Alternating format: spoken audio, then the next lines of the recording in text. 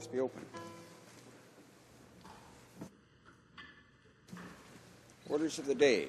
Ordre du jour. Government orders, government bills, commons. Commencement débat. Beginning of debate at second reading of Bill C-12, Drug-Free Prisons Act. Yes. Mr. Uppal for Mr. Blaney, seconded by Ms. MacLeod, moves that Bill C-12, an act to amend the Corrections and Conditional Release Act, be now read a second time and referred to the Standing Committee on Public Safety and National Security. Debate. The Honourable Parliamentary Secretary to the Minister of Public Safety. Thank you, Mr. Speaker. I'm pleased to rise in the House today to speak to Bill C-12, the Drug-Free Prisons Act. I would like to seek unanimous consent to split my time with the member for Northumberland-Quinte West. Does the Honourable Parliamentary Secretary have the unanimous consent of the House to split her time? Yes? Agreed? Agreed and so ordered. The Honourable Parliamentary Secretary. Thank you, Mr. Speaker. This bill before us today gives new tools to the Parole Board of Canada to help ensure prisoners remain drug-free, both inside the prison and while they are out on parole. I will speak to the details of this important common-sense bill in just a moment, but first allow me to give some background on what has brought us to this point.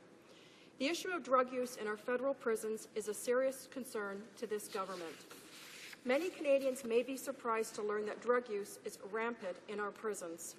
Despite the best efforts of our frontline officers, the criminal element is still able to bring drugs into the penitentiaries. The scope of the problem becomes clear when we look at the actual numbers.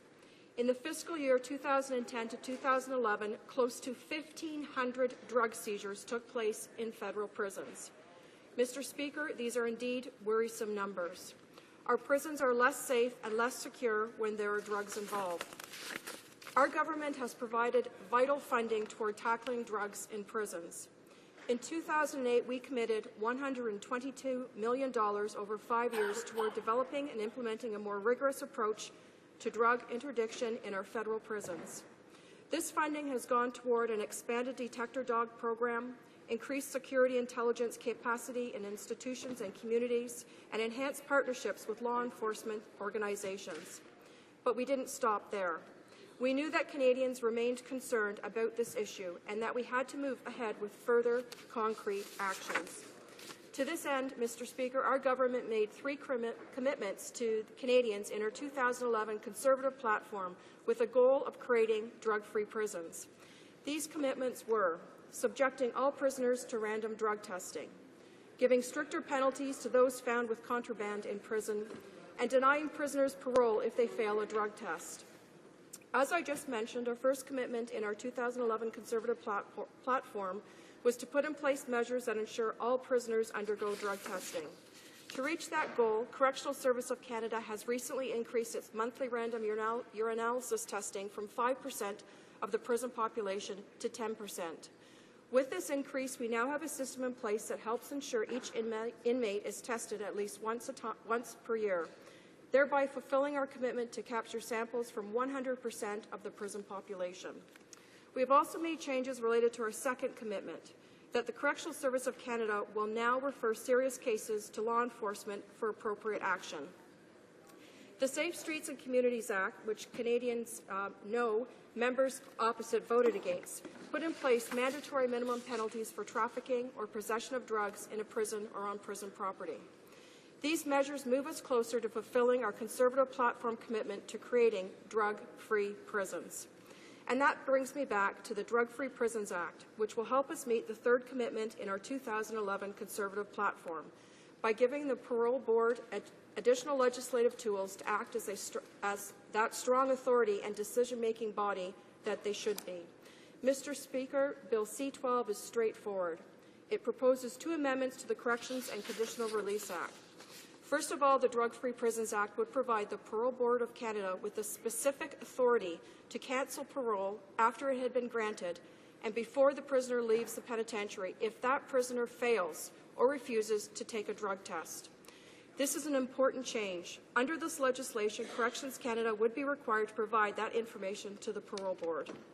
The second proposed change under the Drug-Free Prisons Act also supports the work of the Parole Board, allowing it to require parolees to stay off drugs. If the prisoner violates that condition, the Parole Board of Canada can revoke parole.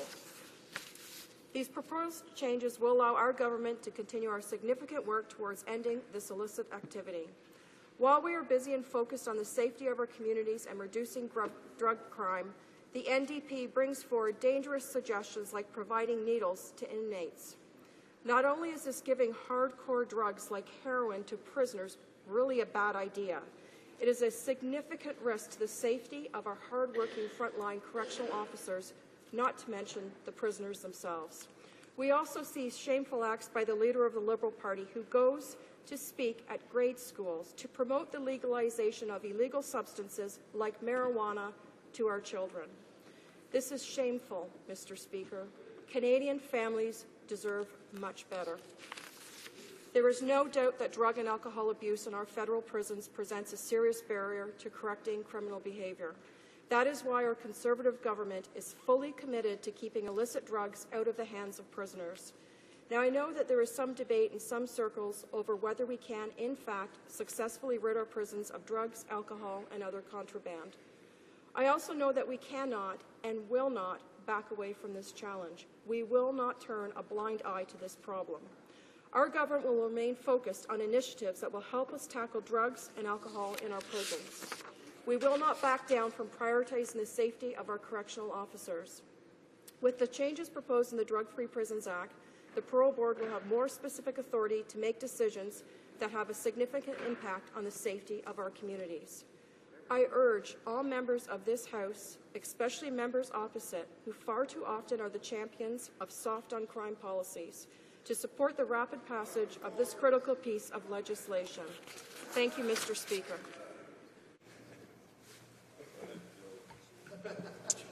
Questions and comments. Question commentaire. The honourable member for Esquimalt, Juan de Fuca. Thank you, Mr. Speaker. I listened with interest to the Parliamentary Secretary's speech, and I think, once again, it ignores some basic facts. The Conservatives claim to be very proud about testing all prisoners for drugs, and they found then, as a result of those tests, that there are many people, of course, who are still using drugs in prison. The problem is there are 3,000 people on the wait list in prison for addiction treatment programs. So testing doesn't solve the problem. What solves the problem is treatment. And does the government have any plans to address the real problem with something that would actually make a difference? Well, Parliament Secretary to the Minister of Public Safety. Thank you, Mr. Speaker, and I'd like to thank the member opposite for that question.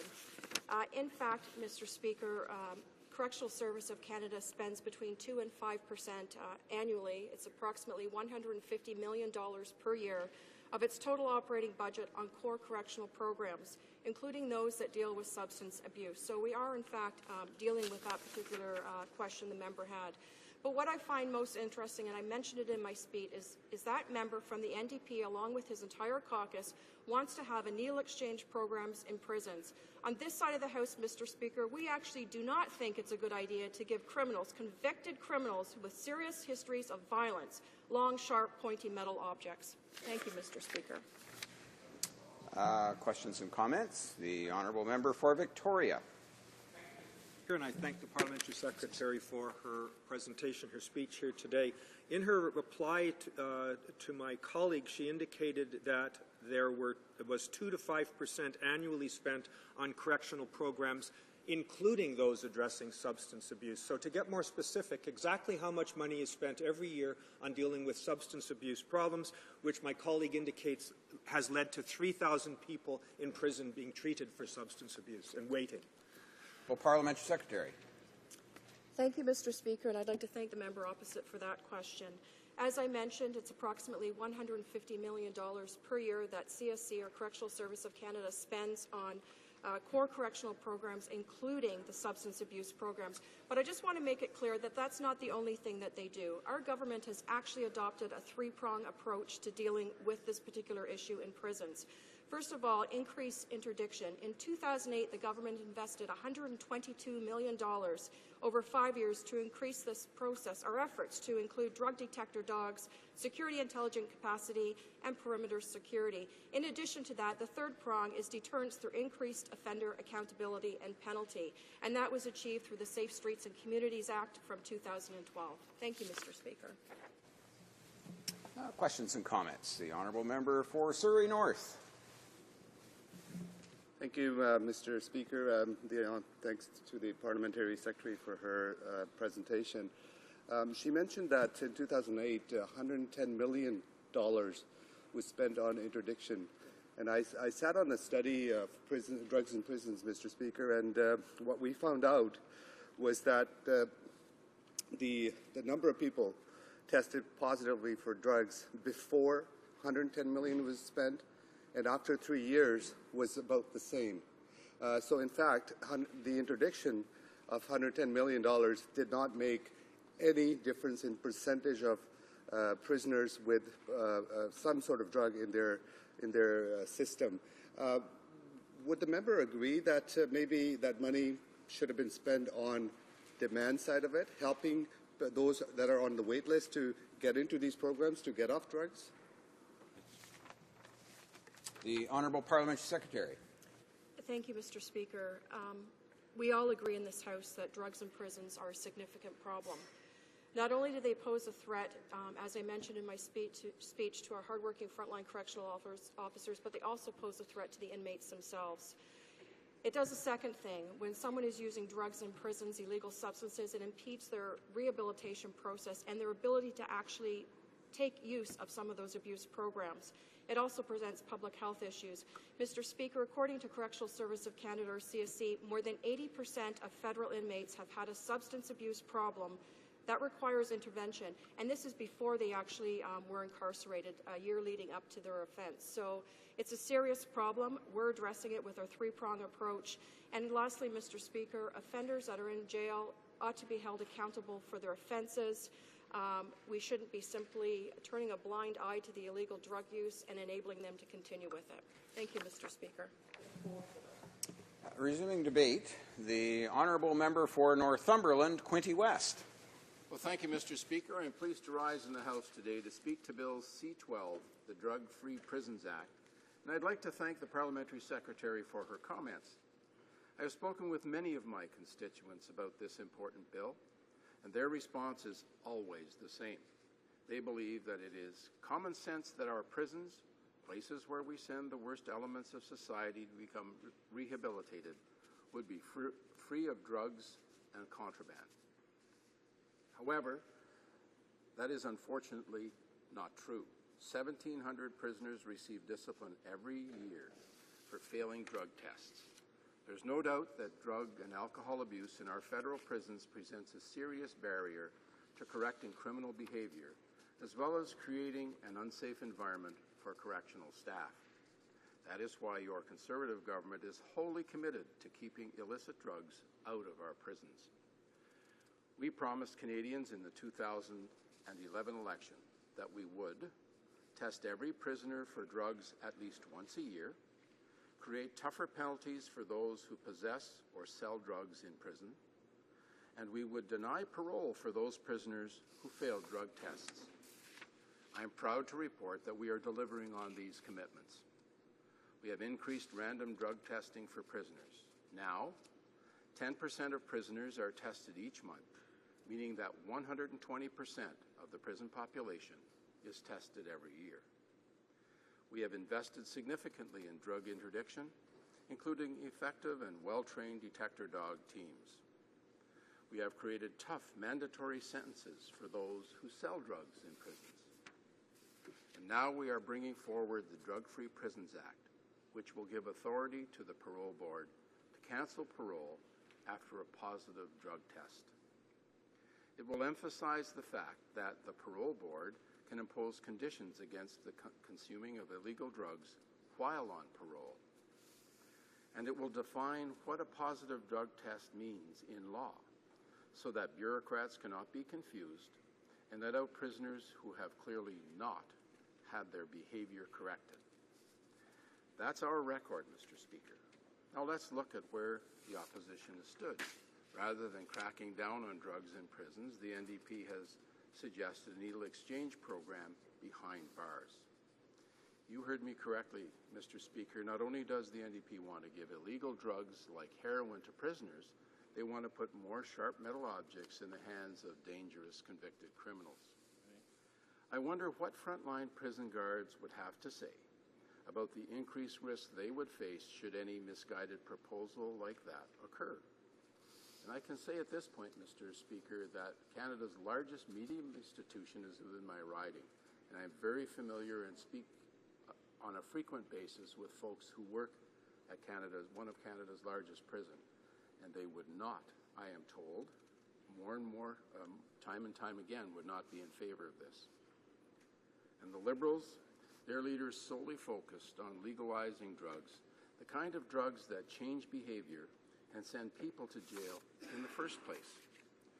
The Liberal Party has never seen a common-sense measure to improve corrections that they didn't oppose. He even went so far, while he was out trolling for votes, to go to a school in Brandon, Manitoba to talk about how he wants to make it easier to get access to marijuana. As for our Conservative government, we will continue to take a comprehensive approach that includes interdiction, training for correctional officers, and treatment programs for prisoners. Now, I know there is a debate in some circles over whether we can, in fact, successfully rid our prisons of drugs, alcohol, and other contraband. I also know that we cannot and we will not back away from this challenge. Our government will remain focused on initiatives that will help us tackle drugs and alcohol in our prisons. We will not back down from prioritizing the safety of our correctional officers. With the challenges proposed in the Drug-Free Prisons Act, the Parole Board will have more specific authority to make decisions that have a significant impact on the safety of our communities. Thanks to the strong actions by your Conservative government, we can say that we are tackling this problem head-on. No longer will prison drug dealers be able to operate with impunity. No longer will the Parole Board be toothless to revoke perks from drug-addicted prisoners.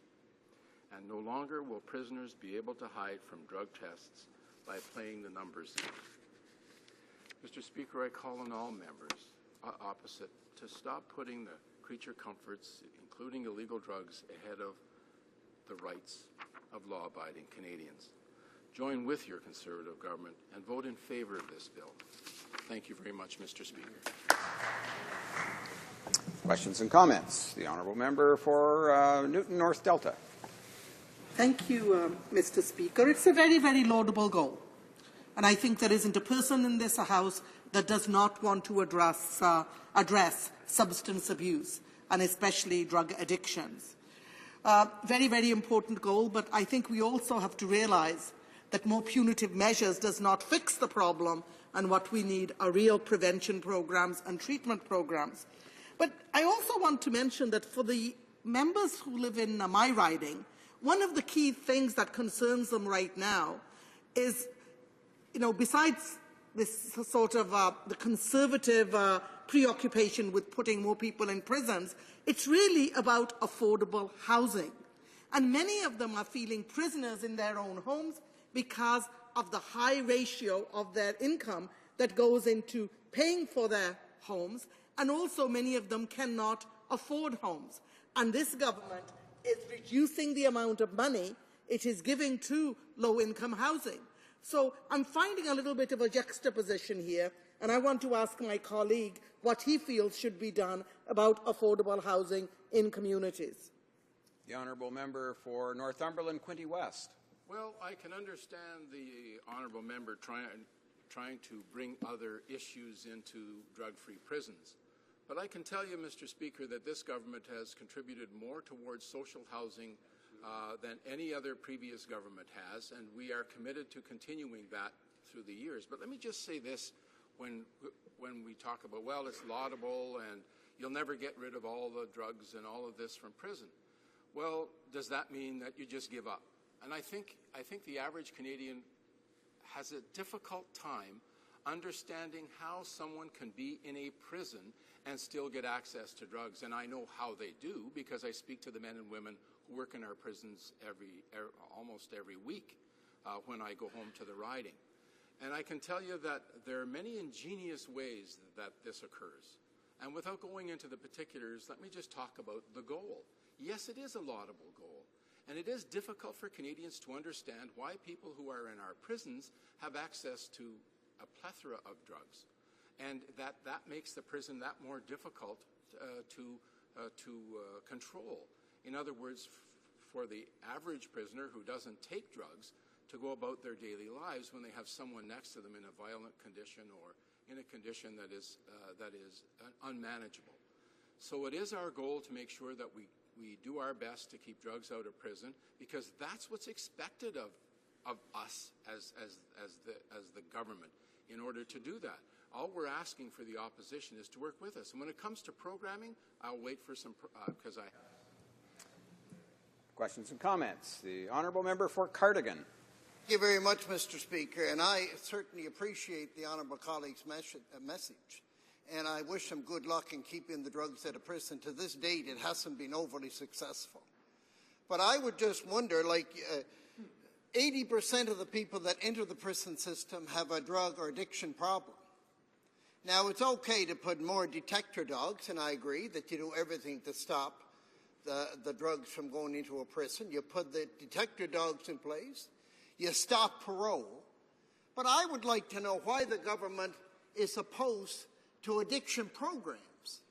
You're dealing with human beings. Why not deal with the human being and try to deal with the addiction problem that's in the system, that the human being has in the prison system? Why did you close the only addiction research center in the nation when over 80% of the people that are in our penal institutions have a drug or alcohol problem? I would just wish that my honourable colleague would take a look at this situation, understand the value of research in one of the biggest, not one of, the biggest problems in the penal institutions in this country. Would he not agree that we need research, we need to have programs to deal with the people who are addicted in our system? The Honourable Member for Northumberland, Quinte West. Well, I'd like to thank the member for that intervention and that question. Let me just say this, Mr. Speaker, that as a member of the Public Safety Committee, we have a desire as a committee and as a government to see what else is happening in the world when we talk about drugs and alcohol in our prisons and also mental illness, which is a tremendous problem. We also understand that. And so what we did was we went across Canada to see what best practices work from one institution to another that we could import or suggest that other institutions in Canada take part in. And then we went overseas and we went to Great Britain and Norway. In Norway, one of the questions I asked when we were speaking to one of the top officials there is, what kind of programming do you have? So they mentioned some of the programs, and I said, have you ever adopted any Canadian programs? He said, yes, about 60% of our programs we've adopted from Canada. So we're leaders when it comes to that. When it comes to alcohol and addiction programs, we also have those programs in our institutions, and we've also, as a government, invested greatly in alcohol. The time provided for questions and comments. Unfortunately, we were a little bit over there, but we'll go to resuming debate. And the Honourable Member for Esquimalt, Wanda Fuca. Thank you very much, Mr. Speaker. I rise today to speak on BC 12, C12, an act to amend the Corrections and Conditional Release Act, Drug-Free Prisons Act. If any of you heard me speaking yesterday on Private Members Bill C-483, you might think I'd be happier today than I was yesterday. I was criticizing the Conservatives' use of private member bills to amend the Criminal Code and the Corrections Act because using private members' bills avoids the scrutiny of charter compliance. It results in less debate in the House of Commons, and it results in a piecemeal approach, amending various pieces of legislation without actually seeing what's happened with the previous amendments. And so I guess I'm happier today because it's a government bill. And so we will have more time to debate the bill. It has been scrutinized for its adherence to the Charter, and it probably avoids a piecemeal approach in that it's been examined by the department before being presented here. So why am I not really happy this morning in comparison? Because this bill illustrates yet another unfortunate tendency of the Conservatives, and that's a fondness for propagandistic titles that obscure the real content of the bill. So much like the Bill C2, which is called Respect for Communities Act, which in fact is the opposite, communities who want to set up safe injection sites to try and reduce the harm caused by injection of drugs in their communities will be prevented by the provisions of C2 from actually doing so. So how is that respect for communities? So it's directly the opposite. This one is even a wilder title. And I would say if we were ever doing a documentary on the legislative process, and we were using this as an example, the documentary should be called A Title in Search of a Bill. And so what we have is the Conservatives wanting to mail out to their members a piece of mail that will help them fundraise that says, we passed a bill for drug-free prisons. But when you look inside that bill, there's very little there, little if anything, that actually contributes to that goal of drug-free prisons. So I really do suspect the title has more to do with Conservative Party fundraising than it actually does to getting good public policy for our prisons. The Public Safety Committee, of which I am the Vice Chair, did a study on drugs and alcohol in federal prisons. And we had more than 20 witnesses who appeared at the committee. And even though I didn't agree with the government's report, the government produced 14 recommendations on drug-free prisons. And in their bill on drug-free prisons, not one of those recommendations, their own recommendations, not one of those appears in this bill. Instead, it's something else that appears in the bill. So it's passing strange to me why we'd have a House of Commons committee spend literally weeks and hear from dozens of expert witnesses and then ignore that and introduce something else completely different from that. Now, maybe I should be happy because what's proposed in this bill is in fact a very modest change in the Corrections Act, which simply makes more clear in law what's already the existing practice of the Parole Board. So what it says is that the Parole Board of Canada can make use of positive results from drug tests or refusals to take urine tests for drugs when they make decisions on parole eligibility. They already do this. It's just not clear in law, and so this does have a positive impact. And so giving clear legal authority to an existing practice is something we can support. So we're placed in an odd spot here in the House of Commons. If we were voting on the title, we'd vote against it. But the content of the bill we'll actually support. So we will support this bill to go to second reading, and we will be proposing a more realistic title. I'm having trouble thinking of anything that could compete with a slogan like drug-free prisons. And I guess what we're going to look for is something that would actually tell the public what happens in the bill. So as I've said many times, drug-free prisons is at best a worthy aspiration, and at worst, it's simply a political slogan. It's not a policy.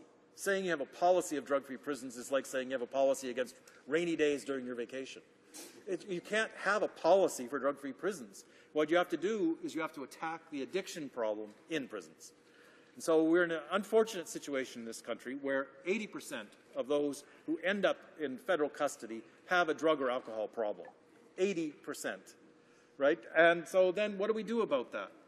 The Conservatives, instead of really having a meaningful debate with us in the opposition, try to set up straw men, and they try to propose what our policy is and tell the public what our policy is. Part of that's, I think, because they know the public doesn't really accept their policy. And so they want to create phantoms for us to debate in the House of Commons. They're very quick to say that we are somehow condoning drug use or soft on drugs on this side of the House. In fact, what we're saying on this side of the House is we have to do things that would actually be effective in combating the drug problem in prison, that would actually have better outcomes for the prisoners, not because we love the prisoners, but because, in fact, on this side of the House, we're interested in public safety. And so if people leave our prison system still addicted to drugs or alcohol, they will fall right back into the patterns that got them into prison in the first place. They'll create more victims in our communities, and they themselves will become victimized by their addiction. And so, in fact, we're not soft on drugs. We want an effective policy on drugs. Being tough on drugs is really much like saying you're for drug-free prisons. Being tough on drugs accomplishes nothing. So the Conservative approach to drugs, both in and out of prison, is very consistent. They start with moral condemnation, and then they finish with interdiction. It's the same approach that has inspired C2. So when we talk about safe injection sites, the Conservatives say injection drugs bad, and therefore we're going to try and prevent people from having a place where they could safely inject those drugs. It's moral condemnation followed by interdiction. It ignores what the reality is in terms of harm reduction. The Conservatives did a mailing on C2 saying, let's prevent having needles in your backyard. Well, what do safe injection sites do? That's exactly what they do, is they place people in safe injection sites so the needles don't end up in alleyways, don't end up in school playgrounds, don't end up in your backyards. So they're actually doing quite the opposite of what they say they're doing. When we look at the things that the Conservatives have tried to do since 2008 on their goal of drug-free prisons, they've spent more than $122 million on interdiction tools. And that includes technology and sniffer dogs. So ion scanners, sniffer dogs, to try and stop drugs entering the prisons. And what did we find? The head of corrections came into the committee during our study on drugs and alcohol in prisons. And interestingly, this part of the testimony does not appear in the government's report. And he said after spending $122 million and doing drug testing, the same percentage of prisoners tested positive as before the interdiction measures. So we wasted $122 million on technology and sniffer dogs instead of spending $122 million on addiction treatment programs. If you want to get drugs out of prison, you have to reduce the demand for drugs in prison by offering people treatment programs. There was, I have to say, a very unfortunate side effect of this emphasis on interdiction, and that was interfering with family visits. And one of the things we know is very important, both to those who are going to reintegrate into the community, and especially those with addictions, is family support. And the Conservatives at the time criticized us for bringing this up, but what happened was many family members felt with sniffer dogs facing them every time they tried to visit and bring their children, this was an intimidation factor that made it very difficult for them to do visits. Even worse, the ion scanners produce an inordinately number of false positives. So many family members who had nothing to do with drugs at all were prevented from actually visiting their relatives in prison because of false positives of this technology that really doesn't work in terms of interdiction. So in fact, spending $122 million wasted money and interfered with family visits and interfered with rehabilitation programs. But it's very consistent, very, very consistent with the Conservative policy on drugs. I guess we should have known this kind of thing was coming because in 2007, the Conservatives amended the National Drug Strategy, and they took out one of the goals. And the goal that they took out of the National Drug Strategy was harm reduction. Very shocking. We actually removed harm reduction from our National Drug Strategy as one of the goals. Why? Because the Conservative policy, again, is moral condemnation followed by interdiction and ignoring the reality. And I know some members are talking about some other very prominent people who've been involved with drugs, especially in Toronto, and have not taken advantage of treatment programs which are available and have continued in office when many of us believe they ought not to. But we got to turn back to the question. If you're going to have a bill entitled Drug-Free Prisons, then let's go back and look at why drugs are in the prison. And again, we come back to the fact that 80% of those convicted of criminal offenses resulting in more than 2 years in prison have drug and alcohol problems. What has been the major contributor to that? Mandatory minimum sentences, another great Tory policy when it comes to drug-free prisons. So when someone appears before a judge and they may have a drug or alcohol problem, which is the real problem, not criminal behavior, but the real problem being social disorder caused by drug and alcohol problems, the Conservatives want to take away the discretion of the judge to divert that person into treatment programs and instead make them serve time because they're tough on drugs. And all that does, in fact, is put more addicts into prison and create a higher demand for drugs in prison. When we talk about the lack of treatment, because of the way Corrections Canada keeps statistics on programming, it's difficult to identify specifically the number of those on waiting lists for addiction treatment. But we know it's somewhere between 2,400 and 3,000 of those 15,000 people in prison. Right? 2,400 to 3,000 of the 15,000 in federal prison are waiting for addiction treatment programs. Many of those will complete their sentences without ever getting the addiction treatment. And as I said earlier, they'll end up back in the community, back in their old patterns, victimizing themselves and others because of addiction. When the parliamentary secretary stood up in her speech to open this debate, she talks about 2.7% of corrections funding going to programming. And when you stop and think about that for a minute, 2.7% of the funding is going to programming. That means really what we're doing is warehousing our prisoners. If we're only spending 2.7% of the total funding on programming. And that's not addiction programming. That's all programming. That's all the training, that's all the rehabilitation, that's all the drug programming combined. 2.7% of the total budget. And what's happening to the budget of public safety? And specifically of corrections? Conservatives in the last budget cut that budget by 10%. Cutting that budget by 10% at a time when the number of people who are being imprisoned because of the various conservative mandatory minimums and longer sentencing initiatives means that we're cutting the budget by 10% when the population in prison is increasing by about 5% every year. Now, the Conservatives like to stand up and say, oh no, we'll take the highest estimates anybody ever gave, the highest projections we ever had for prison, and we'll point out to you those were never achieved. And that's to try and cover up the fact that the prison population is steadily increasing. So more people in prison, more people with addictions, less money, less programming. How in the world does this contribute to drug-free prisons? The other thing that happens as a result of the increasing numbers and the decreasing budget is reduced training opportunities in prison. Now, why am I talking about training opportunities and drug addiction in the same breath? One of the problems that people have in prison is not having enough to do. And so the old saying is, idle hands do the devil's work. Why in the world are we cutting back on training opportunities in prison?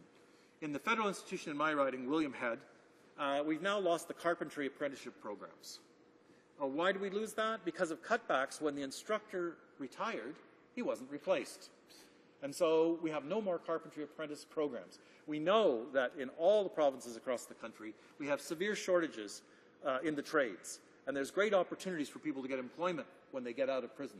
So we could keep them occupied in prison with a very useful training program that would result in employment that might keep them out of addiction problems, poverty and addiction problems when they get out. And because of budget cuts, we don't replace the instructor when he retires. The bad news at William Head is that we have a very good electrical apprenticeship program at William Head. And the instructor is just about to retire. And what will happen when he retires? Very clear, already announced, he will not be replaced. So now we'll lose the electrical apprenticeship programs as well as the carpentry apprenticeship programs. So to me, if we're really talking about how to do what's best for public safety, what's best for the community, and yes, in this case, what's also best for those who have offended, we're going in completely the wrong direction in our system. Part of the problem, we know, is that with addicts in prison, where there's a will, there's a way. And so the Conservatives have tried to devise technology and other interdiction methods that will stop drugs getting into prison. And that's probably a hopeless task. And even if you can interdict drugs, then prisoners resort to the use of other substances which are even more damaging to them in that prison setting. So they'll make homemade alcohol, which will sometimes cause very serious injury, blindness, or death. They'll find a way. One of the other things that's contributed, I would say, to drugs in prison is an unusual one, and that's the Conservatives' fascination with privatization. Now, let me draw the connection here for people who may not see it immediately. Conservatives would like to have things like laundry and food service and cleaning in the prison contracted out. And that's happening more and more across the country. And what that does is that brings low-paid workers into the prison system who are not hired by Corrections Canada, who only have the most basic screening, and who because they're most often paid the minimum wage, are in very vulnerable positions. And so we've had many examples already where the path to drugs in prison comes through those private sector employees who come through the gate every day. It's very easy for criminal gangs to identify who those people are. I'm not saying these are evil people. Very easy for them to be identified, pressure to be put on their families, for them to bring drugs into prison. And we've had many, many examples of privatization actually leading to an increase in the drug supply in prison. So, Mr. Speaker, could I just have some advice, because I have so much more to say. 4 minutes. Okay. So I will go ahead and talk a little bit more about this problem of reduced budget. One of the things that the Corrections Service of Canada has had to do is try to find more efficient ways of delivering programming. And so what they've done is they've taken those programs that the member for Northumbria Quinte West like to point to that were adopted around the world, and they don't have enough money to run those programs in our prisons anymore. So that what they've done now is taken what were separate anger management, drug addiction, and other of those initial programs, and they're rolling them all together into one program that inmates will initially go through that tries to deal with all these problems at the same time. I wish the designers of the program well. I hope that it works. But I'm very concerned that we are, in fact, for fiscal reasons, taking those programs which were so effective in dealing with some of the problems that people come into prison with. We're combining them, we're rolling into one. We're doing an experiment right now in our prisons to see if that works as well as those programs that we know were very effective. Those programs which were adopted by places like Norway, which were seen around the world as exemplary kinds of programs. Another one of those is a program which has been reduced or eliminated in many of the institutions in Ontario, which is called CORCAN. And it provided, again, vocational kinds of training so that when people get out of prison, they can escape the circumstances that led them perhaps into addiction and therefore into crime. But the other thing the Conservatives have done is they have said, well, why are we paying prisoners who take part in this training? Let's take away the pay for participating in CORCAN. Now, this wasn't high pay. It wasn't even minimum wage pay. But it was an incentive for prisoners to get involved in the CORCAN training programs, which would lead them to better opportunities in their new life outside prison. And so the Conservatives said, oh, let's cut the pay for that. And in fact, we've had a situation going on in Canadian prisons where we've had work stoppages because of the low pay that's offered to prisoners who actually do work and do meaningful work while they're in prison. And at the same time, the Conservatives have, because of this straw man they like to create about the luxurious conditions in prison, they've increased the number of items that prisoners have to pay for themselves. So I think many Canadians would be surprised to know prisoners have to buy their own soap, their own toothpaste, their own shampoo, out of the very minimal amounts that they're paid for work in prison. So despite the fact that the Conservatives like to draw a picture saying no one pays for my toothpaste, no one pays for my shampoo, my point here is not that they shouldn't have to pay for these things, but when they do work in the prison system, they should be able to earn enough money so that they can actually pay for those basic necessities. So, once again, coming back to what our real policies are on this side of the House and not the straw man the Conservatives like to put up. The NDP has always been steadfast in our support for measures that will make our prisons safe. While the Conservative government has ignored recommendations from corrections staff, the corrections union, and the correctional investigator, all of these things that were aimed at decreasing violence, gang activity, and drug use in our prison. On this bill, stakeholders agree this bill will have a minimal impact on drugs in prison. And so those who've listened to my speech will know I have not opposed the things that are being proposed in this bill. What I'm opposed to is the propaganda of its title and the whole Conservative approach of moral condemnation followed by interdiction instead of measures that will really attack the drug problem in our prisons and our society. So, Mr. Speaker, in conclusion, I would like to say that what we really need to do is focus on addiction programming in our prisons if we want to achieve or move toward the goal of drug-free prisons. Thank you. Questions and comments? Question commentaire. The honourable member for Northumberland, Quinte West.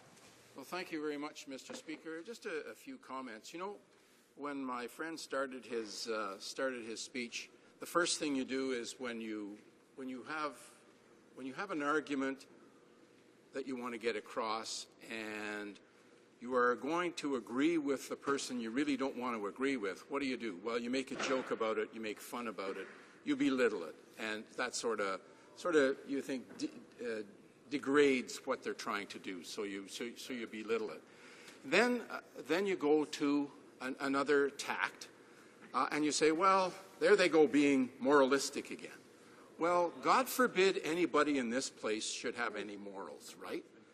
So yes, we do have morals. I think everyone in this chamber has morals, and there's nothing wrong with putting some morality and some of those issues into law and into the way we do things and how we act.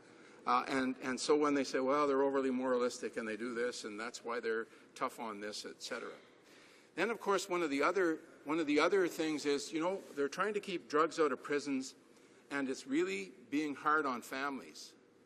And some of the families don't like to come. Well, that's how some of the drugs are getting into our prisons, by the conjugal visits. It's so bad, Mr. Speaker, that when they say, well, you don't want to have your kids exposed to these little electronic instruments, that's how some of the drugs are getting in. They're in the diapers of children where the guards can't go. We know that. We're told that. They even admit that. So there's much, much more that my friend had 20 minutes, and I only have about 80 seconds to talk about. But I just wish, for once, if you're going to support something, just say, you know, we're going to support this. We don't like you guys. We don't agree with you guys, but we're going to support this. The honourable member for Esquimalt, Juan de Fuca. Well, I hesitate to say I thank the member for Northumberland Quinte West for his comments because I've worked with him on committee, and he knows it's not about me not liking him or respecting him.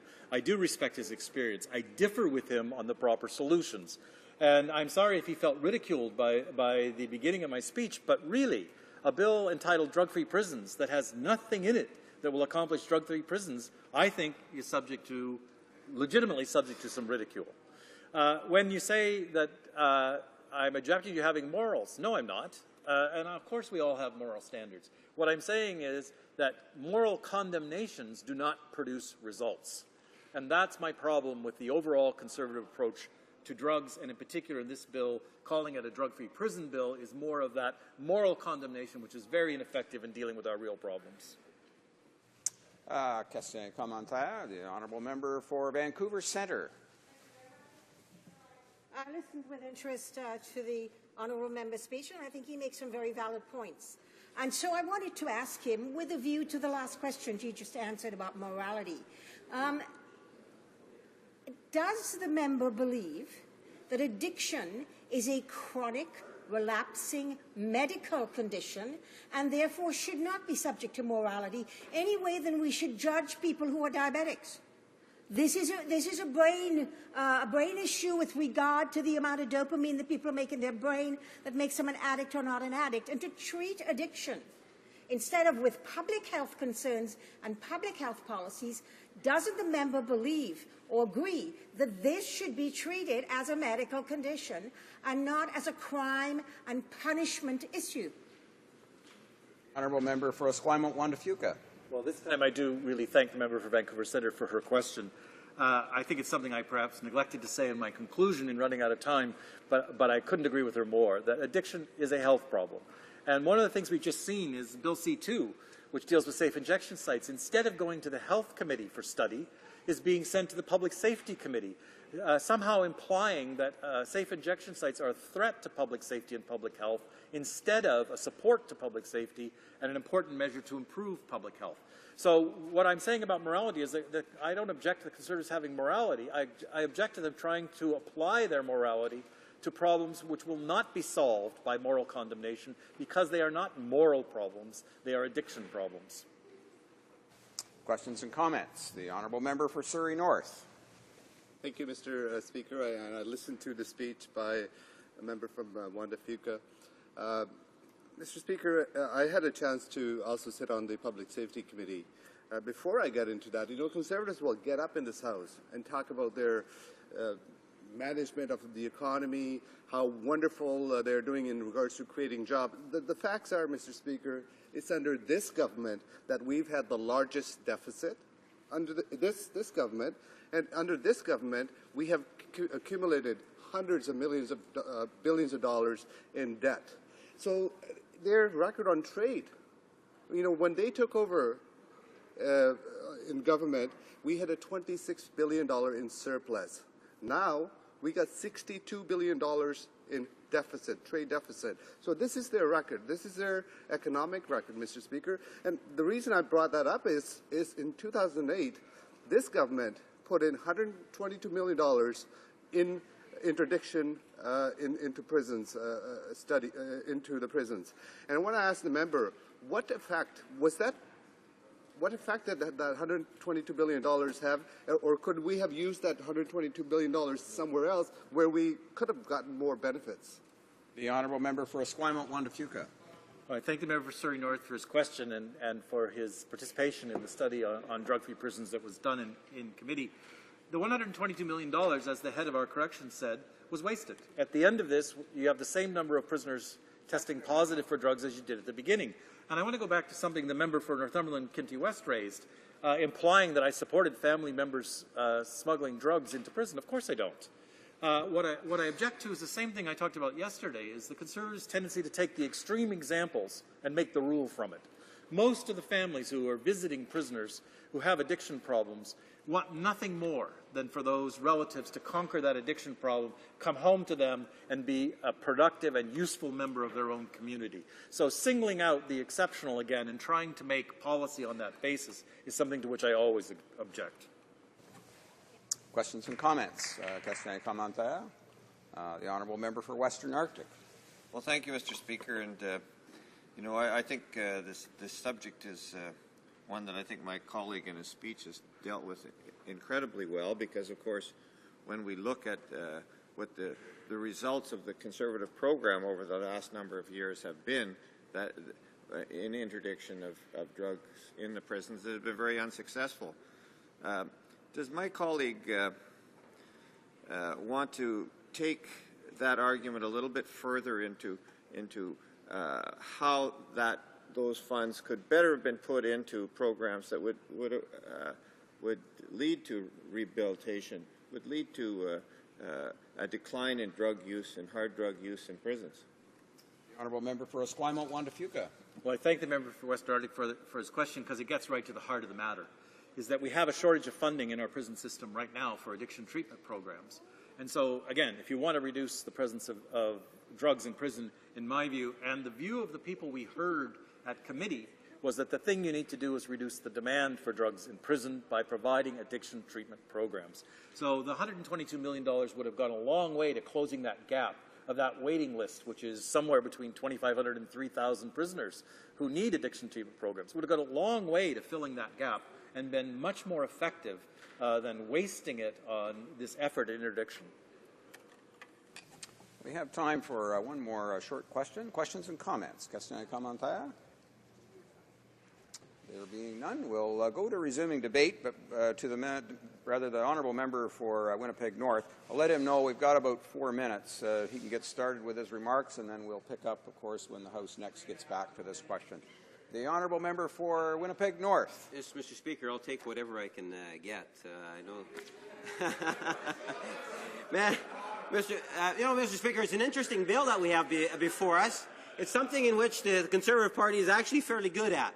You know, they have someone that works in the Prime Minister's office, and I think his job or her job is quite simple. Come up with creative names for bills that's going to make us look good in the eyes of the public. Whether or not it's reflected in the bill or the substance of the legislation or not is somewhat irrelevant. What that PMO staffer's primary goal is to get that communication piece out. So what has that PMO office said today on Bill C-12? Well, the message that they want to get out to the Canadians is drug-free prisons. That's what they want to achieve, Mr. Speaker. And some on that side might actually applaud that. One could call into question, is it in fact possible to be able to achieve what it is the government is saying or trying to give the impression to Canadians that they are going to achieve, Mr. Speaker. I do not believe that it is possible. And I believe that if you were to canvass individuals that have the level of expertise that obviously is lacking on the government benches, Mr. Speaker, you will in fact find out that it is not achievable. But don't let that confuse the member that came up with the idea from the Prime Minister's office, because that kind of conflicts with what message they're hoping to try to give Canadians, albeit somewhat false, Mr. Speaker. Having said that, you know, interesting, there was an observation that was made in the 2011-2012 annual report from the correctional investigator. And there was the following observation with respect to the prevalence of drugs within our prisons. And I quote, Mr. Speaker, "A zero-tolerance stance to drugs in prison, while perhaps serving an effective deterrent, posted at the entry point of a penitentiary simply does not accord with the facts of crime and addiction in Canada or elsewhere in the world, Mr. Speaker." Well, you know, Mr. Speaker, this is something that's not coming from a member of the Liberal caucus. This is coming from different stakeholders out there in the real world, Mr. Speaker. And that's part of the problem. You see, we need to get more of those staff inside the PMO office to get into the real world and get a better understanding in terms of reality, Mr. Speaker. I've had the opportunity to tour many of Canada's penitentiaries, retention centres, Mr. Speaker, and, you know, it is something in which I believe that there is plenty of room for improvement. Let there be no doubt that there's a lot of room for improvement. And I, for one, am not going to object for moving forward, Mr. Speaker. But I think that we have to take the issue of addiction. Sorry to interrupt the honourable member. He will have 16 and a half minutes remaining for his remarks when the House next resumes debate on the motion. We're going to go to statements by members. Déclaration de député. L'honorable député. The honourable member for Richmond-Arthabaska.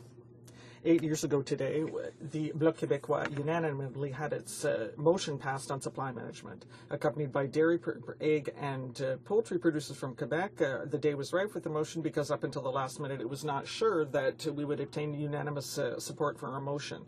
Because in committee, the Conservatives had banded together with the Liberals to defeat it. For 8 years, the Bloc Québécois motion has been the Canadian negotiation policy to ensure that supply management is protected. Once again, with Quebec producers, we also adopted a motion on the importing of whey protein. In the end, the government did betray dairy producers and especially Quebec cheesemakers during the recent EU deal. And yet we sounded the alarm when, for the first time, the government left supply management on the table during international negotiations. The federal government must now honor its commitment to compensate Quebec cheesemakers and exercise better control at the borders to preserve the exceptional Quebec cheese industry. Richmond Hill. Excuse me. Mr. Speaker, I rise today in this House to honor the memory of the late William Fraser Bell. Bill was a devoted family man, an outstanding gentleman, and a mentor. Bill leaves a legacy of exemplary contribution to Richmond Hill, to Ontario, and to Canada. He is the longest-serving mayor in Richmond Hill's history, having been elected to that office 6 consecutive times. Some of his proudest career accomplishments include the establishment of the Richmond Hill Centre for the Performing Arts, co-founding Hill House Hospice, the state-of-the-art Richmond Hill Public Library, and because of sound financial decisions during his tenure, Mr. Speaker, enabling Council's significant donation to help build the Richmond Hill wing at Mackenzie Health Hospital. Wow. Bill Bell will always be fondly remembered as a giant in our community. I am personally immensely grateful for his wise and sage advice, and my deepest sympathies go out to his loving wife, Jackie, their daughters, Julie and Kate, grandsons, Hunter, Thomas, and Charlie, and his brother, John. Thank you, Mr. Speaker. The honourable member for Victoria. Mr. Speaker, today I have the great honour to rise in this House to congratulate the former Premier of British Columbia, Mike Harcourt, who has been named an Officer of the Order of Canada, one of the highest distinctions in this country. Mr. Harcourt has had an exemplary career. He made an enormous contribution to Canada as a city councillor, as a mayor of Vancouver, as a leader of the BC NDP, and of course as Premier of British Columbia. He's also served, Mr. Speaker, as an inspiration and powerful advocate for those affected by a disability, following his own remarkable recovery from a spinal cord injury. I've had the privilege of working closely with Mike over the years on issues of environmental protection and treaty negotiations, and based on my personal experience, I can say without hesitation, he is also an incredibly kind person with a famously positive attitude and approach to life. I cannot think of anyone more deserving of this wonderful tribute. Congratulations, Mike. The honourable member for Northumberland, Quinte West. Mr. Speaker, Northumberland County Economic Development and Tourism is currently designing and constructing a niche food processing facility in Colborne, Ontario, to support second source revenues from farming operations and to build on the concept of field to fork as an integral part of our community and business development. The Ontario Agri-Food Venture Centre is supported by our government through the Eastern Ontario Development Program with a $200,000 combined contribution from the Northumberland CFDC and 5 surrounding regional CFDCs.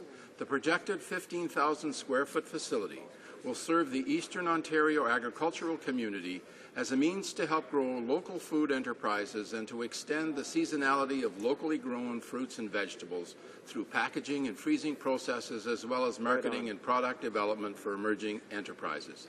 This project is yet another example of how our Conservative government is supporting farmers and local businesses in Eastern Ontario. Full member for Wascana.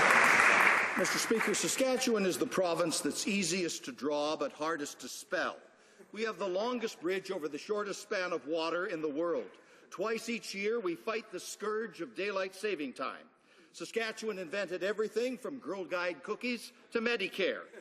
And we've had our football team since 1910, years before there was even a CFL or a Grey Cup. We bleed green. Our most sainted symbol is a gopher. And on Sunday, the greatest fans in the world will trek to Regina. They'll come from North Portal in the south, and from South End in the north, from East End in the west, and from West Bend in the east. We'll welcome back to Saskatchewan Austin, Fantuz, and Burris, and all their friends from Hamilton. And then Durant, Sheets, Dressler, Getzlaff, Bagg, Simon, I wish I could name them all, will finish what they set out to do in the spring. They will make the Saskatchewan Roughriders the 101st Grey Cup champions. Go Riders! The honourable member for Okanagan, Coquihalla. Thank you, Mr. Speaker. This past weekend, I participated with citizens of Merritt and surrounding areas as part of a volunteer search and rescue effort. We were looking for Dean Morrison, a missing 44-year-old man, a father of 3. Sadly, we were not successful in our efforts. This was my first experience working with local search and rescue volunteers. It is truly heartening that so many citizens give so generously of their time to help find missing loved ones. Mr. Speaker, I know that there are volunteer search and rescue organizations in many of our communities across this great country, and I would ask the House to take a moment to collectively say thank you for the very good work that they do. Thank you, Mr. Speaker. The honourable member for Malcorel-Fortin. Mr. Speaker, as Christmas time approaches, please allow me, first of all, to wish you all a very Merry Christmas and a Happy New Year in advance. Unfortunately, this period of joy is not shared by all. A growing number of Canadians must resort to using food banks to meet their basic food needs. On this occasion, on behalf of everyone, I would like to thank all workers and volunteers who work at food banks to allow the less fortunate to eat. I would also like to commend them for their keen sense of solidarity. My friends, it is thanks to the dedicated work of these extraordinary people that Canada remains a generous country. And that is true, Mr. Speaker. During holiday time, Canada is a wonderful country. I invite all Canadians to follow the example of workers and volunteers at food banks and to give generously to these institutions. Thank you. For Saskatoon, Wanuskewin. The second installment of our Conservative government's annual $2 billion federal gas tax fund is now being made available. Saskatchewan's total allocation this year is now close to $56.1 million. Canada's gas tax fund provides predictable long-term funding for Canadian municipalities to help them build and revitalize their local infrastructure while creating jobs and long-term prosperity. This money has funded numerous initiatives across Saskatchewan that support water and wastewater infrastructure, local roads, public transit, solid waste, community energy systems, and transportation improvements. Projects are chosen locally and prioritized according to the infrastructure needs of each community, and to date, close to $371.9 million has been made available to Saskatchewan under the current gas tax fund. Our government has extended, doubled, indexed, and made permanent the gas tax fund. Thus, the fund grows from its current $2 billion per year while providing provinces and municipalities with predictable funding to deliver on local infrastructure priorities. And that's a very good thing, Mr. Speaker. Honourable member for Don Valley East. Mr. Speaker, I rise today to express my gratitude for my constituents of Don Valley East for the relief efforts of our government in the aftermath of Typhoon Haiyan, and for the generosity of all Canadians across the country for helping those affected by this tragedy. In my riding of Don Valley East, I would especially like to acknowledge the outstanding efforts of Mario June Calaggio, who has worked tirelessly to acquire clothes, canned foods and financial donations for the affected people of the Philippines. Finally, Mr. Speaker, a tragedy of this magnitude will take years of effort to replace, repair and rebuild back to normal. I take this opportunity to remind everyone that they can continue to donate for Typhoon Haiyan Relief Fund until December 9th, as our government will match dollar by dollar the money that is raised. Thank you, Mr. Speaker. The Honourable Member for Berthier-Masquinongé. Thank you, Mr. Speaker. The increase in the number of people living below the poverty line concerns me greatly. Each year, the statistics from food banks give me chills. The role of food banks and their donors is essential. But it is unbelievable that in 2013, in a wealthy country such as Canada, so many people still live poverty on a daily basis, and that food banks must be a permanent solution. On Wednesday evening, I attended the spaghetti dinner for people living in poverty, and I would like to thank Ms. Plante from Louisville and her organizing committee. Also, for the past 55 years, the Christmas telethon allows 4,600 people to live Christmas in dignity. Over 2,000 volunteers contribute to the success of this telethon, which will be broadcast on December 6th at 5 p.m. Thank you to everyone for your involvement. I am proud of the solidarity that I feel in my riding, and I am very proud to represent you. Thank you. Member for New Brunswick Southwest. When it comes to economic stewardship, our government is leading the world. We witnessed the creation of over 1 million net new jobs, signed the Wayne Gretzky of trade deals with Europe, and stayed on track to balance the budget. We also cut the GST and created the tax-free savings accounts, benefiting more than 8 million hardworking Canadians. Mr. Speaker, Canada has weathered the global economic downturn because we have a plan. Unfortunately, the Liberal leader has no plan. While we create better policy in Canada, the Liberal leader admires China's basic dictatorship. While the Prime Minister successfully travels the globe promoting trade and Canada's values, the Liberal leader parades around Canada promoting marijuana growth, including to school kids. While an inexperienced Liberal leader pushes pot, we will continue to create the economic conditions for jobs and growth for all Canadians. Honourable Member for Western Arctic. Mr. Speaker, the Minister of Environment seems to be the only Northerner who doesn't understand climate change. As she took her seat at the UN Climate Conference in Warsaw, a European report found Canada still shows no intention of moving forward with a climate policy and therefore remains the worst performer of all industrialized countries. Meanwhile, the Minister continues to mouth empty platitudes about how hard the Conservatives are working on climate change. but Environment Canada's analysis shows Canada fell further behind in meeting its 2020 targets. While the minister fiddles, her constituents and mine are suffering.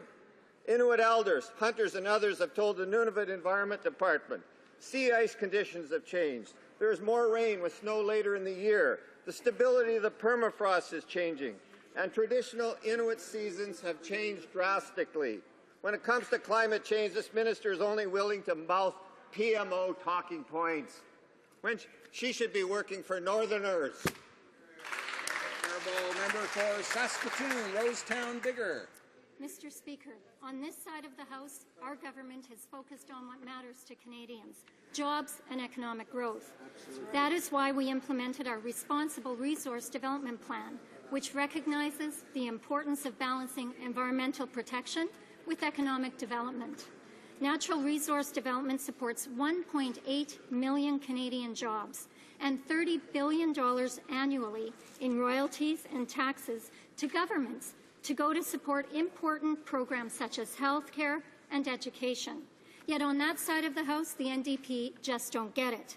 The Orange Bloc, no development party, opposes all resource projects. They oppose hydrocarbon development. They oppose mining projects. They oppose nuclear energy in the nuclear industry, and they even oppose the forestry sector.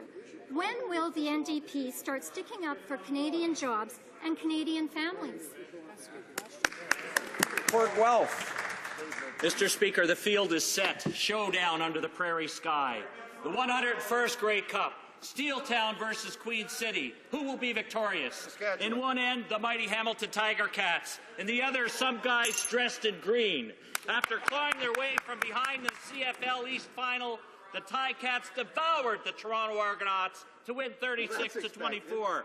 Under the leadership of head coach Kent Austin, the Ticats have touched down in Riderville to stalk their prey, hunt the pigskin, and sprint to victory. While the Ticats may not be in their natural habitat, they will mark their territory and bring the cup home to Hamilton. As a member of Parliament for Guelph, I would like to thank the Hamilton Ticats for choosing Guelph's Alumni Stadium as your home away from home. You have entertained us, brought our community together in the celebration of sport, and contributed to Guelph's prosperity. Tigers eat 'em raw. Go, Ticats, go! The honourable member for Mississauga, Brampton South. During the local Brandon by-election debate last night, the Liberal candidate said that marijuana should be controlled the same way tobacco is. Can you believe that, Mr. Speaker? How irresponsible of a policy is that? Smoking rates amongst our youth are already too high. Perhaps the Liberal Party and the Liberal candidate clearly missed the memo that 16% of Canadian youth are still smoking. He's in over his That's head. why our government's been working hard to reduce those smoking rates. The Liberals should get on board with our approach, which is aimed at helping to ensure Canadian youth are healthy and productive and are not smoking cigarettes or marijuana. Our government is working towards a 0% smoking average for youth. It's a shame that the Liberal candidate in Brandon and the Liberal leader do not agree. Acadie Bathurst. Honourable member for Acadie Bathurst. Mr. Speaker, in our home province of New Brunswick, people were already pissed off to see the Conservatives give handsomely paid jobs for life to their cronies, while they were not entitled to employment insurance benefits that they had paid for out of their own pockets. But, Mr. Speaker, this double standard has gone even further. Sylvie Terrien had the courage to speak out against the unfair quotas imposed on employment insurance inspectors that forced them to hunt down the unemployed. Well, the Conservatives fired her. But when it comes to their buddy, Irving Gerstein, who schemed to cover up Mike Duffy's crimes, who tried to use his contacts to change the Deloitte report, well, there were no consequences for him. If the Conservatives are as tough on crime as they say, then they should leave the unemployed and whistleblowers in peace and turf Gerstein out. They treat the unemployed as if they were criminals, when it is they and their chums in the Senate who are criminals. They should be ashamed, Mr. Speaker. They should be ashamed. The honourable member for London North Centre. Thank you, Mr. Speaker. Yesterday we learned the shocking reports that disgraced Liberal Senator Colin Kennedy was removed from his caucus over accusations of sexual harassment. The victim says he made inappropriate sexual comments, asked her to wear high-heeled shoes, and repeatedly put his hand on her waist when the office door was closed. Even worse, Mr. Speaker, the leader of the Liberal Party's office ignored the victim's plea for help for 3 months as she notified them in August that she was being harassed. On behalf of Canadian women from coast to coast, I would like to express our outrage and my deepest sympathies to the alleged victim. The Standing Committee on the Status of Women is currently finalizing a study on sexual harassment. We have learned that sexual harassment is a form of violence with a tremendous impact on health, well-being, and economic security of women. Our government will continue to focus on eliminating all forms of violence against women and girls. Thank you, Mr. Speaker.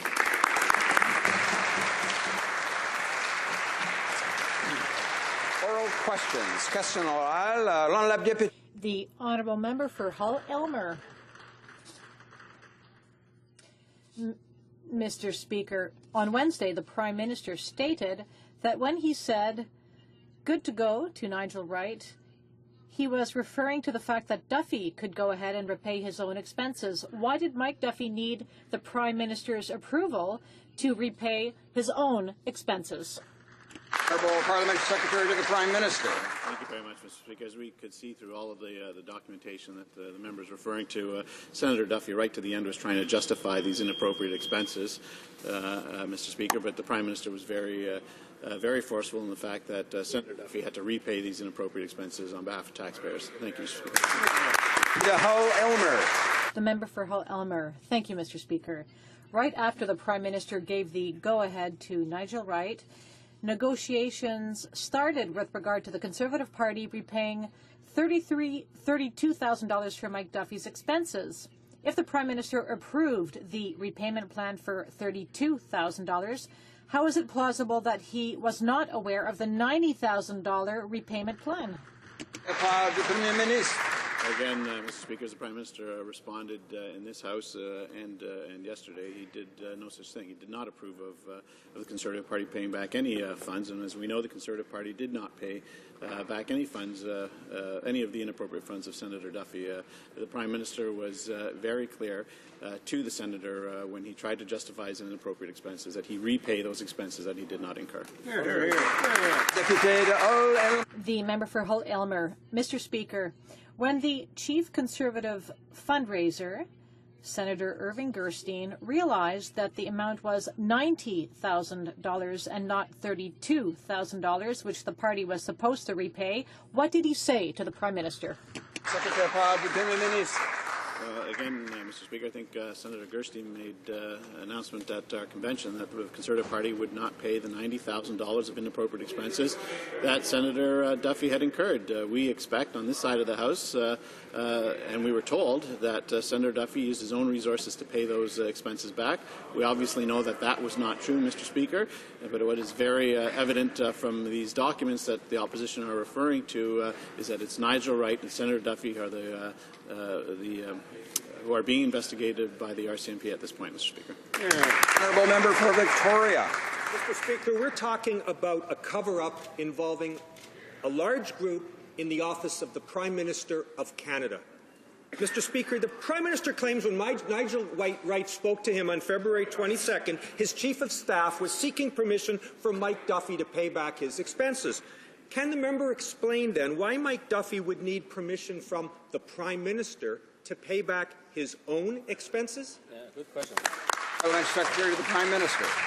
Well, again, Mr. Speaker, as I just answered, the member is referring to documents. In those documents, it's quite evident that throughout, Senator Duffy was trying to justify these inappropriate expenses constantly, Mr. Speaker. He was told on February 13th by the Prime Minister that he needed to repay these inappropriate expenses. He kept trying to defend these expenses. They were inappropriate. He needed to have those repaid. We were subsequently told, all Canadians were told, that he did that using his own resources. We know that not to be true, Mr. Speaker, but we also know that, as is stated in page 72 of the same documents that he refers to, that the Prime Minister did not know of the arrangements between Nigel Wright and Senator Duffy. Well, member for Victoria. Mr. Speaker, Canadians deserve better than sham responses like that. We're talking about improper expense claims, PMO-orchestrated cover-up, whitewash of an audit, and a continuing police investigation. According to the RCMP, Senators Tkachuk and Gerstein tried to ensure the audit would go away. They knew an investigation into Mike Duffy's residence could raise additional trouble for the Conservatives. Was the Prime Minister aware of the problems surrounding Senator Duffy's residency? Parliamentary Secretary to the Prime Minister. So again, Mr. Speaker, on February 13th, the Prime Minister was very clear to Senator Duffy when he was approached by the Senator to try and justify his inappropriate expenses. He told him he had to repay those expenses. He then went on TV and said that he had repaid those expenses using his own resources. We know that not to be true, Mr. Speaker, but what these documents also show is that the Prime Minister took immediate action. When he found out about this on May the 15th, he ordered his office to work with and assist the RCMP, freeze any emails, provide any information that they needed, and it also shows on page 72 that this Prime Minister did not know the scheme that had been hatched, and had he known, Mr. Speaker, he would have in no way endorsed such a plan. Member for Winnipeg North. Yes, well, Mr. Speaker, the Prime Minister is campaigning in Manitoba today, and my question is related to the fraud squad. Manitobans want to know, why are the taxpayers from Manitoba still paying for the salaries of 4 Conservative senators and 3 Conservative staffers, all of which the RCMP has alleged were participants in the PMO Duffy payment and cover-up, Mr. Speaker? Parliamentary Secretary to the Prime Minister. Well, Mr. Speaker, the Prime Minister, he mentioned this question yesterday as well, Mr. Speaker. The Prime Minister, as we know, was in Lac-Mégantic yesterday making a very important announcement with respect to funds to help and assist the people of Lac-Mégantic. We also know that the Prime Minister has showed extraordinary leadership with respect to the Philippines and the devastation that it's been caused there. He might call that campaigning. We call that governing, Mr. Speaker. We call that looking after the priorities of Canadians, Mr. Speaker. Whether it's in Newfoundland or BC, across this country, Canadians know that they can count on this Prime Minister and this government to spread their values, to work on their behalf before, during, and after an election. Honourable Member for Winnipeg North. Say what you will, Mr. Speaker. Everyone knows that the Prime Minister is in Manitoba today because he's scared of what's happening in Manitoba. That's the reality. He's out there campaigning. Mr. Speaker, my question is in regards to Patrick Rogers. He is the policy director for the current Conservative minister from St. Boniface. He is being allowed to keep his job. Why, Mr. Speaker? The RCMP have alleged he also has been involved in the PMO whitewashing of the Senate report and scandal. Parliamentary Secretary to the Prime Minister. I'll tell you what's scary, Mr. Speaker. I'll tell you what's scary is that the leader of the Liberal Party would go to an elementary school and talk about legalizing marijuana, Mr. Speaker. That's what's scary. What's scary is a Liberal Party that wants to undo all of the gains that Western Canadians have seen, Mr. Speaker. They want to reverse marketing freedom for our farmers. They want to reinstate the gun registry. Their only major plank, economic plank, of course, is to reorganize crime so that they can tax marijuana, Mr. Speaker. I don't think the people of Manitoba want that type of a person leading their government, Mr. Speaker. What they want is a government that will cut taxes, work for them, work for their families, and work hard every single day before, during, and after an election for the values that Canadians think are so important. The Honourable Member for Winnipeg North. Yes, Mr. Speaker, what's scary is that absolutely no one believes this Prime Minister. Mr. Speaker, what's scary is that we have a fraud squad that works out of the Prime Minister's office or have been disseminated out of the Prime Minister's office, Mr. Speaker. My question is, since the Prime Minister's Deputy Chief of Staff, Jenny Byrne, worked directly for both Dan Hilton and Senator Gerstein, both of whom the RCMP alleged, Mr. Speaker, knew about the dirty deeds, what did she know, Mr. Speaker, and why is she leading the campaign in Brandon, Manitoba? Honourable Parliament Secretary to the Prime Minister. Well, in fact, Mr. Speaker, we have a great candidate in Brandon Souris who's leading that efforts to make sure that the people of Brandon Souris still have a member of Parliament that they can count on, a member of Parliament who isn't just visiting the riding for the purposes of an election, Mr. Speaker. They don't need a Toronto Liberal telling them that all the things that they believe in are wrong. They don't need a Toronto Liberal telling them that legalizing marijuana is the most important thing that they should that this government should be looking at. What they want is a Conservative who will represent them before, during, and after an election, who will focus on their priorities, who will focus on their values, who will bring economic prosperity, continued economic prosperity to the people of Manitoba, and that's what they'll get from the candidate in Brandon Stewart.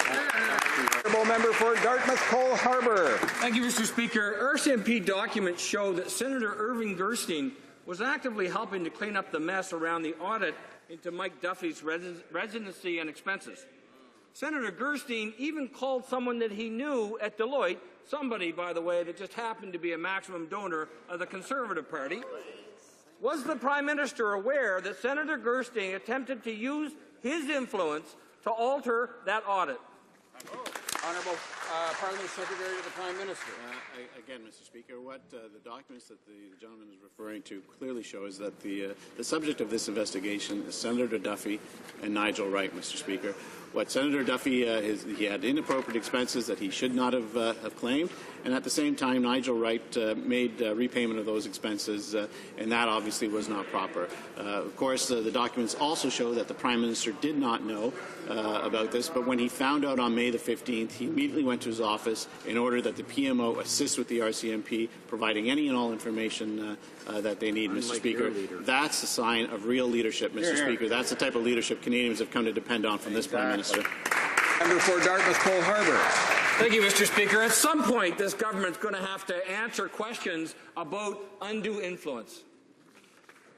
The list of Conservatives involved in the Mike Duffy affair, from the Prime Minister's office, the Senate, and the party, continues to grow. Yet few have been reprimanded, Mr. Speaker. So my question to the Prime Minister is, will there be any consequences for Senator Irving Gerstein from him for attempting to subvert this audit? Secretary Parlementaire de Premier Ministre.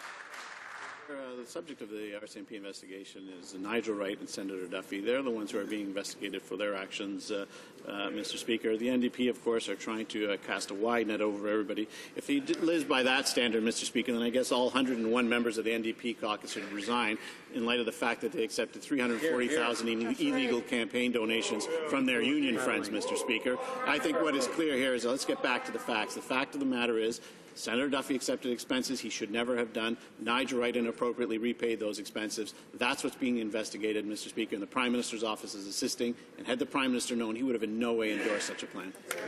Honourable member for Newton North Delta. That member gives farcical answers. While Conservatives have orchestrated a cover-up and whitewashed an audit, Canadians are not amused. Mr. Speaker, the Duffy Deloitte audit stopped as soon as the Senator repaid his improper expenses, but RCMP documents show that this was part of a larger plan to end questions into Senator Duffy's residency. Did anyone in the Prime Minister's office ask Mike Duffy's lawyer to withhold information about his residency from Deloitte? Secretary. Speaker, what the RCMP document shows that as soon as the Prime Minister found out about this, he went back to his office, and as is stated here by Rob Staley, legal representative of the PMO, advised my office, this is advised the RCMP, that he had clear orders from the Prime Minister to provide complete cooperation with the investigation and to provide any assistance or documents that the RCMP requested. PMO employees have all provided privacy waivers through their legal counsel. PMO has also waived solicitor-client privilege for those emails, Mr. Speaker. That's the type of leadership that Canadians want from a Prime Minister. That's what they're getting, Mr. Speaker. But at the same time, let's focus on what the issue is at hand. Senator Duffy made inappropriate expense claims, and Nigel Wright inappropriately paid those back. Honourable member for Newton North Delta. The member doesn't seem to understand the seriousness of these allegations. We know something was going on within the Prime Minister's office. We've now seen the emails. So I have another very simple question. Did the Prime Minister know about the plan hatched between Benjamin Perrin, Janice Payne, Senator Tkachuk and Senator Duffy to pay off Mr. Duffy's improper expenses in order to prevent further investigation by Deloitte? Parlementaire de Premier Ministre. Mr. Speaker, I just answered that question. The Prime Minister stated that he found out on May 15th that it was Nigel Wright who repaid those expenses. We all had heard earlier that Senator Duffy had taken out used his own resources to pay back those expenses. We know that that wasn't true, that a different scheme was hatched, Mr. Speaker. But as soon as the Prime Minister found out on May the 15th, as I've just said, as is stated on page 21 of the report, the Prime Minister took immediate action, showed incredible leadership, and ensured that his office assisted the RCMP to get to the bottom of this. And as we know, had he known about this plan, he would have in no way endorsed such a scheme, Mr. Speaker. The honourable member for Rimouski de Basque. RCMP documents show that that Benjamin Perrin was a lawyer in the PMO, and he was a senior legal advisor for the PMO when the deal to repay Mike Duffy's illegal expense claims was worked out. The Prime Minister is very close to Barron, so why did the Prime Minister mislead the House when he said that Perrin was not involved? The Parliamentary Secretary. Again, Mr. Speaker, this is what the RCMP are investigating is the relationship between Senator Duffy and Nigel Wright. That is quite evident in all of the documents that of course, this member is referring. I also refer the member to page 21. Of the same documents, which show the leadership that the Prime Minister took. I'd also refer him to page 72, which where it's quite clearly stated by the RCMP that the Prime Minister had no knowledge of this agreement between Senator Duffy and Nigel Wright, Mr. Speaker. The honourable member. Mr. Speaker, the question was with regard to Benjamin Perrin, and it was not answered. Nigel Wright resigned or was dismissed. We don't really know, because he arranged a deal to see that Mike Duffy's illegal expense claims were repaid. Irving Gerstein was involved in this deal. He also tried to doctor the audit report into Senator's expenses by the so-called independent firm of Deloitte. Mr. Speaker, why were there consequences for Wright but not for Gerstein? The Parliamentary Secretary. Again, the reports that the member referenced quite clearly indicate that it's Nigel Wright and Senator Duffy who are the subjects of this investigation. With respect to reports, Mr. Speaker, I think all members of Parliament on both sides of the House are routinely given advice from different people. I note in committee when we're reviewing reports, Mr. Speaker, political staff sit behind all of us. But ultimately, it's up to the members of Parliament, it's up to those who are elevated to the Senate to make the decisions and to stand by the decisions that they make, Mr. Speaker. That happens every single day in this place, Mr. Speaker, and I suspect it should happen in the Senate as well. The member for Saint-Jean. According to RCMP documents, the check Nigel Wright cut for Mike Duffy happened at the end of a process involving at least a dozen people, including PMO staffers. Mr. Speakers, will the Conservatives have us believe that the Prime Minister had no idea that the amount of expense claims to be paid back had gone from $30,000 to $90,000? The Parliamentary Secretary. Again, Mr. Speaker, the documents quite clearly state that the Prime Minister did not know that this plan had been hatched by Nigel Wright and Senator Duffy. At the same time, Nigel Wright, in earlier affidavits, already identified the people that he had brought into his confidence with respect to his using his personal resources to repay those inappropriate expenses. Thank you. Saint-Jean. The member for Saint-Jean. According to the RCMP, Conservative staffers were afraid that Duffy would hand documents over to anyone else. Emails by Nigel Wright and Senator Le Breton indicate that they did not want Duffy to provide documents to Deloitte's auditors. If employees like Christopher Montgomery, who at the time was the Director of Parliamentary Affairs for the government leader in the Senate, raised objections, how is it that the Prime Minister was never made aware of this?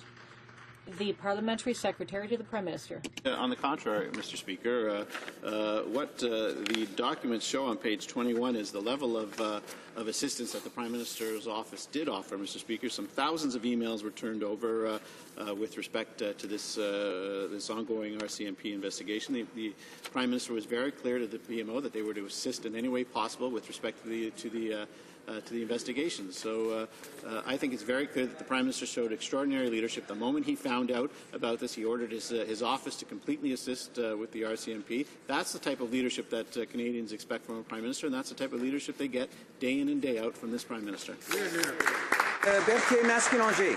The member for Berthier-Maskinongé. Gerstein knew that Duffy's illegal expense claims were not in the amount of $32,000 because he refused to cut a check for $90,000, and they would have us believe that the Prime Minister didn't know. Everyone knew that Duffy was in a position to embarrass the government. Senator LeBreton, in fact, was afraid of what Duffy's documents might reveal if he handed them over. If the government leader in the Senate was concerned about potential damage, why didn't she tell the Prime Minister? The Parliamentary Secretary. Mr. Speaker, as I've said, I don't know, countless times in this House, the Prime Minister was approached by Senator Duffy on February 13th, trying to justify his inappropriate expenses, Mr. Speaker, and the Prime Minister told him you had to repay those expenses back, Mr. Speaker, and that if you didn't, you couldn't expect the support of this caucus going forward, Mr. Speaker. We were very concerned at the fact that some senators, including former disgraced Liberal Senator Mac Hard, seem to have defrauded Canadians of hundreds of thousands of dollars. Are we concerned about that? Yes, that's why we moved, and the Senate moved, to suspend these 3 senators, Mr. Speaker. Unfortunately, the opposition didn't support that. Honourable Member for Markham Unionville. Mr. Speaker, yesterday the Parliamentary Secretary mused about what the residents of Markham want from their government. I can tell the member that they certainly do not want the Prime Minister's hand-picked, taxpayer-funded lawyer negotiating a backroom deal to hide who was actually paying Mike Duffy's expenses, and then deleting all the email evidence afterwards. Who deleted Mr. Perrin's emails? Who instructed them to do so? And what were they hiding, Mr. Speaker? Parliamentary Secretary to the Prime Minister. Mr. Speaker, what I said was the people of Oak Ridge's Markham, what they wanted, Mr. Speaker, and I suspect that's why they sent me to Parliament to fight on their behalf with one of the largest vote counts in the entire country. Second, of course, only to the member from Calgary, Mr. Speaker. I note that there's some 42,000 people in my riding who voted for me to come here and to represent them, Mr. Speaker. And I also note that at the same time, the people of Markham were also very clear when they also elected the member for Thornhill, Mr. Speaker. So 2 out of 3 not bad, 1 more to go, Mr. Speaker. With respect to Mr. Parent, of course, there are Treasury Board rules that outline how emails are dealt with when an employee leaves. Member for Markham Unionville. All those people from Oak Ridge's Markham did not send their member here to defend fraud, which is what he is doing today. That's right. Negotiating a deal with Mr. Duffy is not acceptable conduct for a member of the bar. Has the government or the Minister of Justice contacted the British Columbia Law Society and the Upper Canada Law Society to ask them to investigate Mr. Perrin's professional conduct? Parliamentary Secretary to the Prime Minister. And I thought the honourable gentleman liked me, Mr. Speaker. I'm hurt to hear that somehow we've had a change in our relationship, but I still like him, and of course we'll show that non-partisan spirit that I've shown in the past, Mr. Speaker. I suspect the member is just upset because yesterday on Power and Politics I said that, in fact, I'm not a Hamilton Tiger Cat fan. I'm actually a Saskatchewan Rough Rider fan. And as one of the members of the GTA not supporting a GTA team, I suppose he's upset at that, Mr. Speaker. But the reality is Saskatchewan Rough Riders are great fans. They deserve to have the Grey Cup, and I wish them very well, and hopefully they bring home the Grey Cup for Saskatchewan. The Honourable Member for Wascana. One answer in 6 months. Mr. Speaker, police documents show there were conversations between Nigel Wright and the Prime Minister about the Duffy arrangement. If that arrangement did not get a good to go from the Prime Minister, is it then the government's position that Nigel Wright lied? And then what about Chris Woodcock? Did he lie? Did Ben Perrin lie? Did Patrick Rogers and Arthur Hamilton and Van Hemmen, Novak, Byrne, McDougall and Hilton, did the entire Conservative fraud squad lie to the Prime Minister? Is that the government's position? Parliamentary Secretary. Well, again, Mr. Speaker, the documents quite clearly show that the Prime Minister did not know that this scheme had been hatched, Mr. Speaker. And the Prime Minister has said on a number of occasions, had he known, he would have in no way allowed this to happen. But what's also very clear is that as soon as the Prime Minister found out, he went back to his office and ordered full and complete assistance with his office with the RCMP. Again, I contrast that to the leader of the Liberal Party who hid the fact that one of his senators was being investigated for very serious crimes for 3 months, Mr. Speaker. When it comes to showing leadership on matters that matter to Canadians, they can always count on this Prime Minister, Mr. Speaker. And that's why the leader of the Liberal Party is in way over his head. For Surrey North. Thank you, Mr. Speaker. The people of Surrey are upset about a cover-up hatched in Prime Minister's own office. Yesterday, we asked why Conservatives broke the law by deleting Benjamin Perrin's email about the cover-up. The Parliamentary Secretary replied, "We expect all staff to follow those rules." Mr. Speaker, this is about erasing evidence. So, will the Conservatives now acknowledge rules were broken when Benjamin Perrin's emails were erased? Parliamentary Secretary. Well, Mr. Speaker, I would refer the honourable gentleman to Treasury Board Secretariat rules with respect to how emails of employees who are departing these offices are dealt with. The Honourable Member for Marc-Aurèle-Fortin. Mr. Speaker, the Parliamentary Secretary said repeatedly that the Prime Minister was prepared to cooperate fully with the RCMP. Why, then, as indicated in the RCMP report, were emails from Benjamin Perrin deleted? Would that not be precisely an example of a total lack of cooperation? Well, Mr. Speaker, there are rules in place, and those rules are set by Parliament, enforced by the Treasury Board Secretariat, Mr. Speaker, with respect to how emails of departing employees are handled and managed, Mr. Speaker. Those are the rules as set forth by the Treasury Board Secretariat, and I suspect those rules were all followed, Mr. Speaker. The Honourable Member for Laval. Mr. Speaker, in their investigation, the RCMP was unable to obtain emails from Benjamin Perrin, former lawyer to the Prime Minister, because he'd been deleted. So there wasn't full cooperation on the part of the Prime Minister's office, and the Treasury Board rules weren't followed. Can the Parliamentary Secretary confirm these two statements? The Honourable Parliamentary Secretary to the Prime Minister. Well, Mr. Speaker, this is actually handled by public servants. It's not handled by political staff, Mr. Speaker. There are Treasury Board Secretariat rules that are in place. They are the ones who manage the process when an employee leaves the office, Mr. Speaker. Those rules were followed. Those rules are taken by the Treasury Board Secretariat. I've answered that 3 times. You can maybe ask it again, and I'll answer it exactly the same way, Mr. Speaker. Those are managed by Treasury Board Secretariat, and I suspect the rules were followed. The Honourable Member for Vaudreuil-Soulanges. Can the Parliamentary Secretary tell us if the decision to delete the emails and to ignore the rules was made by Benjamin Perrin or by another employee in the Prime Minister's office? Who deleted the emails? The Honourable Parliamentary Secretary. Mr. Speaker, as I've said, documents upon the departure of staff are managed according to rules, including in the Treasury Board guidelines. Member for Northumberland, Quinte West. Liberal Senator Colin Kenny, a former senior advisor to Pierre Trudeau, is facing some serious accusations. My thoughts are with his former assistant who blew the whistle on his disturbing actions, ranging from making special requests about what type of clothes she would wear to work to even touching her hips when the office door was closed.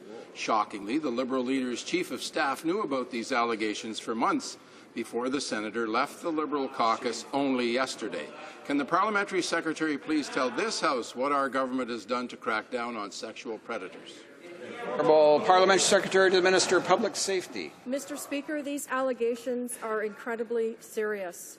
If this Liberal senator is found responsible, he should face the full force of the law. What is also disturbing, Mr. Speaker, is that the Liberals' top advisor knew of these allegations for months and did not say anything. Mr. Speaker, our government ended house arrests for serious crimes like sexual assault and kidnapping. Unfortunately, but I suppose not surprisingly, the Liberals voted against our efforts to protect women against sexual predators. And furthermore, the Liberal leader has even mused that he wants to end or repeal mandatory minimum sentences for anyone. I guess Canadians want to know, is that so his caucus can avoid spending time behind bars? The Honourable Member for Abitibi, Bay James, and Nunavik. Thank you, Mr. Speaker. Mr. Speaker, the RCMP documents show what happened behind closed doors in the Prime Minister's office as regards control over the Senate. Nigel Wright and his friends were shocked that the Senate would dare to suggest that there needed to be massive investments in First Nations education. Imagine that. It would appear that in their ivory tower they've never visited Aboriginal schools. Instead of investing in their Senate fraudsters, Mr. Speaker, when will they invest in education for our First Nations. The Honourable Parliamentary Secretary. Again, Mr. Speaker, he first referenced, of course, the Senate affair, and that, of course, is between Senator Duffy and Senator Wright and Nigel Wright, Mr. Speaker. But when it comes to investing in Aboriginal communities, I think the Minister of Aboriginal Affairs has shown extraordinary leadership on this file. He's working day in and day out, Mr. Speaker. And the difference between our side and that side, Mr. Speaker, is we don't just talk about making a difference for our Aboriginal communities, Mr. Speaker. We work with them to make a real difference in the lives of our Aboriginal communities across the country. The Honourable Member of Abitibi Bay James. Mr. Speaker, linking financing to performance at a time when Aboriginal schools are facing chronic underfunding simply makes no sense. And that's why this week the NDP tabled a petition to defend the interests of Aboriginal children and to put an end to the chronic underfunding of their schools. Will the Minister create the conditions to enable all children have equal access to education and to good quality schools? The Honourable Minister of Aboriginal Affairs. Mr. Speaker, if the member were so concerned by the fate of First Nations children in schools on reserve, and if he were to be calling for those institutions to be funded at a fair level that will enable them to succeed, he should convince his leader and the members of his party to support the legislation on education for Aboriginal children. For the first time, we have on the table a project that will create good conditions on reserves, and we'd like to ask the NDP to support our initiative. Nanaimo Cowichan. Well, Mr. Speaker, at the AFN Youth Summit this week, the Aboriginal Affairs Minister said he may consider withdrawing the proposed education legislation. BC First Nations educators have already come out against the Conservative education plan, and so have chiefs in Ontario and Quebec. Why is the minister waiting, Mr. Speaker? He should withdraw his proposal right now. What First Nations education students and communities want to know is, will the minister work with them instead of imposing legislation? The Honourable Minister of Aboriginal Affairs. Mr. Speaker, I mean, we have been clear that no decisions has been made as to whether or not a bill would be tabled.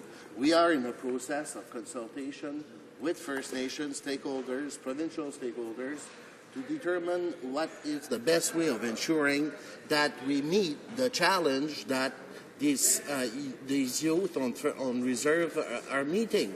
And again, they would rather dismiss the problem and do nothing, but we believe that by working on First Nation, we can achieve positive results. Member for Nanaimo Cowichan. Well, Mr. Speaker, the Conservatives' own national panel on elementary and secondary education on reserve said education reform must be based on strong, positive outcomes, not on an average cost per student approach. They saw the indications of a gap in funding, the lack of equipment, few supports for special needs students, and school facilities in disrepair. The minister can act now to close that gap. Will he commit to providing equitable funding for on-reserve students? Minister of Aboriginal Affairs. What I indicated clearly, Mr. Speaker, is that currently we have a known system which the NDPs, the tax and spend liberals and them, would have us throw more money at a problem that is failing the students on reserve year after year after year. So instead of throwing money at the problem, we are rather suggesting that we work together to find a solution that will bring about results. I know NDPs don't care about results, but on this side of the House, we do, and First Nations do. The Honourable Member for York West. Thank you, Mr. Speaker. Well, despite the hollow pro-consumer rhetoric being sold by this government, middle-class Canadians headed south for Black Friday will clearly hit roadblocks if a car is on their shopping list. Automakers are ordering U.S. dealers not to sell to Canadians, despite the fact that taxpayers lent them billions of dollars to stay in business. Paying up to $10,000 more for a car in Canada is nothing short of highway robbery, especially when many of these cars are Canadian-made. When are the Conservatives going to start really fighting for Canadians and do something about this inequity? Good question. The Honourable Minister of State for Southern Ontario Economic Development. Thank you very much, Mr. Speaker. Of course, this government is committed to keeping Canada's automotive industry alive and well, innovative and globally competitive. That's exactly why we recently renewed the Automotive Innovation Fund, which the NDP voted against. Now, we're working very hard to create high-quality jobs and create a globally competitive market. In fact, I want to point out to the member that Canadian sales in August were up 6.5% compared to last year. That's great news for a recovering economy. Honourable member for York West. Well, they can talk big and talk whatever they want. There's still a $10,000 disparity.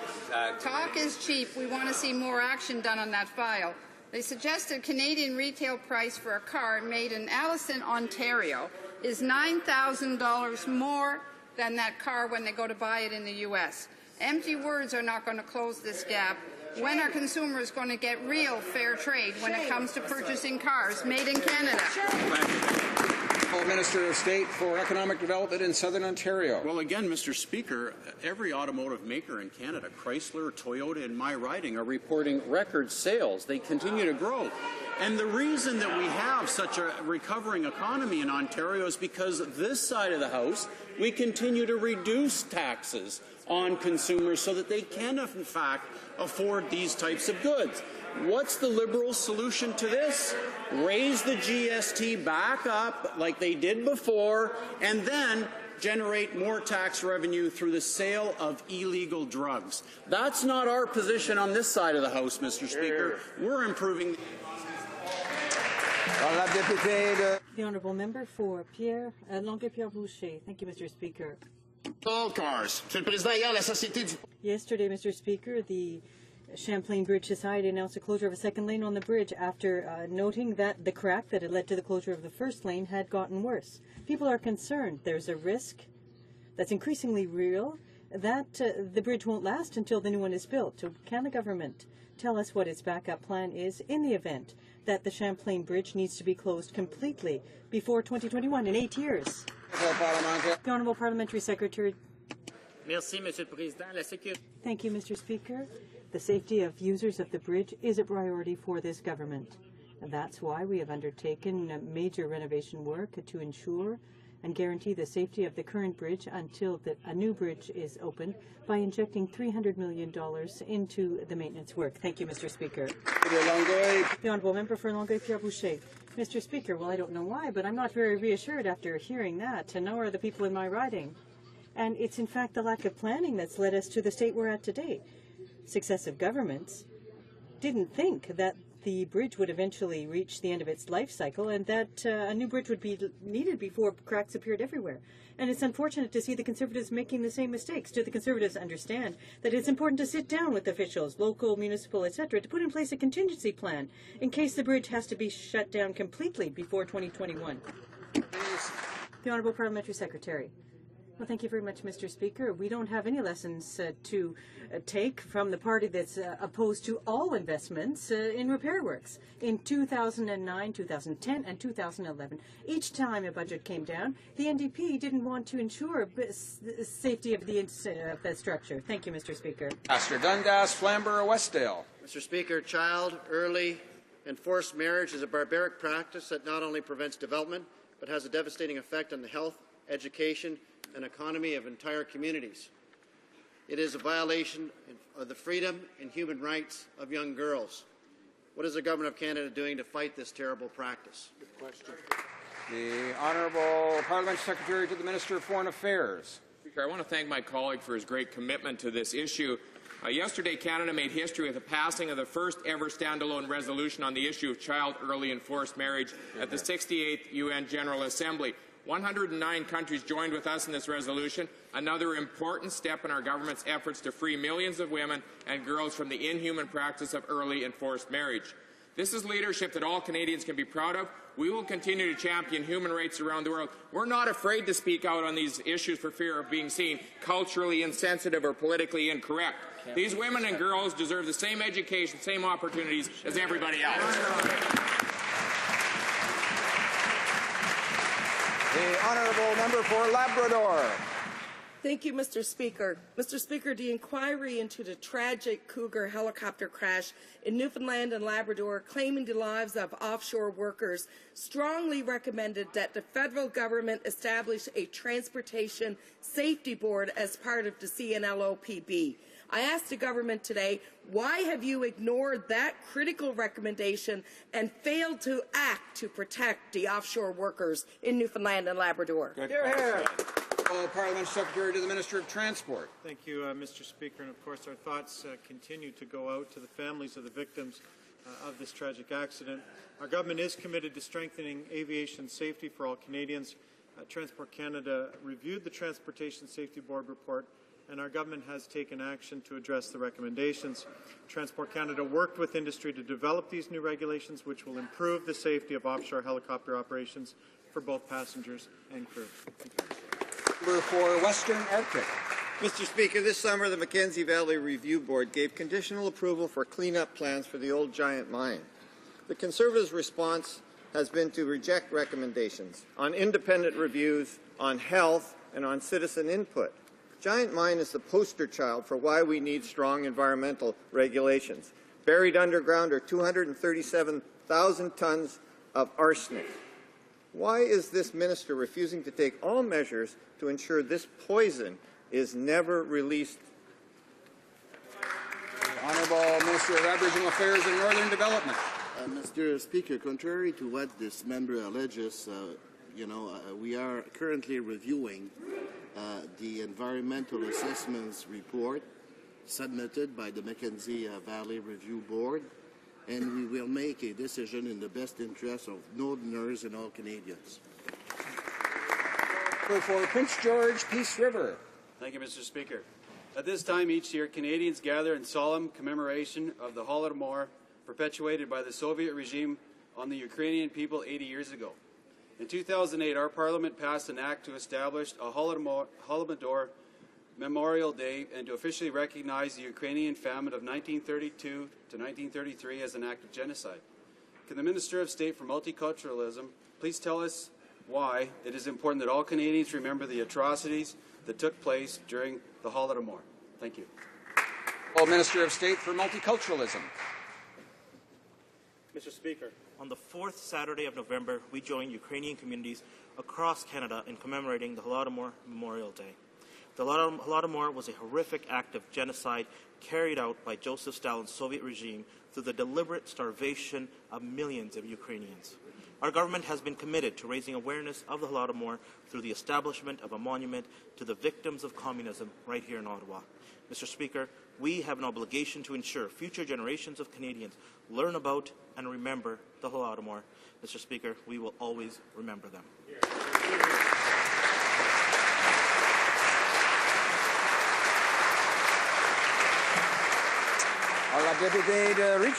The Honourable Member for Richmond, Arthabaska. Mr. Speaker, after having abandoned aircraft maintenance in Montreal, which violates the law and has led to the sudden closure of Avios, Air Canada is continuing its efforts to weaken facilities in Montreal. The company is quietly transferring well-paying jobs, highly specialized jobs, to Toronto, and the federal government isn't doing anything. After having relocated crew schedulers last year, now there are planners and parts shippers who are seeing their jobs move to Ontario. Can the Minister of Transportation tell us if attempts will be made to keep these jobs in Montreal, or does she think it's normal for the post office box in Montreal simply to be empty?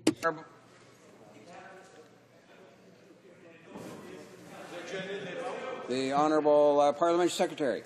The member there raises a very good question, and certainly we'll be getting back to him as soon as possible.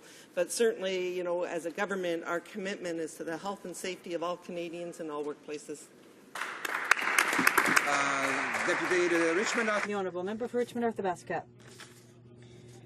Now, to achieve their ends, the Conservatives are ready to do anything to mislead citizens after delaying in 2009 a report by the RCMP showing how the useful nature of the firearms registry. The Conservatives once again censored it under false pretexts.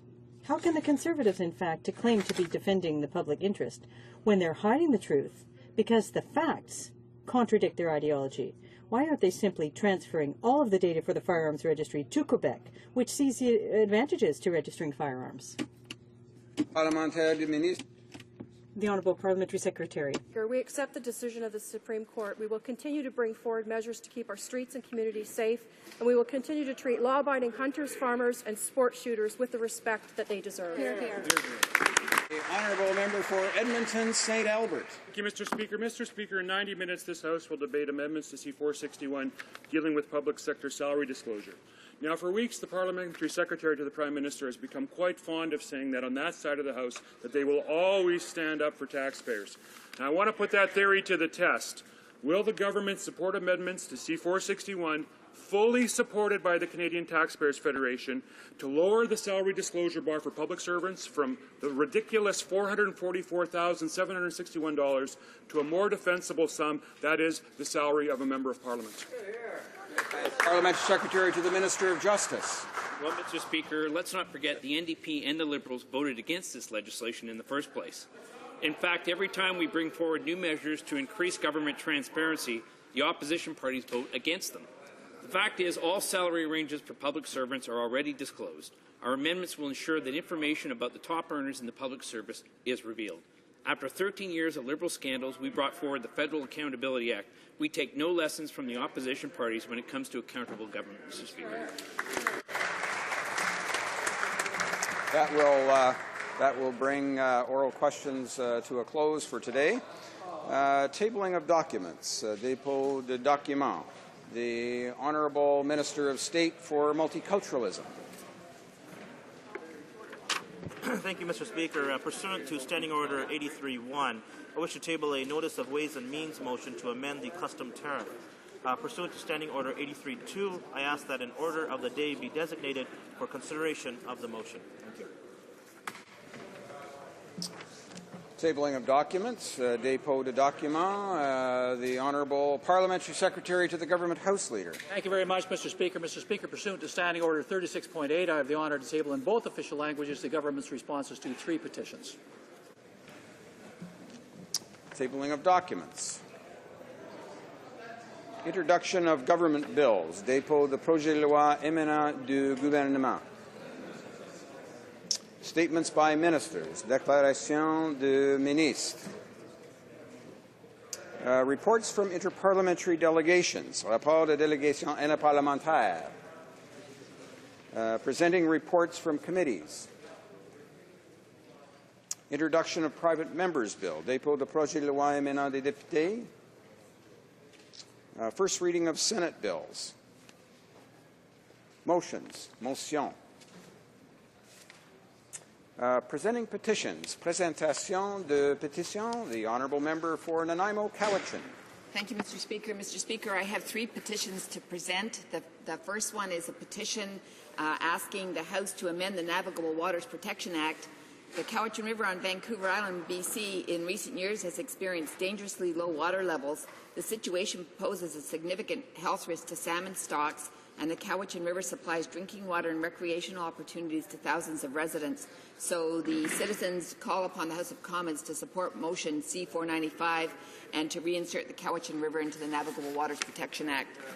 The second petition, Mr. Speaker, is calling on the Parliament of Canada to support Bill C-201, which allows tradesperson and indentured apprentices to deduct travel and accommodation expenses from their taxable income so that they can secure and maintain employment at a construction site that is more than 80 kilometres from their home. And, of course, that's the petition, the motion presented by the member from Hamilton Mountain.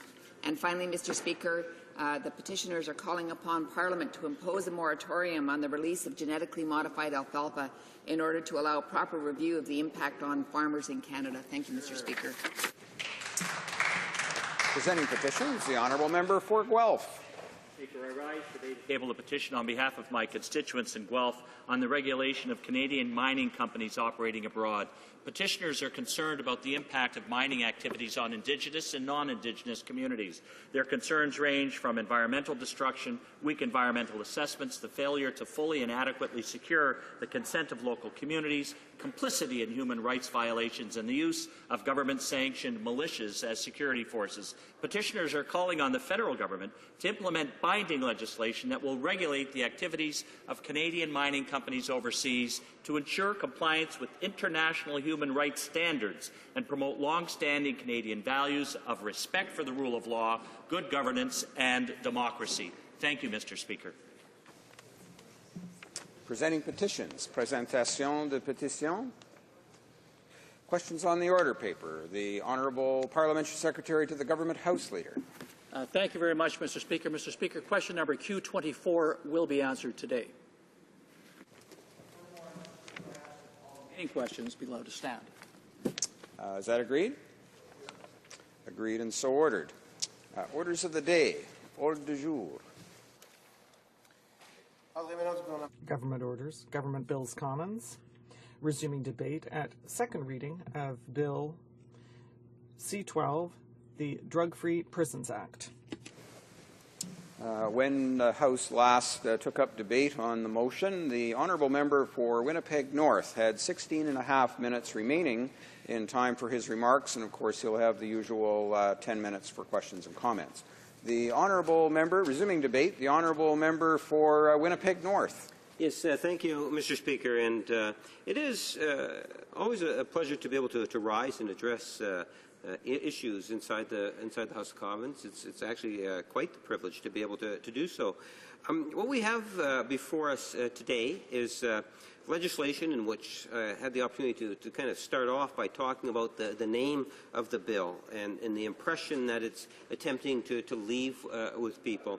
And for me, it is something in which I find difficult to accept at face value in terms of what is the real motive behind the government bringing in this legislation. And I say that, Mr. Speaker, because I represent a wonderful riding, as all MPs will no doubt proclaim that they do. But there are many different types of challenges that our country faces as a nation. And one of the greatest challenges that we have is, in fact, related to the issue of addictions.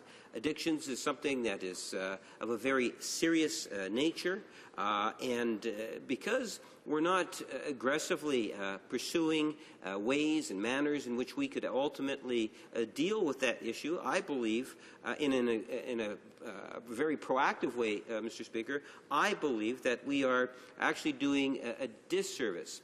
Given the very nature and the seriousness of addictions, I do believe that there is a need for strong federal, national leadership to start working with the different stakeholders, in particular the different provinces, and trying to come up with some solutions to those problems, Mr. Speaker. And I don't believe that there's anything within this legislation that is going to do just that.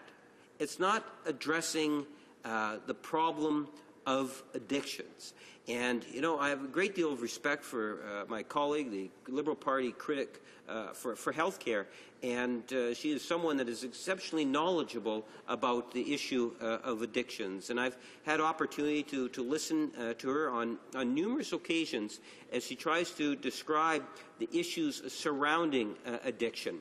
Now, I, for one, am nowhere near as knowledgeable as she is on this particular file of addictions, but I wanted to be able to kind of bring it to the table from a constituency level, or from the average person that's there, that's working, that's having a difficult time quite often to be able to manage the middle class, Mr. Speaker. And it's something that I don't think we talk enough about, is the impact that policies and discussions that we're having have on our middle class. And can we, in fact, be doing more? And I believe, Mr. Speaker, that we can and we should be doing more. So when I see Bill C-12, yes, it's all about the penitentiaries and addictions, and what are we doing in regards to a prisoner that is released out of a penitentiary going into back or returning into a public environment, Mr. Speaker, and then it's talking about some requirements or instituting some requirements of testing to find out whether or not there is substance abuse prior to release. And there's going to be a lot of debate about that. I know whether it's our justice critic or our health critic, that you'll find that, in all likelihood, both of them will contribute to that aspect of the debate at great length, Mr. Speaker. My frustration is I don't believe that we're doing enough outside of our prisons in order to be able to deal with this issue. And that's what it is that I would challenge the government on, Mr. Speaker, that they need to take a more holistic approach at dealing with abuse of drugs and the negative consequence of that. Our prisons have literally thousands of people within that are addicted to one form of drug or alcohol, Mr. Speaker, prior to them even entering that institution. Many would argue that it might even been the cause of them being in the institution, Mr. Speaker. That is just a smaller percentage of what's in our communities. And this is why, when I look at the legislation, it does nothing, from what I can tell, it does nothing to deal with the issue at hand in terms of the addiction. And that is what is so disappointing, Mr. Speaker. If the government was serious, what it should be doing is trying to develop the programs that are necessary so that when people are, in fact, leaving our institutions, federal detention or provincial detention institutions, that they're leaving and going into an environment that ultimately is going to assist them in staying away from these addictive drugs, Mr. Speaker. And I see it far, far too often in terms of the consequences and the impact that it has had on our communities. You know, we were talking earlier about other legislation in regards to safe injection sites. And here is a good example of where government says, here's a problem, and we're going to attempt to deal with the problem. It's that approach, Mr. Speaker, that the government needs to start considering in terms of resolving many different issues that face our society, Mr. Speaker, whether it's in prison or outside of prison. So what has actually happened here in terms of the injection site? First, identify what the problem is. Well, in prisons, there is a great deal of alcohol and drug abuse. We know that. It's a high percentage. I'll go through some of the numbers shortly, Mr. Speaker, but it's well above 50% of the prison population that has some form of abuse of alcohol or drugs or other chemicals, Mr. Speaker. Well, that abuse didn't necessarily originate from within the prison walls. It comes in many cases, in most cases ultimately, I would suggest, from the communities prior to their entry. And what are we doing in regards to that? Let's use the example of another piece of legislation. Remember the injection site. Canada has one injection site. And that wasn't just something that was just thought of out of the blue and let's, establish it and put it up here in Vancouver. That wasn't the case, Mr. Speaker. There was a great number of individuals that were involved that recognized that we have serious issues surrounding addiction, and if we could have a safe injection site, that we would be able to assist in preventing crimes, assist individuals that have the addiction, and ultimately make it a safer community in which people can be living, Mr. Speaker. I was very, very sympathetic to that. If you ask me, I'd rather see, these the paraphernalia that comes along with some of these injections of heroin. I'd rather see that in a controlled environment as opposed to inner-city back lanes or some of these inner-city schoolyards. And it's not just inner-city, I must say, Mr. Speaker. It even happens in the suburbs. I have seen what I believe were exchanges of drugs in parking lots, Mr. Speaker, that I have been told by constituents to watch out for, and to ensure, Mr. Speaker, that there is proper notification that it is given, that it is prevalent, not just in the inner cities. But the damage that is caused is horrendous, not only to the individuals that are using the drugs, but also to the environment in which they're injecting these chemicals into their system, Mr. Speaker. Not to mention what might be happening in order for them to acquire the drug itself. So what happens is that we have these stakeholders that identify an issue, and then they work with the different levels of government, Ottawa, the province, the city, and different stakeholders about the problem. And I'm suggesting, just so that we're following along here, Mr. Speaker, I'm suggesting that we need to use that mentality of cooperation in working with the stakeholders and including the provinces to try to deal with problems. So here's a specific problem that I point out outside of the prison system, and we saw a solution. And we saw great cooperation and something put into place as a direct result. It's something, in talking with the critic from health, she takes great pride in, because it was something under former Prime Minister Jean Chrétien and others, as I say, the provincial and municipal leaders and many different stakeholders that turned it and made it reality. They addressed the problem. I'm going to suggest to you that that's in fact what we should be doing, Mr. Speaker, in dealing with our prisons. We need to identify what the problem really and truly is.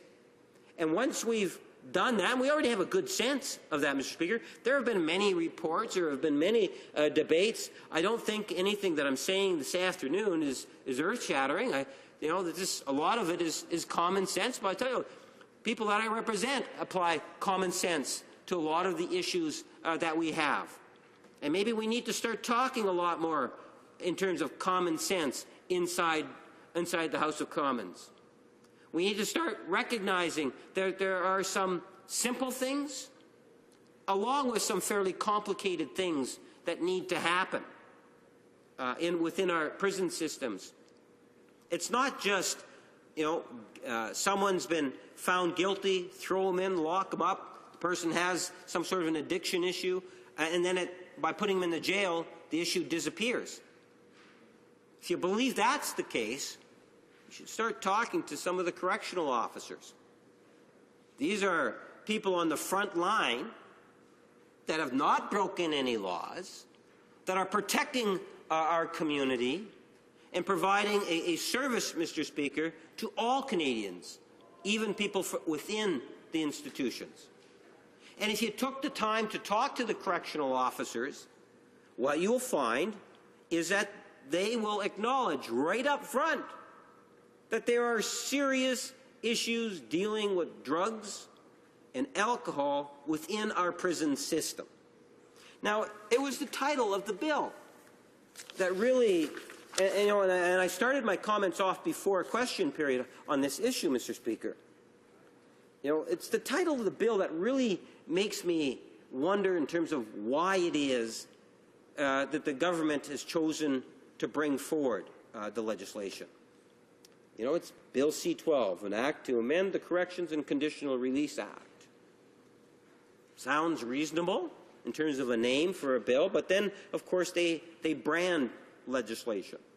I call it the stamp of approval from the PMO's office. Well, the stamp of approval on this particular piece of legislation is Drug-Free Prisons Act.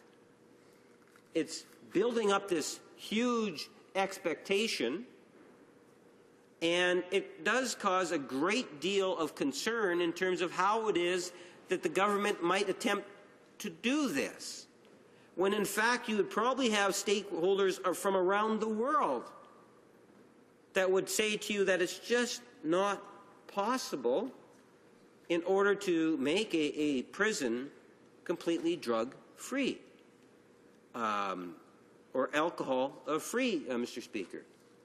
And it would be interesting to see, the witnesses come before committee to be able to deal and provide their input as to why it is that they think that it might be possible, and we don't think it is, Mr. Speaker. I think that what we'd like to see, or I believe what we want to see, is a government that's proactive or aggressive at dealing with the issues of addiction, Mr. Speaker, within our prisons. That's really what we want to see, Mr. Speaker. I'm all for protecting, potential future victims and all this kind of stuff of crime. Trust me, I'll debate that issue any day with anyone outside or inside the House. But I'm also interested in debating the issue of substance with regards to abuse and addictions, drug and alcohol addictions. And if we can come up with programs that are solid and sound, that we can deliver within our prison system, Mr. Speaker, I will tell you that we will have less crime on the streets of our cities and municipalities of all sizes.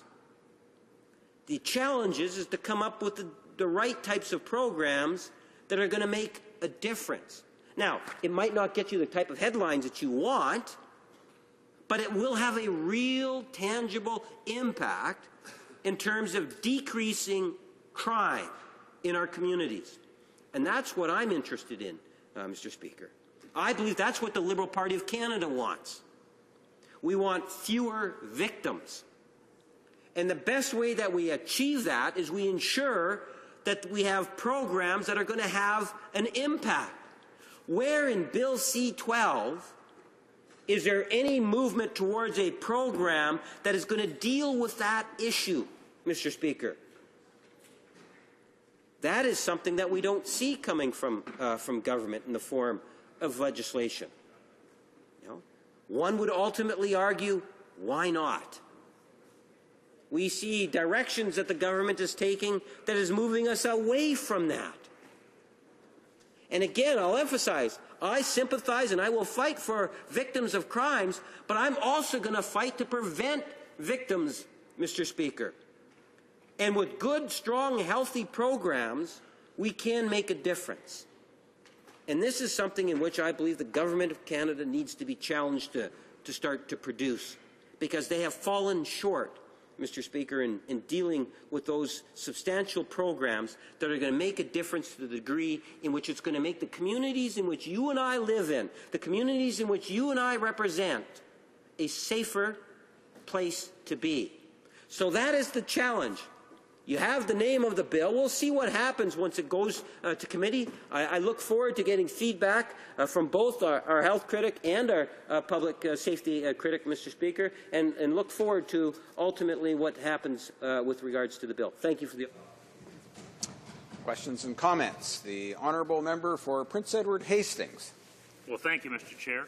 And I certainly heard the honourable member's comments, as I've heard many thousands of words of comments in the House over this last while, and I do appreciate his concern and his apparent knowledge on almost everything.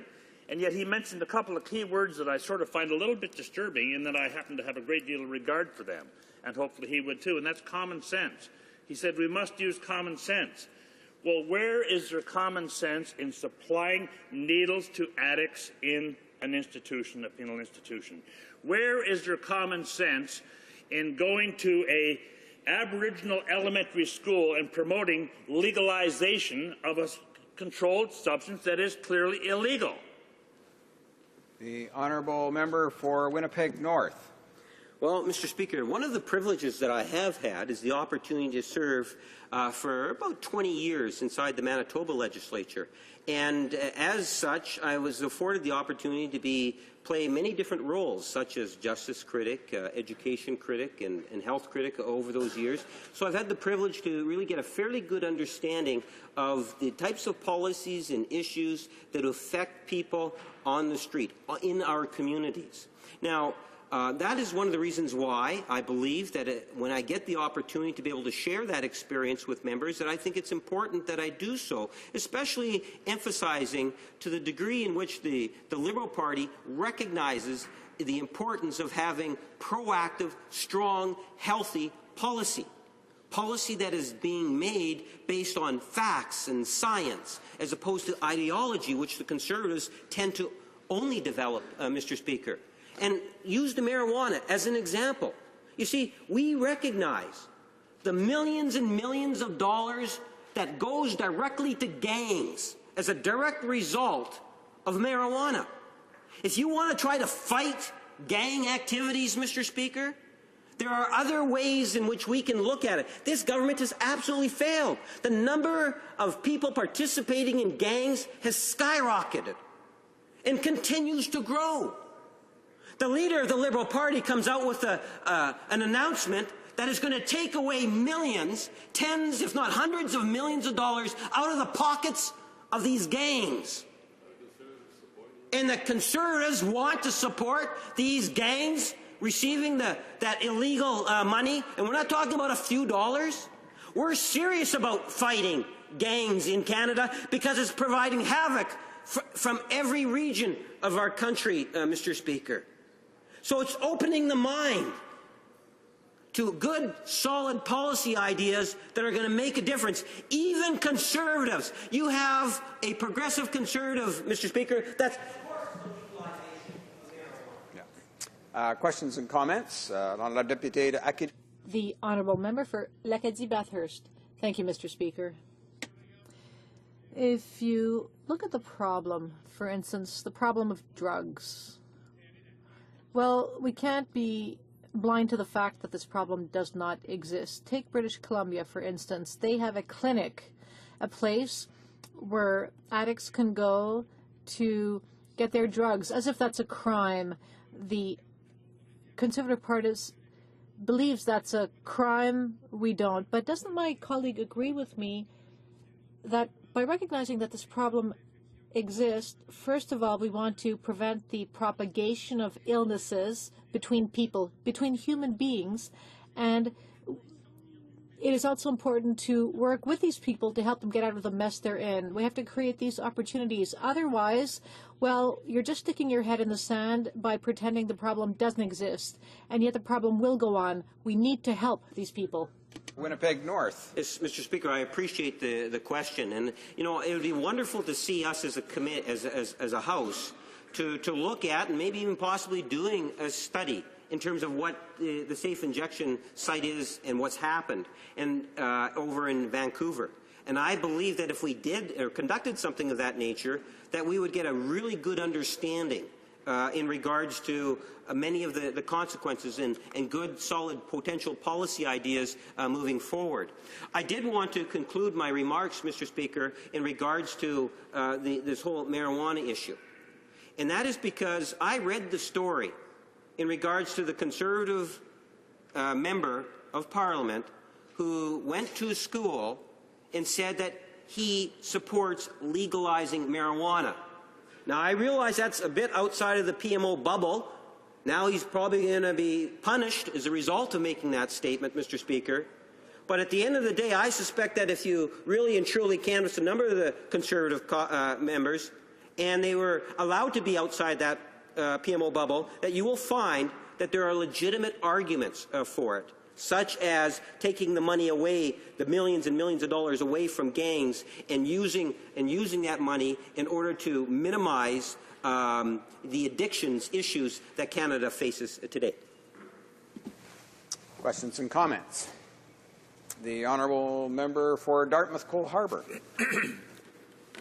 Excuse me. Thank you, Mr. Speaker. I appreciate the sensitivity with the member on the issue of marijuana, but I'd like to get back to the question at hand, and I. You know, as I think my colleagues have indicated, we will be supporting this bill moving on to second reading, but we are concerned that this will do very little to actually deal with the problem of drugs in the prison system, and in fact, it's a. You know, as I think others have said, it's not all that different from the, it shows a lack of action, a lack of commitment, not unlike what we saw from the Liberal government when they were in power. There's so much to do, and it's so important that we focus our attention. We've talked a lot about the public safety approach that will actually reduce recidivism rates and prevent more victims. And other measures that will actually get to the problem, begin to put some solutions down.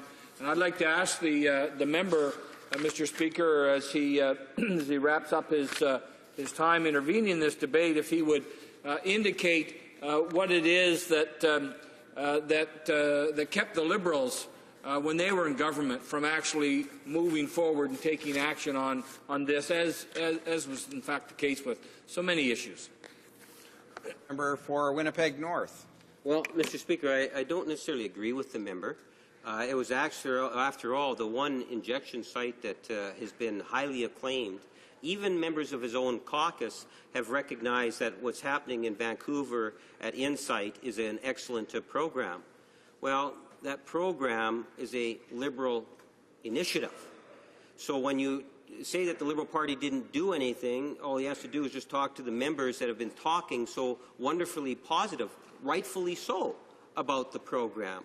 So is there a need for more? Absolutely. I'd love to see a high competition of ideas brought forward to the House of Commons. I think that we need to do a whole lot more. The Liberal Party critic on health care, says to me, Kevin, I shouldn't have said my name there, but the healthcare critic, Mr. Speaker, said to me, you know, we should have this bill be going before the Health Committee, not Public Safety Committee.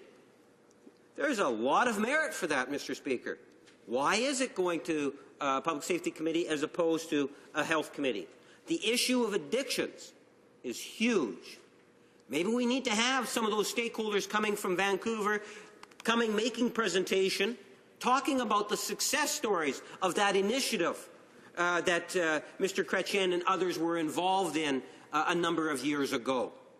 Let's get a competition of ideas in trying to be able to deal with the issue of addictions. And if we do that and we're successful, I will argue not only will we be saving lives, Mr. Speaker, but we will be making the communities in which we live in a safer and better place to be. I thank the member for the question. Resuming debate, the honourable member for Prince Edward Hastings. Well, thank you, Mr. Speaker. And today, of course, I'm going to be sharing my time with the honourable member, a very, very capable member, I might add, from Medicine Hat. I rise today, of course, as a former police officer, as a person with 5 institutions right in my proximity: Millhaven, the former Kingston Penitentiary, Joyceville, Warkworth, Pittsburgh. And so today I rise with some personal knowledge about the very challenging issue of drugs in federal prisons. Our government has worked diligently to establish Canada as a country where those who break the law are held accountable for their actions and where the rights of victims are respected. And this ensures that we have a strong correctional system that actually rehabilitates prisoners. To this end, we have taken strong action to tackle the problems of drugs in prison, which are obviously a significant roadblock to correcting the behavior of prisoners and to the safety, of course, of correctional officers. The fact is, and the reality is, prisoners should not have access to illegal drugs or substances while serving their sentences. While the NDP seem to disagree, unfortunately, and they would have us providing needles to prisoners, Canadians do agree that drugs have absolutely no place behind bars. Corrections Canada has a wide range of interdiction measures in place to search out, to seize, and detect drugs in institutions, and they have had some successes. But certainly we can always improve, and that's why our government is drawing a firm line with this bill.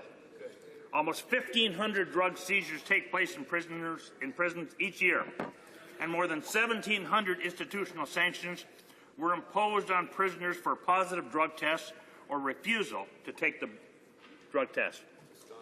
These numbers underscore the prevalence of the drug problems in prisons.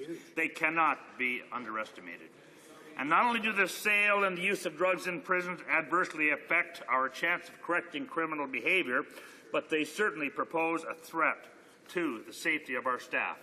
And that is why our government, in 2011, in our election platform, made strong commitments to do even more about this problem. We set the bar very, very high when we made 3 key promises. Number 1, that every federal inmate would undergo drug testing once yearly. Is that too much to ask? Number 2, the prisoners in possession of illegal substances would face additional and appropriate charges. Is that too much to ask? And number 3, the parole applicants who fail these drug tests would be denied parole. They shouldn't be rewarded for illicit, illegal actions. We have moved forward with these number of measures to help us achieve these ambitious goals. We have made much progress, particularly with respect to addressing the first 2 promises. We have invested heavily in broader interdiction measures. In 2008, we provided $122 million over 5 years on interdiction efforts that included drug detector dogs, security intelligence capacity, perimeter security. Now, obviously, institutions are less safe and less secure when there are drugs and there's other contraband circulating, so this has turned out to be a very smart investment. And more recently, we complemented this investment with important changes under the Safe Streets and Communities Act that enshrined in law the role of the prisoner's correctional plan. The Safe Streets and Communities Act also introduced a 2-year mandatory minimum penalties for trafficking drugs in prisons or on prison grounds. The CSC has recently brought in a number of vital institutional measures that are underway at present. It has increased random monthly urinalysis testing of prisoners. Amazing. One of our most effective detection measures, by the way, and it's increased them from 5% to 10%. It's improving data collection on drug use in prisons. It's preparing regulatory amendments to increase fines for inmates possessing or using illicit drugs, with further increases for repeat prisoners. It has also introduced mandatory reporting of all serious incidents of drug possession to, of course, the appropriate law enforcement agencies in those jurisdictions. And in an effort to augment CSC's interdiction efforts, Bill C-12, the Drug-Free Prisons Act, proposes an important legislative change, another step in our improvement, one that will allow us to fulfill the 3rd of our 2011 commitments in platform, and that is to deny parole to those prisoners who fail drug tests. Well, we want to provide the Parole Board of Canada members with additional legislative tools to deny prisoners parole in cases involving failed or refused urinalysis tests. 2 changes are required to the Corrections and Conditional Release Act in this regard. The first is an amendment to add a specific authority for cancelling parole based on failed or refused urinalysis tests. This will mean that in time between when a prisoner has been granted parole and he or she is released, CSC will be required to get information on urinalysis to the parole board. And the parole board will then have an opportunity to change or modify their decision and to change or cancel the parole should the new information alter their assessment of the prisoner's risk in the community. The second is an amendment to include specific authority for the board to impose a special condition requiring the prisoner to abstain from drugs and alcohol. This would apply to prisoners for whom substance abuse has been long identified as a leading factor in that prisoner's criminal behavior. This will focus the board's attention on this factor. And when the condition is applied, create an opportunity for parole to be revoked if the condition is violated. By striving towards a drug-free environment, we hope to create a number of beneficial outcomes. To contribute to successful rehabilitation, ensure the safety and security of Canadian institutions and communities, and further support our commitment to hold prisoners accountable for their actions. Mr. Speaker, we are taking the necessary steps to equip the Correctional Service of Canada and the Parole Board of Canada with the tools that they need to tackle drug use in our prisons. We're proud of the substantial progress we made in respect to our 2011 commitments. And we are confident that the Drug-Free Prisons Act will take us even further down the road, another step in addressing this significant societal problem. Regrettably, while members of the other parties have pushed for relaxed laws on drugs, on needles in prisons, and promoting drugs in schools to our youth, we will continue with these common-sense measures. Canadians expect absolutely nothing less, Mr. Speaker, and I thank you for allowing me to take the time today to express what is not only a platform and a party policy, but a personal passion, being as how I live and work in these areas where these kind of illegal activities certainly contribute to the decline in what it means to be a respected Canadian who respects our laws, our challenges, our traditions, and respects the health and safety of its citizens. Comments and questions? Forgive me. So Surrey North. Thank you. Thank you, Mr. Speaker. I thank the member for his speech, and he pointed out in his speech that the government took initiative, allocated $122 million back in 2008 for the interdiction program in the prison. And the result of that, I know I'm going to ask what the result was, but the member is not going to respond to that. So I'm going to give him some facts that'll back that up. The result was that the prisoners were tested in 2008, and then they were tested 3 years later. We spent $122 million of taxpayers' money, but the results showed indifference. So the number of prisoners that were tested positive for drugs in 2008 was the same in 2011. And these facts come from the Correctional Services of Canada themselves. In fact, I was in the committee that studied drugs in prison, and it was the head of the Correctional Services of Canada that pointed those figures. So would the member not agree that it was waste of money, taxpayer money, spending $122 million, which showed no effects, the number of prisoners with drugs in their blood? Member for Prince Edward Hastings. Well, thank you, Mr. Speaker, and I thank the honourable member for his question. And the reality is absolutely not. And the reason I say this, granted, we have an equivalency in, I believe the rate was roughly 80%. 10 years ago, and it's roughly 80% now of people who abuse drugs in prisons. However, but he doesn't think right now of the enormous amount of work that we have put in identifying. Now we have increased urinalysis. Now we have sniffer dogs. Now we have more checks. Now we have increased areas of scrutiny through the entire system. Now we have identified significantly more opportunities for measures where people have been abusing this privilege. So what I might suggest, it would be like he's suggesting that if you're running down the highway and you have a number of police officers on the highway, well, if you just take some of those police officers off or leave them the same, that quite frankly, you put another 5,000 vehicles on the highway and there's not going to be any difference in the level of infraction. Mr. Speaker, that is absolutely wrong. The problem is still there. It's huge. And the only way we can tackle it is one step, one issue at a time. And this is a great step forward. Questions and comments? Question commentaire. The honourable member for Surrey North. Thank you, Mr. Speaker. As usual, I didn't get the answer. The facts are very clear. We spent $122 million on interdiction in drugs in prison programs. The result was zero. There was no difference in urinalysis before the money was spent and after 3 years the money was spent.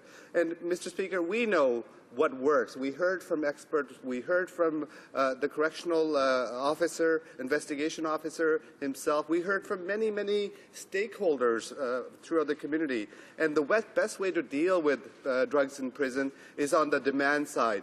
There is a law of diminishing returns. If we can spend as much money we can in interdiction side, but at some point we are not going to get the result or money for our investment. Best way to deal with what's happening in our prison is on the prevention side, on the rehabilitation side, and we've seen long waiting period for people to get into these programs. What is the government doing to address the real issue on the demand side? That is what needs to be done.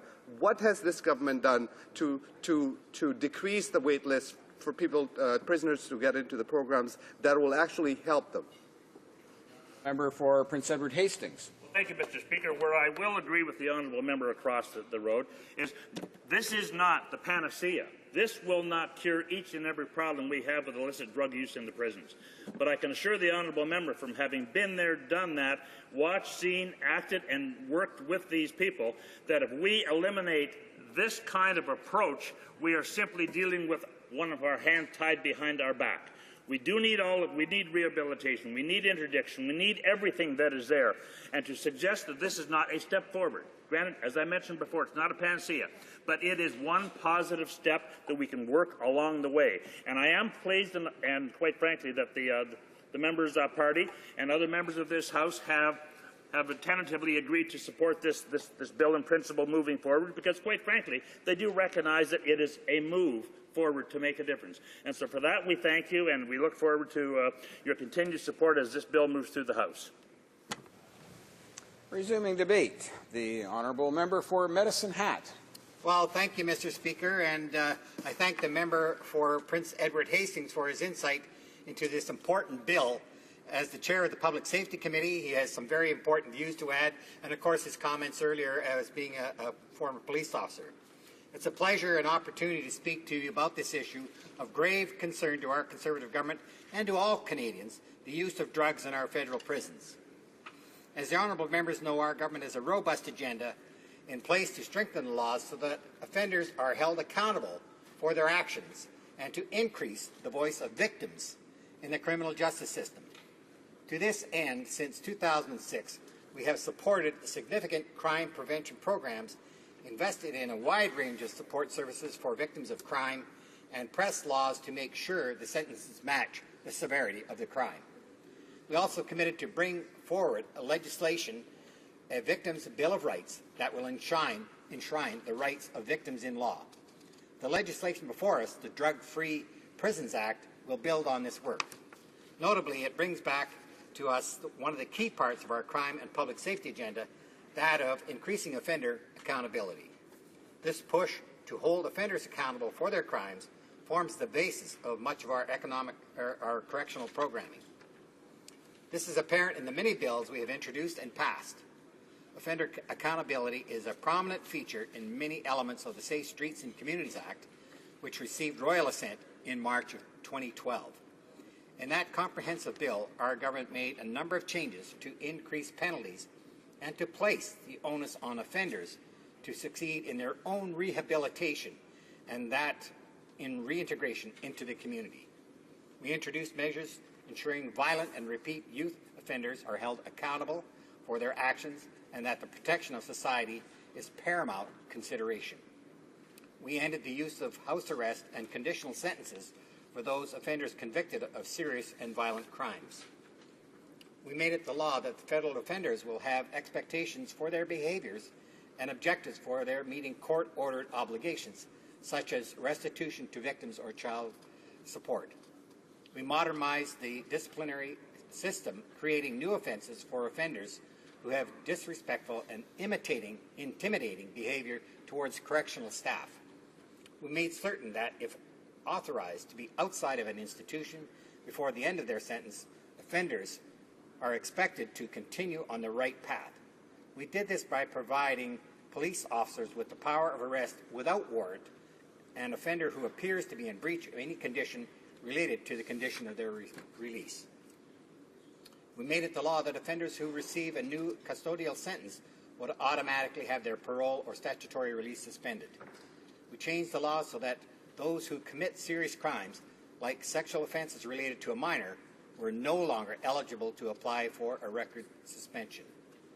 We made sure that the Parole Board of Canada could proceed with a parole review even if the offender requested to withdraw their application within 14 days without a valid reason, thereby making sure that the process is serious and respectful of victims who plan to attend the hearing.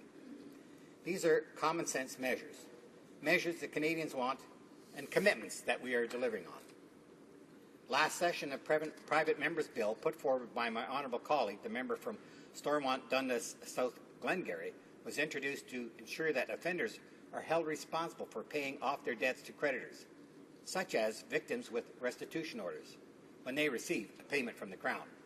And we recently saw the coming into force of increasing offenders' Accountability for Victims Act, which doubles the victim surcharge that offenders must pay and make sure that the surcharge is automatically applied in all cases. It is clear that we've made progress in increasing offender accountability for a wide range of crimes and in a wide range of situations. The importance of offender accountability applies equally to the topic at hand, drug use in federal prisons. Our government has taken decisive steps to remove drugs from our federal penitentiaries. In 2007, the Corrections Service of Canada, or CSC, adopted a transformation agenda to address areas of concern within our correctional system. Among those areas was that of eliminating drugs from institutions. A consistent national approach was implemented to manage who and what is entering our institutions. New search and surveillance technology, including additional drug detection dog teams, is allowing for better screening and detection. Furthermore, the National Anti-Drugs Strategy of CSC works within a zero-tolerance policy that makes multi-pronged approach to tackling drug and alcohol use, including urine testing, administrative consequences, and disciplinary actions. In particular, urinalysis has been a key focus of the CSC and plays a role in the legislation before us. The use of random and required urine testing is seen as a critical tool in an institutional setting. It holds offenders to account, providing a strong deterrent to drug use. Of course, there are well-defined circumstances which the CSC can use these tests. First, there are the reasonable grounds for testing, such as finding drugs or drug paraphernalia in a cell. Second, if the offender must undergo drug testing in order to participate in a particular institutional program. And third, if it is part of a random drug testing program used by the CSC. Random testing is both fair and effective and an excellent method to helping keep offenders accountable for their actions in prison. Because the test is random and an inmate who is using drugs cannot plan ahead to ensure he or she is clean the day of the test, furthermore, if an offender refuses to take the test, they can be subject to the same sanctions or infractions they would receive if they had failed the test. The CSC has recently increased its random monthly testing to help ensure every offender is tested every year. It now tests 10% of the offender's population every month, up from 5%. With this increase in random testing, the CSC will have more information at its fingertips to monitor offenders' progress and to measure our effects to create penitentiaries free of drugs. The legislation before us proposes 2 amendments to the Corrections and Conditional Release Act, which will empower the CSC and the Parole Board of Canada to use this urine test data to ensure offenders are held to account. If Bill C-12 would stipulate in the law that the Parole Board could cancel an offender's parole if the offender fails the test or refuses to take a urine test in the same period between being granted parole and physically leaving the penitentiary. We would also emphasize in law the Parole Board's ability to set specific abstinence conditions on an offender as part of their parole conditions. Any evidence of drug use could result in the Parole Board canceling the offender's parole. We believe that these are reasonable expectations of any offender to take responsibility for their own actions and be held accountable for their own actions. We believe this legislation can help us create a safer environment in our prisons. While many members seem to support more drugs in prisons, Canadians are not fooled. Canadians elected a Conservative majority government that was tough on crime and we're going to crack down on drugs in our commitments. That's exactly what we're doing, and we will continue to do that. Thank you, Mr. Speaker. Questions and comments. The honourable member for Surrey North. Thank you, Mr. Speaker. You know, it perplexes me when members in this House speak about there's many members in this House that would want more drugs in our prisons. It just amazes me where that comes from.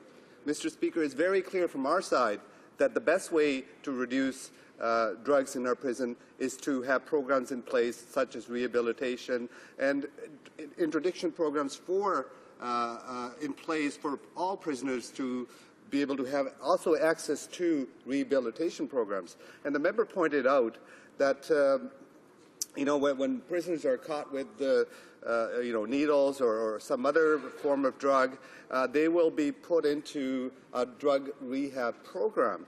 Mr. Speaker, there's 2,400 prisoners waiting right now to get into these programs. Does this member believe that we should have more money allocated to drug rehabilitation program? The honourable member for Medicine Hat. Thank you, Mr. Speaker. And it's interesting. I thank my colleague from Surrey North, I believe, for his question. And it's interesting because we have heard that members from the opposite side propose providing needles, safe needles in prisons. Now, somehow that doesn't fit with trying to make sure that prisoners don't have drugs. I have a really hard time understanding how that, in fact, can help prisoners. And certainly, I believe we need to provide as much as we can in terms of rehabilitation. But there's another piece to that, Mr. Speaker. And that piece, Mr. Speaker, is the individual has responsibility for themselves, for their own actions. And that they need to make sure that they take those actions, get rid of the drugs, stop using those drugs, and start performing in the way that we expect our citizens of Canada to move. Thank you. That's good. Questions and comments. The Honourable Parliamentary Secretary to the Minister of Public Safety. Thank you, Mr. Speaker, and I'd like to thank the honourable member for his speech and for his good work that he does on committee. Earlier today I did a speech and I talked about the number of drug seizures within our federal penitentiaries, and I think it may have surprised someone that would be listening for the first time on this particular subject. But at the same time, Correctional Service of Canada has acknowledged that about 80% of federal inmates actually have a substance abuse problem. So by the NDP plan, you know, enabling drug users to continue using drugs by giving them needles is not the way to go. I guess I just have to ask the question, how do these illegal substances, how do these drugs actually get into the prisons in the first place? I think that's something that Canadians would like to know as well. Thank you. Honourable member for Medicine Hat. Well, thank you, Mr. Speaker, and I thank my colleague, the Parliamentary Secretary on the Public Service Committee, who's doing a great job, and certainly I believe she's very much in support of this legislation. And I find it interesting that there are numerous ways that drugs get into our prisons. And I happen to have a prison in my riding, which I toured not long ago, Mr. Speaker, and I talked with the people who are the staff there who certainly watch over and make sure that, as the correctional staff, that drugs do not get into prison. But, you know, there are very, very ingenious ways that these things happen. For example, there's an open air area that prisoners go out into, and they have their colleagues actually put drugs inside tennis balls, throw them over the wall, and now they have a tennis ball which they can kind of play with and then use the drugs afterwards. So that's one kind of very interesting way that that happens, and I was totally surprised by that, and our corrections officers certainly were aware of that and take the appropriate actions. Thank you, Mr. Speaker. We have time for one more short question. Questions and comments. The honourable member for Surrey North. Oh, you're waiting on the honourable member for Prince Edward Hastings, right?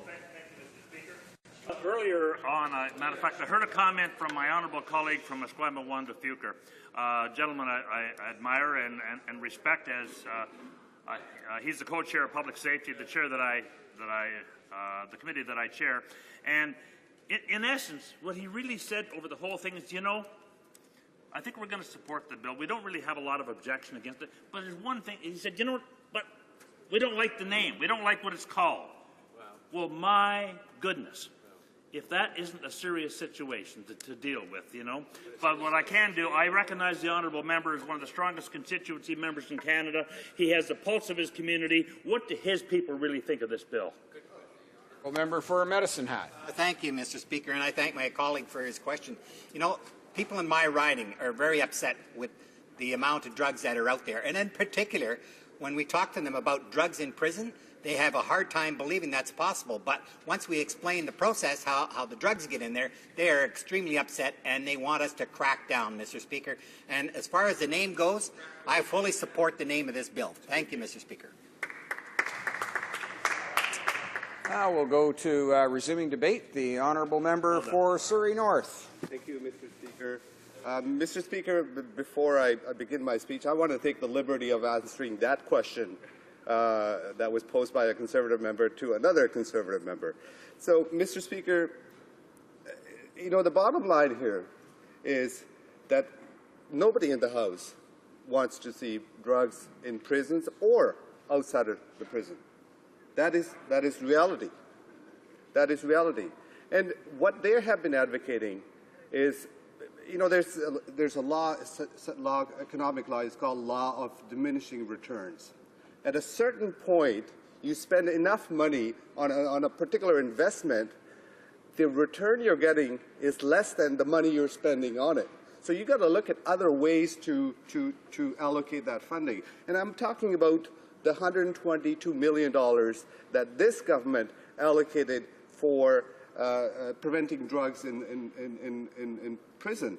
And the result of that $122 million, Mr. Speaker, I want Canadians to know this is taxpayers' money, was zero. Basically, they put in some gimmicks in place to prevent drugs coming into the prisons. They had ion machines that actually gave false positives, more than usual. They had sniffer dogs, and there's other gimmicks that they brought in. And the result of that $122 million that we spent on preventing drugs getting into prisons was zero. It was zero because the head of the correctional department, Don Head, he pointed this out in a study that was done a year ago to the committee. He pointed out that the urinalysis rate, prisoners testing positive for drugs in the prison systems before the $122 million was spent, was the same percentage after 3 years. In other words, it did not reduce the number of, or the quantity of people taking drugs in the prison system. What it did do was shortchange taxpayers of $122 million. And we look at on the other side, Mr. Speaker, that's the supply side.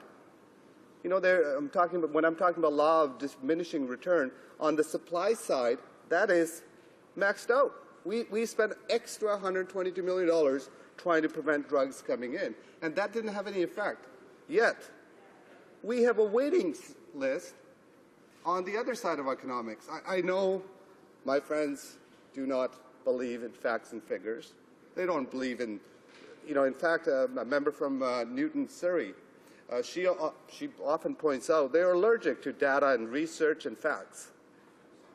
The facts are, if you look at the other side, demand side of drugs in prisons, we have a waiting list of 2,400 prisoners waiting to be treated, wanting to get into this program, wanting to rehabilitate, wanting to become, get rid of this addiction they have, so they can maybe move out into our communities and live a normal life, Mr. Speaker.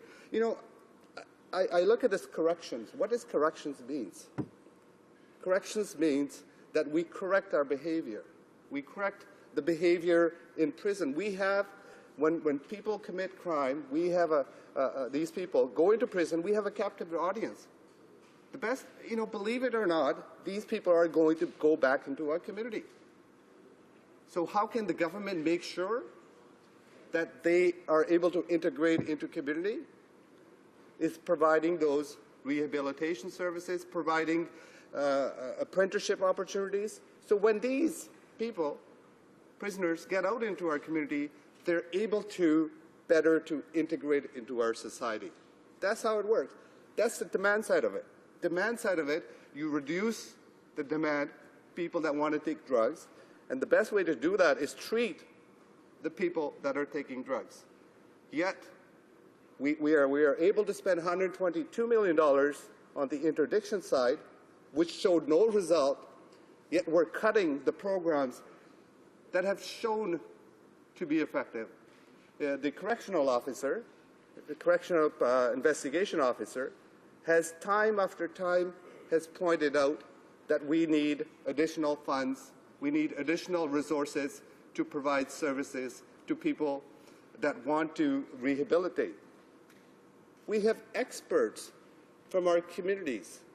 There are studies done across the world, many peer studies that have been done that point out very clearly that we need also to work on the demand side to reduce drugs in the prison. And yet, I keep going back to this. Facts, figures, research doesn't really work with the Conservatives. They believe in, earlier today, one of the members pointed out from the Conservative side that some members somehow want prisons or want drugs in our prisons, or they don't care how much drugs there are in prison. That is absolutely incorrect, Mr. Speaker. I'm perplexed. I'm very, very, I don't usually get mad, but I don't think there's any member in this chamber that wants more drugs, let alone in prison. We don't want any drugs in our society. But how do we deal with it? The best way to deal with it is helping those individuals that have addiction. And we've heard these figures earlier, 80% of the people coming into our prisons have some sort of a drug or alcoholic addiction.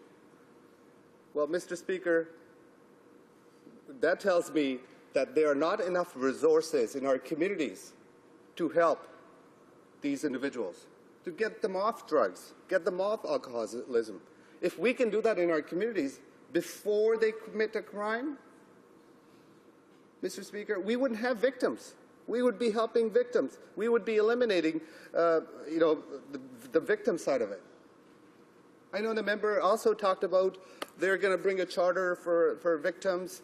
We're going to be helping the victims. Mr. Speaker, I've been in this place for 2.5 years. I haven't seen one single legislation from that side to help the victims. They absolutely. Mr. Speaker, they'll talk about the veterans. They will talk about the veterans, how they're champion for veteran rights. Well, Mr. Speaker, I have a number of cases in my own constituency, and I hear from veterans from across this country that this government has failed. And these are our heroes. These are people that have served this country. These are the people that I and members of this House have given the right to speak here and outside in a free and democratic society. So, Mr. Speaker, going back to this bill, I look at the title for this bill. It talks about Drug-Free Prisons Act. Well, the correctional investigation officer, they wanted zero tolerance in the prisons for drugs, and I agree with that. I think we should strive to do our best. But that's an aspiration.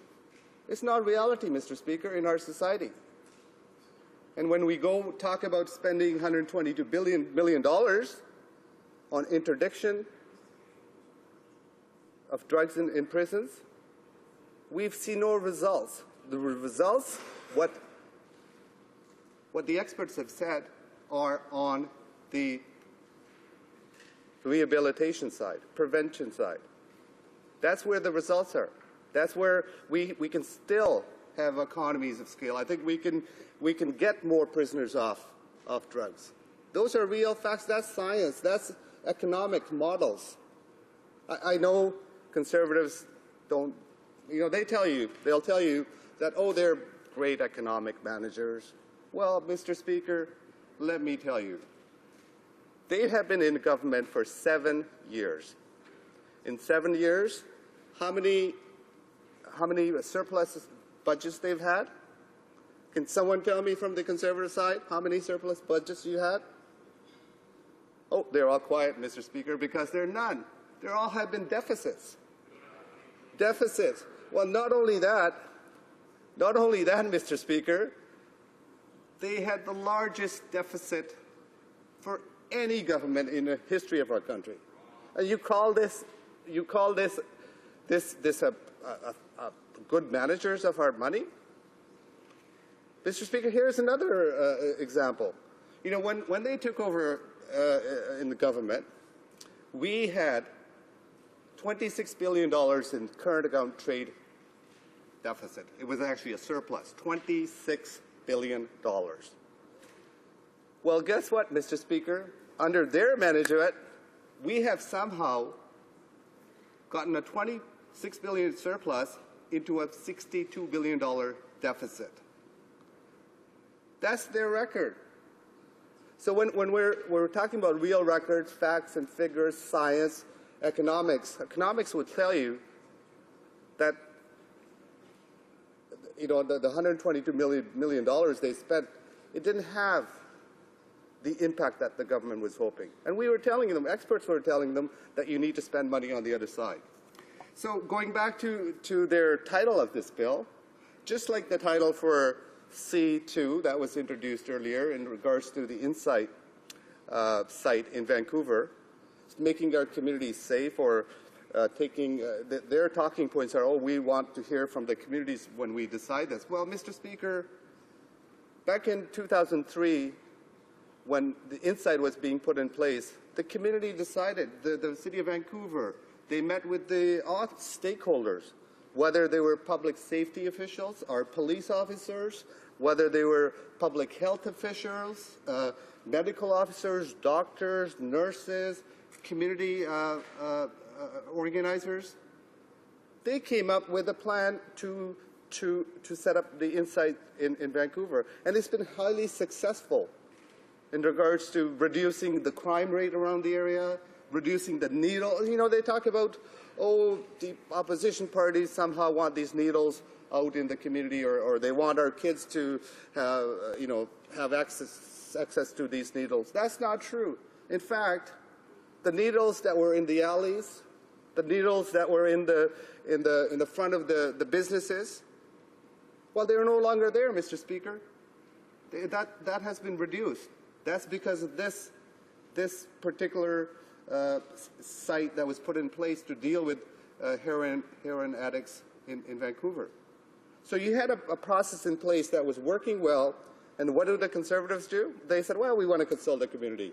Well, what they did was, in 2008, they took it to the Supreme Courts, first in BC, then up to Supreme Court. And the Supreme Court clearly told them, said, hey, you know, under the Charter, we have rights, people have rights to access to these particular services. Well, you know, conservative ideology, they weren't satisfied with the Supreme Court telling them. So what do? They come up with this fancy name, protecting our communities, yet it does exactly the opposite. And same thing with this particular bill. Drug-Free Prisons Act. Well, there's nothing in this act that tells you no facts or figures how it's going to reduce the drugs in our prisons. In fact, Mr. Speaker, this bill, Bill C-12, basically adds a provision to the Corrections and Conditional Release Act that makes it clear that the parole board may use positive results from urine tests or refusals to take urine tests for drugs in making decisions on parole eligibility. This gives clear authority to an existing practice of parole board, which we support. So in other words, the practice is already in place. If a prisoner comes, you know, has a test and shows a positive for drugs, that information is taken into consideration by the parole board before their parole eligibility is decided. Bill C has a misleading title. The title somehow says, well, Drugs-Free Prison Act. Well, I don't know how this has got to do. Somehow, maybe the Conservatives are hoping to send a letter out to their base. Maybe they have done that already because they did that with Bill C-2. Before, as soon as the bill came into this House, they fired off a letter to their Conservative base asking for money based on how they're protecting the community. In fact, it was exactly the opposite that was happening with that bill. It's not protecting the community. It's putting roadblocks for our local communities to make local decisions. That bill is basically Ottawa's telling our municipalities what they cannot do in their neighborhoods. The communities can decide for themselves. So this bill, Mr. Speaker, it has nothing to do, I don't see any facts or figures or some sort of a program or a plan that'll show us that how this is going to make our prisons drug-free. I would certainly like that. But, Mr. Speaker, I'm also pragmatic. How many Canadians believe that, we've had laws for hundreds of years in regards to not having drugs in our society. We had the United States raised a war on drugs. We're going to get rid of them. Well, did we get rid of them? We spent billions of dollars. There comes a time where there's such thing as, I keep going back to this law of diminishing returns. But we have to look on the other side, which I've also talked about, is on the rehabilitation side, and we have shortages. We have shortages of spaces for people to actually go to get into these programs. So, Mr. Speaker, this title of this bill has nothing to do with actually trying to make our prisons safer and rehabilitating and correcting the behavior of our prisoners in our prisons. So, Mr. Speaker, Bill C-12 has a misleading title, as this bill will do little to eliminate all drugs from our federal prison system. That would require an investment in rehabilitation if we are actually serious about rehabilitating the prisoners. If we're serious about integrating these prisoners back into the community, or believe it or not, Mr. Speaker, I believe, absolutely, I think all people in this House believe that the prison sentence has to fit the crime. There's no doubt. If somebody commits a crime, you put them in prison. I think all Canadians agree with that. The bottom line is, Mr. Speaker, whether it's 2 years, 3 years, 4 years, 10 years, whatever that sentence is, these people are going to come back into our community.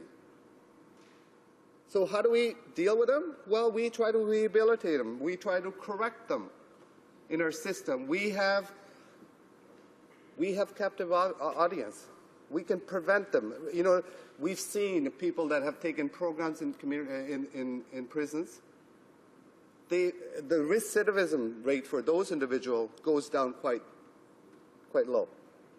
So wouldn't it make sense for us to provide those resources instead of wasting money on fancy titles of a bill, trying to send letters out to their base, say, we're actually doing something here, send us your money. Well, Mr. Speaker, no, this is not going to help us in the long run.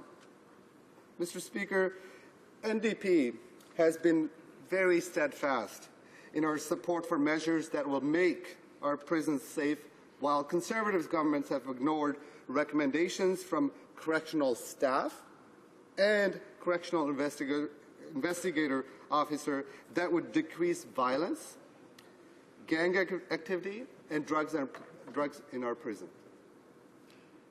Mr. Speaker, I know I've only got 1 minute, but I had a chance to visit a number of prisons. I had a chance to visit a couple of prisons in Kingston.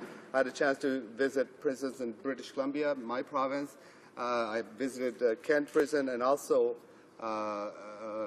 visited Masquee Prison And I talked to the prisoners, I talked to the correctional staff, and overwhelmingly, the response from those individuals was that, first of all, they don't have enough rehabilitation programs to rehabilitate their drug addictions, and in addition to that, money for apprenticeship programs was being cut. Mr. Speaker, I'll sum this up because I know I'm running out of time.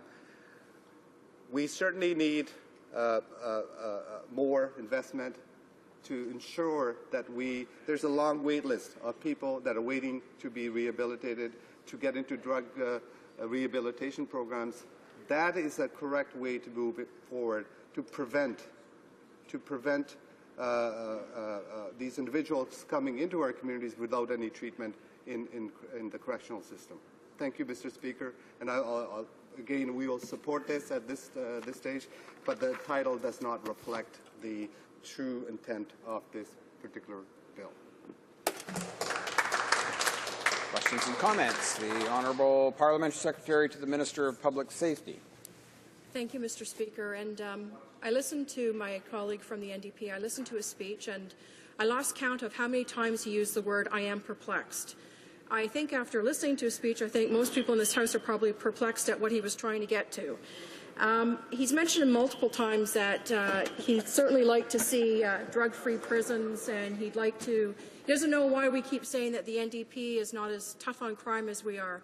I'm not sure if he realizes it, but he actually sits within the NDP caucus, and it's that party that wants to actually establish a needle exchange program in our prisons. Well, common sense dictates that if you want to get someone off of drugs, you actually don't give them the tools to enable them to continue doing those drugs. You want to crack down, remove the drugs from the prisons, make sure that they're not getting in there in the first place. So I'm just wondering whether the member opposite actually thinks that we should be giving prisoners the needles to enable them to do drugs, or whether he actually believes that he should be sitting on this side of the House and actually supporting a drug-free prison. Honourable Member for Surrey North. Mr. Speaker, I will not be sitting on that side of the House. You can be assured of that. I will be sitting with my colleagues in 2015 on that side of the House, not with those members, Mr. Speaker. Mr. Speaker, I don't get perplexed very often, but I am perplexed. You know why? I'll tell you why I'm perplexed, Mr. Speaker. I'll tell you why. It's $122 million that they have spent of Canadian taxpayers. I'm perplexed. People in my community are perplexed because they have wasted $122 million and had no data to show results that we have reduced the number of drug addicts in our prison, or the drug level has gone down in our prisons. What we have proposed is to look at on the other side, on the demand side, where there's a 2,400 prisons waiting to get rehabilitated, yet they have not invested in that side of the equation, Mr. Speaker. So, yes, I'm perplexed, but again, that is because they have wasted $122 million of Canadian taxpayers. Questions and comments? The Honourable Member for Nanaimo, Cowichan. Thank you, Mr. Speaker, and I want to thank the member from Surrey North for that very good speech, and I'm going to add to his perplexity. On the one hand, the Conservatives say they're opposed to trafficking of women and girls and boys in this country, and yet yesterday we learned that the Status of Women Canada stopped the funding for a shelter in Edmonton that dealt specifically with women and girls that were being trafficked. We've got the Conservative government claiming that they are aiming for a zero-free drug policy in prison, yet on the other hand, they don't invest in rehabilitation and treatment. And I want to just quote from the Office of the Correctional Investigator, 2011-12, a zero-tolerance stance to drugs in prison is an aspiration rather than an effective policy. It simply does not accord with the facts of crime and addiction in Canada or elsewhere in the world. Harm reduction measures within a public health and treatment orientation offer a far more promising, cost-effective and sustainable approach to reducing subsequent crime and victimization. I wonder if the member from Surrey North could comment on that, Mr. Speaker. The Honourable Member for Surrey North. Thank you, Mr. Speaker. Thank you for that wonderful question. you know, I was in that committee meeting when the correctional investigation officer pointed out those things, that you know, facts and figures show that we need to spend additional amounts on the rehabilitation side. And you know, Mr. Speaker, I'm going to quote my member, my colleague member from Surrey, Newton, and she always says that Conservatives are allergic to facts and research and science. And I have to agree with her.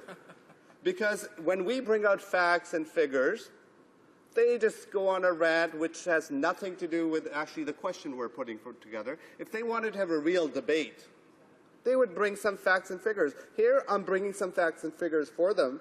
They spent $122 million of Canadian taxpayers, no results. While I'm at it, Mr. Speaker, there was a $3.1 billion that's missing from the Treasury Board, and that was before the summer, and we haven't seen that. We haven't seen the Treasury Board President stand up in this House to tell us whether he actually found it during the summer, or is he still looking for it? Thank you, Mr. Speaker. Questions and comments? The honourable member for Dartmouth Cole-Harbour. Speaker, I have noted with interest the interest that the folks opposite have with the idea of cracking down on illegal drugs in prisons and elsewhere, and I commend them for that. I think that's extremely important. What we've been talking about with this bill particularly is the fact that it doesn't do what they say it's going to do, and as my colleague has pointed out in his speech, they've spent, I think it was somewhere in the area in excess of $120 million and got no results to try to stop that. And I'm frankly perplexed about the stated commitment that this government has with trying to stop illegal drugs use and trade, and yet we have one of the most prominent political leaders in this country, the Mayor of Toronto, who has admitted to smoking crack, admitted to purchasing crack, admitting to using other drugs, marijuana and others, and we haven't heard a peep out of the members opposite. Would the member not agree with me that that is perplexing? Honourable member for Surrey North. You know, Mr. Speaker, I'm maybe not quite as perplexed with that question, but you know, the fellow he's talking about, the fishing buddy of the Prime Minister, you know, we talk about reducing drugs in our prison, yet here's a conservative friend, conservative donor who has openly admitted to using crack and I'm sorry? The member opposite has a question. Would you give him an opportunity, Mr. Speaker? So here was a mayor of Toronto who is admitted to using drugs, hangs out with the drug dealers, and we haven't heard anything from the Prime Minister in regards to how he views this particular mayor and how is it affecting Torontonians in their day-to-day business. Is this costing them money? Well, I've heard a number of reports. So yet, you know, they have one set of guidelines, rules for the general public, and they have another set for their own friends. And that's, you can certainly, their friends and conservatives, Mr. Speaker.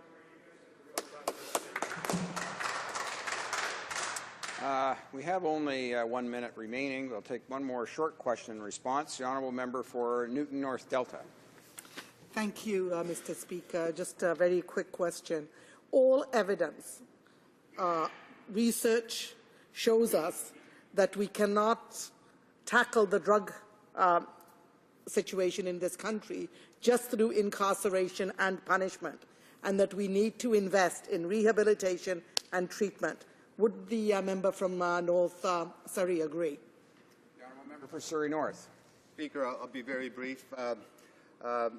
I want Canadians to know that these prisoners are going to get out one day or another out of prison. And it's a responsibility of government to make sure when they come out of the prison that they are rehabilitated. And we've seen from the facts is there's 2,400 prisoners that are waiting to get into rehabilitation programs. And yet this government is spending $122 billion on trying to prevent drugs coming into prison. And that hasn't worked. That hasn't worked. So on this side of the House, we want prisons rehabilitated. We want programs in prisons in place so that when they do come out, they're able to reintegrate into society very easily, Mr. Speaker.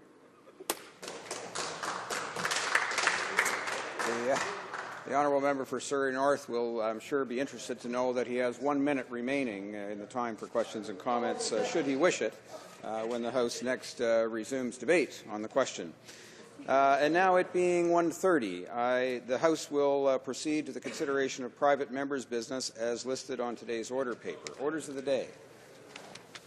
Private members' business, consideration of report stage of Bill C-461, the CBC and Public Service Disclosure and Transparency Act, standing in the name of Mr. Rathgeber.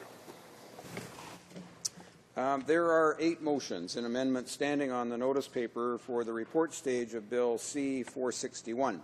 Motions numbered 1 to 8 will be grouped for debate and voted upon according to the voting pattern available at the table. I will now propose motions numbered 1 to 8 to the House. 1. Mr. Rathgeber, seconded by Mr. Lamoureux, moves that Bill C-461 be amended by replacing the long title on page 1 with the following: an act to amend the Privacy Act, bracket, disclosure of information, end bracket. Motion numéro 2. Motion number 2. Appuyé par Mr. Lamoureux. Mr. Rathgeber, supported by Mr. Lamoureux, moves that Bill C-461 in the title, in the abridged title, be amended by replacing on line 5, page 1 of the following: and the transparency. Rathgeber, seconded by Mr. Lamoureux, moves that Bill C-461 be amended by deleting Clause 2. Motion numéro 4. Motion number 4. Mr. Rathgeber, seconded by Mr. Lamoureux, moves that Bill C-461 be amended by removing Section 3. Mr. Rathgeber, seconded by Mr. Lamoureux, moves that Bill C-461 in Clause 4 be amended by replacing lines 4 to 20 on page 2 with the following: 3. The total annual monetary income of the individual, including any performance bonus, as well as the job classification and responsibilities of the position held by the individual, and any additional responsibilities given to the individual, if that income is equal to or greater than the sessional allowance within the meaning of the Parliament of Canada Act, payable to a Member of Parliament. 3.1. 3.1. The salary range of the position held by the individual, as well as the classification and responsibilities of that position, if the individual's total annual monetary income, including any performance bonus, is less than the sessional allowance within the meaning of the Parliament of Canada Act, payable to a Member of Parliament. 3.2. The expenses incurred by the individual in the course of employment for which the individual has been reimbursed by the government institution. Motion numéro 6. Motion number 6, Mr. Rathgeber, seconded by Mr. Lamoureux, moves that Bill 461 be amended by deleting Clause 5. Motion number 7, Mr. Rathgeber, seconded by Mr. Lamoureux, moves that Bill C-461 be amended by deleting Clause 6. And motion numéro 8. And motion number 8, Mr. Rathgeber, seconded by Mr. Lamoureux, moves that Bill C-461 be amended by deleting Clause 7. The honourable member for Edmonton St. Albert. Thank you very much, Mr. Speaker. It is really It's really a pleasure for me to speak to these amendments that you have just deemed to be admissible with respect to report stage with respect to 461 dealing with public sector transparency. Mr. Speaker, this bill in its original form intended to do two fairly modest things. It attempted to remedy a well-documented and often litigated flaw in the Access to Information Act regarding the public broadcaster. Section 68.1 has been the matter of no less than 14 separate pieces of litigation between the information officer and the Canadian Broadcasting Corporation. Both the federal court and the Federal Court of Appeal held 68.1 of the Access Act, brought in 2006 by this government, to be flawed in its drafting because it created an exclusion subject to an exception. 68.1, and I'm paraphrasing, says that the Act does not apply, that is, the Freedom of Information Act does not apply, to the Canadian Broadcasting Corporation, to documents and its information that relate to its journalistic, creative, or programming activities, other than that information that relates to its general administration. So you can see the problem. It creates an exclusion. This Act does not apply, except under certain circumstances, i.e., matters regarding to general administration. So in my view, and I think in fairly well-documented examples, the Canadian Broadcasting Corporation was able to use 68.1 to deny disclosure of documents that were under access request. And the fact that the Act did not apply indicated that there was no power of review from the Information Commissioner. The Information Commissioner gets her powers of review from the Act. So if the Act does not apply, there's no power of review. So this bill, in its original form, attempted to remedy this. It attempted to remedy what two federal courts indicated was not a model of clarity and that it was very awkward in the drafting. And in fact, the Standing Committee on Access to Information, Privacy and Ethics did a complete study on 68.1 because there was so much controversy and so much misunderstanding and, of course, 14 pieces of litigation between the Information Commission and the CBC.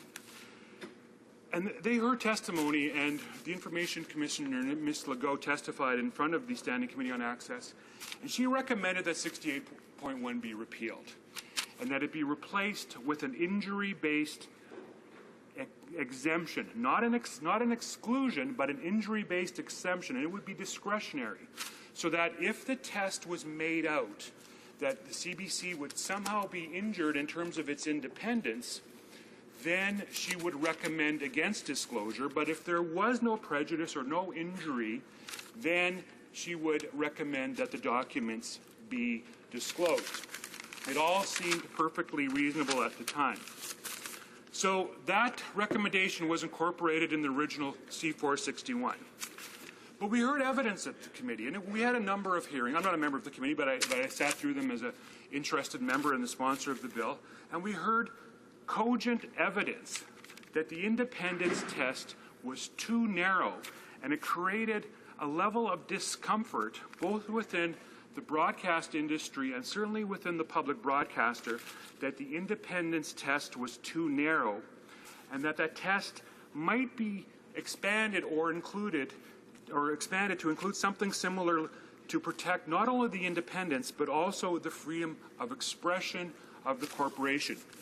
I conceded at my last of my third witness appearances before that committee that would be helpful, that type of wording to protect not only the independence of the corporation but also its freedom of expression would be helpful, and it would give a greater level of comfort both to the industry and certainly to the Canadian Broadcasting Corporation. But the committee, or at least the majority of the committee, was disinclined to accept that type of a recommendation, so it was not passed. But the committee did pass a most unhelpful amendment regarding journalistic source protection. Now, you recall, Mr. Speaker, that the problem with 68.1, as it still is in the Act, it's still the law today, is the exclusion at the beginning. The words, "This Act does not apply." So what does the government do in its amendment at committee? They grant another exclusion. They provide an absolute exclusion for journalistic source privilege. This Act does not apply, which means the Information Commissioner has no powers of review. Therefore, decisions of the Canadian Broadcasting Corporation with respect to journalistic source privilege are absolute and not subject to review by the Information Commissioner, and the inevitable result of that untenable situation is litigation, and the Information Commissioner has said so as much when she appeared before committee, that if her powers of review are compromised, she's going to have to go to court to get clarification of those powers, because Section 36 of the Act gives her unfettered power to review documents under the control of government institutions.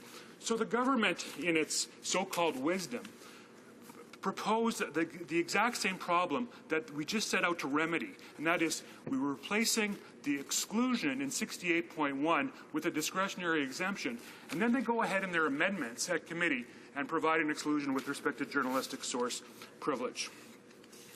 So I believe, and I say this with some regret, but I believe that the amended bill, as amended by the Access Committee, is actually worse than the status quo, that is, the existing provisions regarding the Access to Information Act. My intent was to provide clarity and certainty and to have less litigation rather than more litigation. And the two things that, or the one thing that the government refused to do, and that was to entertain amendments regarding extending the discretionary exemption to include freedom of expression, in addition to its insistence that an absolute exclusion be given with respect to journalistic source privilege, I think makes this a bad piece of legislation with respect to the CBC access. So I am proposing in the motions that have been tabled the deletion of any reference to access to information regarding the Canadian Broadcasting Corporation, including the name of the bill. So the motions 1, 2, 3, 4, 6, 7, and 8 deal with the deletion of sections regarding the Canadian Broadcasting Corporation's obligations under the Access to Information Act. I still believe that 68.1 needs to be fixed because it's awkwardly drafted. The courts have called it not a model of clarity. When you have an exclusion and then you limit the exclusion with an exception, you have nothing but misunderstanding and litigation. It has to be fixed, but this bill in its current form does not fix it. In fact, in my view, it makes it worse. Now, with respect to journalistic source privilege, I absolutely understand the importance of allowing journalists to protect their confidential sources. I'm sorry, Mr. Speaker, how many fingers are you holding up? Thank you. What did you say, two? With respect, the Information Commissioner has had 1,200 cases before her. Not one has ever dealt with single source or with journalistic source privilege. And besides, the name of an informant is confidential information under the Privacy Act and could not be disclosed. So the CBC amendments at committee were most unhelpful. So with my remaining time, I want to deal with what I think is the most contentious issue, and that's with respect to salary disclosure. Now, this bill attempts to allow an amendment to the Privacy Act to allow specific salary and specific job description disclosure for a civil servant over an appropriate range. The initial range in the unamended Act was the lowest level of DM1, or $188,000. But the committee, in its wisdom, and I say that with more sarcasm than I've ever used before in my life, decided to raise the disclosure bar to $444,000, which is to absolutely ensure that it could not apply to any DM, including a DM4, or anybody below him or her. Now, I'm not sure how the government reconciles that with Treasury Board proactive disclosure. If you, Mr. Speaker, if you have a contract with the Government of Canada for as little as $10,000, your name and your contract and the value of your contract is on a Treasury Board website.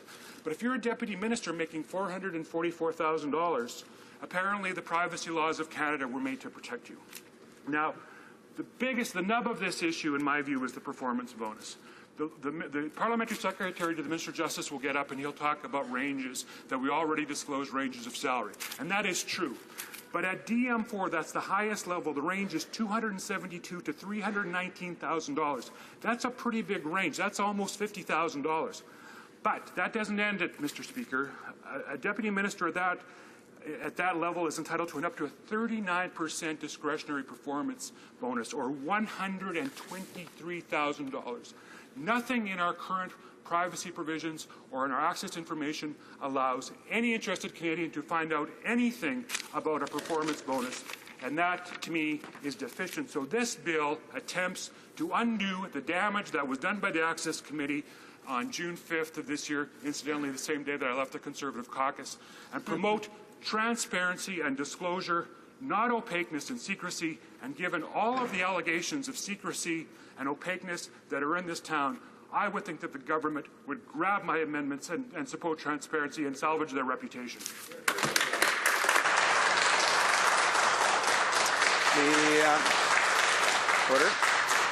The Honourable Parliamentary Secretary to the President of the Treasury Board. Thank you, Mr. Speaker. I'm pleased to have this opportunity to share the government's position on Bill C-461. Bill C-461 was introduced in the House on November 5th, 2012 by the member for Edmonton-St. Albert. As we now know, this bill has generated a fair bit of discussion. I believe that it's healthy in any democratic society. Bill C-461 has been the subject to amendments that have also generated healthy democratic discussion. Mr. Speaker, it's important to recognize that bills are sent to the committee stage review as part of our democratic process. Committee review allows for input from stakeholders, from expert witnesses, and from those who may be impacted by any proposed piece of legislation. Let us never forget, Mr. Speaker, that legislation can affect the lives of Canadians. It is why we as parliamentarians must listen to all sides and strive to achieve a balance. Mr. Speaker, our government is supportive of the principles raised by the member from Edmonton-St. Albert. With the amendments to Bill C-461, that provides better balance in recognizing the obligation of the federal government as an employer. Our government supports this bill as amended. So what exactly has been amended? Well, in my view, we should not overlook that Bill C-461 proposes amendments to the Privacy Act. These amendments also coincide with this government's continuing goal to increase openness and transparency. Currently, much of the expenses of public servants or their salaries is currently protected under the Privacy Act. The Privacy Act is an important piece of legislation that protects the personal information of all individuals, including federal employees. However, the Privacy Act also recognizes the fact that federal employees work in the public domain. Increasing accountability and transparency requires more personal information should be made available to the public when that information is about positions or their functions within a government institution. The Privacy Act provides this type of personal information, and this type of personal information should not be protected when an access to information request is made. That type of information should be disclosed. What Bill C-461 proposes to do is to specify that all expenses incurred by federal officers or employees of a government institution in the course of their work and for which they are reimbursed are not protected as personal information under the Privacy Act. If there was any ambiguity before, well, now it will be clear this information could and should be disclosed to a requester. Under Bill C-461, if individuals in the course of their employment incur an expense and are compensated for that expense by the government, then that information, the amount of compensation, can be disclosed. Governments must spend public money wisely and only where necessary. A person cannot expect that the reimbursement of a work-related expense by a government institution will be kept confidential. It is in the public interest that the law be crystal clear on this point.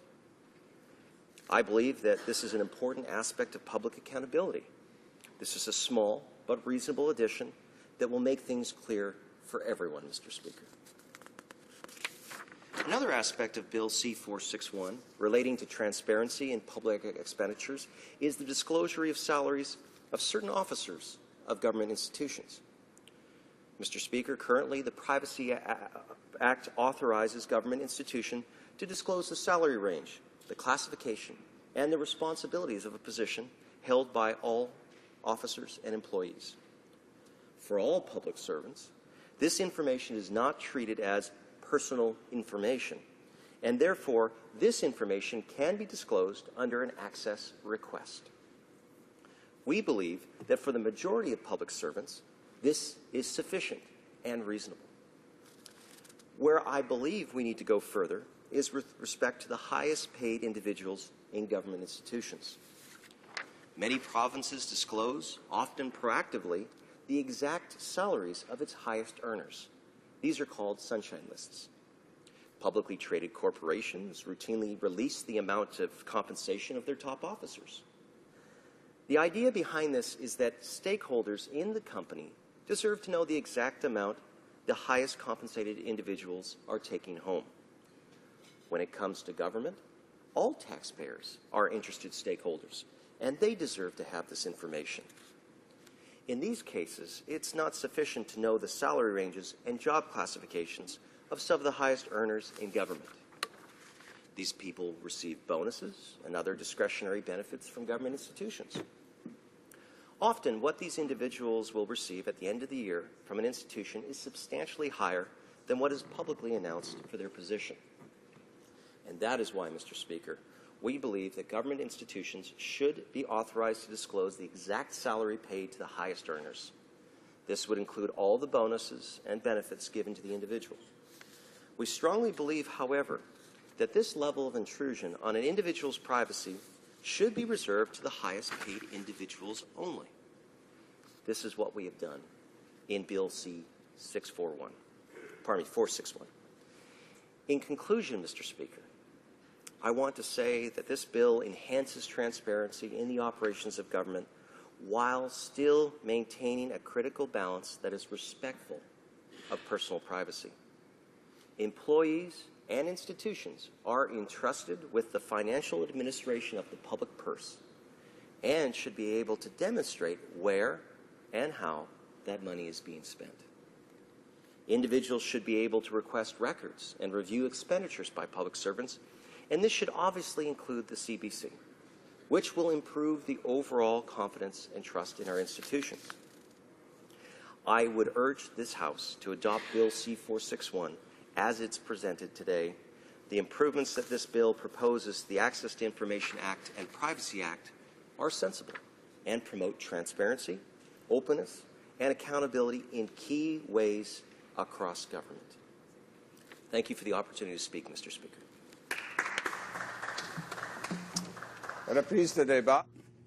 Resuming debate. The Honourable Member for Longueuil-Piorbouchère.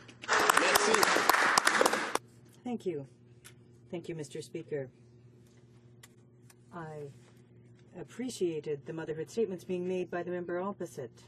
This is such an important issue we're dealing with here today, and I'd like to remind people watching us what happened. A Conservative member introduced a bill so that the public could know the exact salaries of all federal employees earning over $186,600. According to him, this type of measure would create more transparency in the public service and in government agencies. Now, one might think that his party would support him, a party elected on the commitment to transparency, but that's not the case. On the contrary, they let him go ahead with it.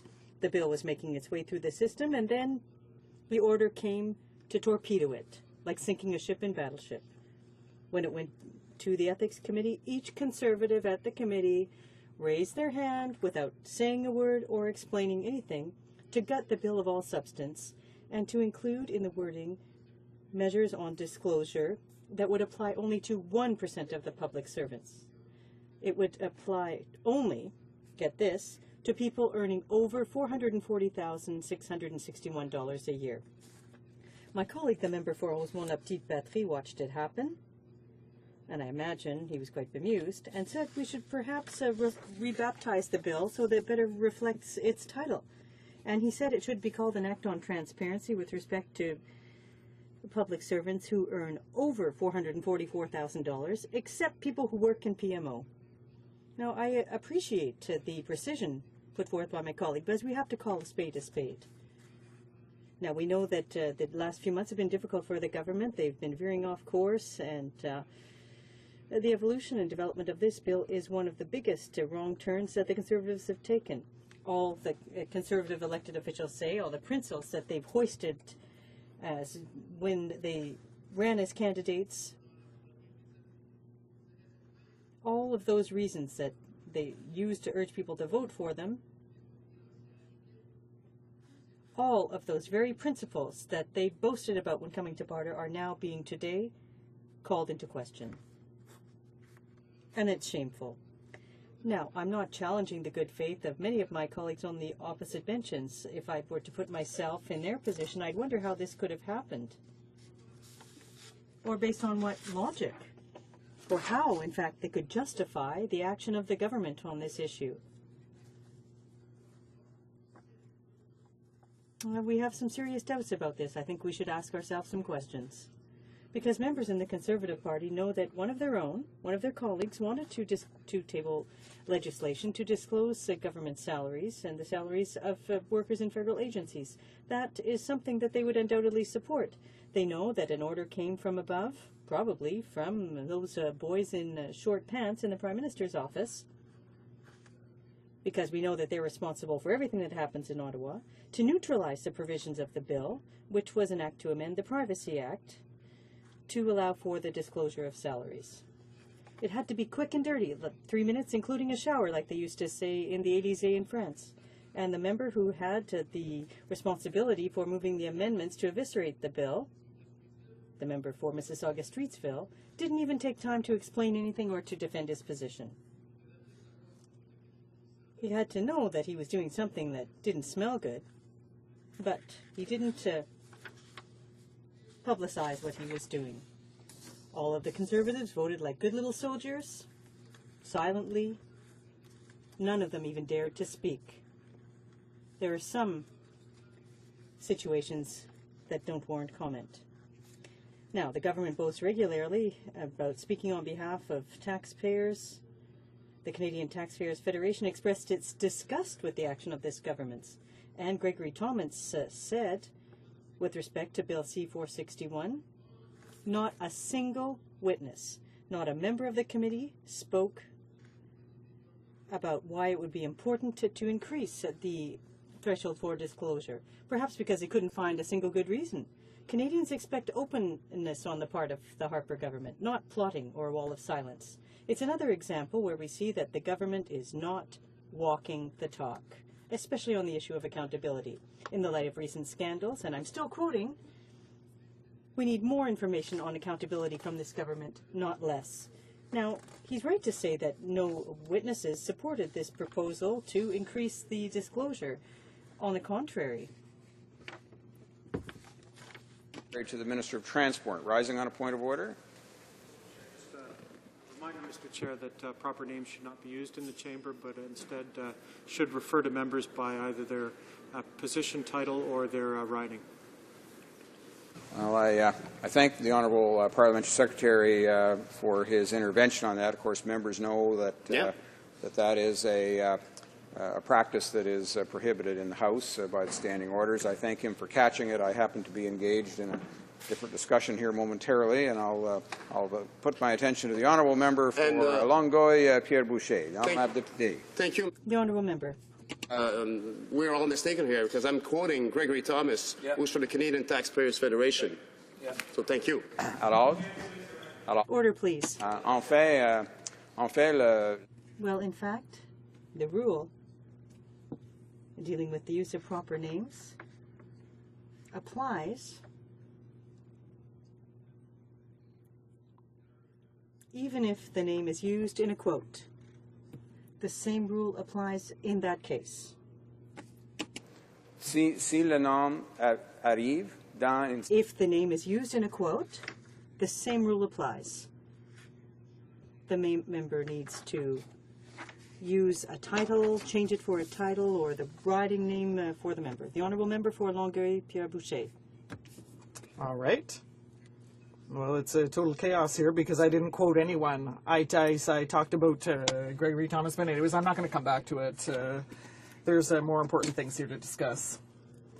So this man was right to say that no witness supported the proposal to increase the income threshold. The same witnesses, including the Information Commissioner, the Privacy Commissioner, and the President of the Quebec Federation of Journalists, had a great deal to say about this bill and the amendments proposed by the Conservatives, and yet nothing that was said by the experts were listened to by the Conservative majority on the committee. The Information Commissioner, for example, suggested that the expression independence be switched for activities after many witnesses said that the bill would be a threat to journalism, especially for the work of investigative reporters. But the Conservatives obviously rejected this recommendation. Then the Commissioner launched a very clear plea to ask the committee to not add a new exclusion to the many that are already in the bill, which would call for clarification before the courts. But they still added that exclusion, Mr. Speaker. So she said there again the Conservatives turned down the access to Information Commissioner's plea by adding a new exclusion concerning investigative reporter sources. We know that it will be ineffective, useless, and very costly. It will not allow for the protection of journalistic sources, and on the contrary, it will expose the sources and undermine the trust of future sources in Radio-Canada journalists. The declared goal of bill is to clarify Section 68.1 of the Access to Information Act, but the sponsor of the bill said that this section is not a model of clarity. So what we have to remember is that the section was already clarified not by Parliament but by the courts. This has been solved for the last 2 years to the satisfaction of all parties. The bill as it is presented today reopens this debate and rips up the decisions of the federal court and the Federal Court of Appeal. It's solving a problem that doesn't exist. What it means is that a bill that is supposed to be in the interest of taxpayers is going to cost them actually hundreds of thousands of dollars in court procedures. New definitions will be required. And when the Information Commissioner says very clearly, do not add a new exclusion to the bill, she said, reflect on this. If you create a new exclusion, it will give rise to another difficult situation, and I don't know how we're going to be able to get around it. And that's not just anyone who said that. She knows that such a bill is going to require more and more court procedures and references to the court. The sponsor of the bill today is calling on these sections of the bill to be withdrawn. And I must commend his uprightness. We know that these bills will cost the taxpayers a lot of money. We know that this bill is now no longer a model of clarity. It is replacing a solution with a problem. It is not easy for the Conservatives to justify such a bill that is for transparency but is not transparent, for taxpayers but which is going to cost them a fortune. A bill that is called transparency with the CBC but whose salary disclosure measures don't even apply to the chair of CBC, and a minimum threshold to disclose salaries that they increased in committee. And this threshold is now $444,000, $661. That is 11 times the average salary in Canada. I wonder how the Conservatives are going to justify what they have done. What are they going to tell their voters once they're back home in their ridings to explain this decision?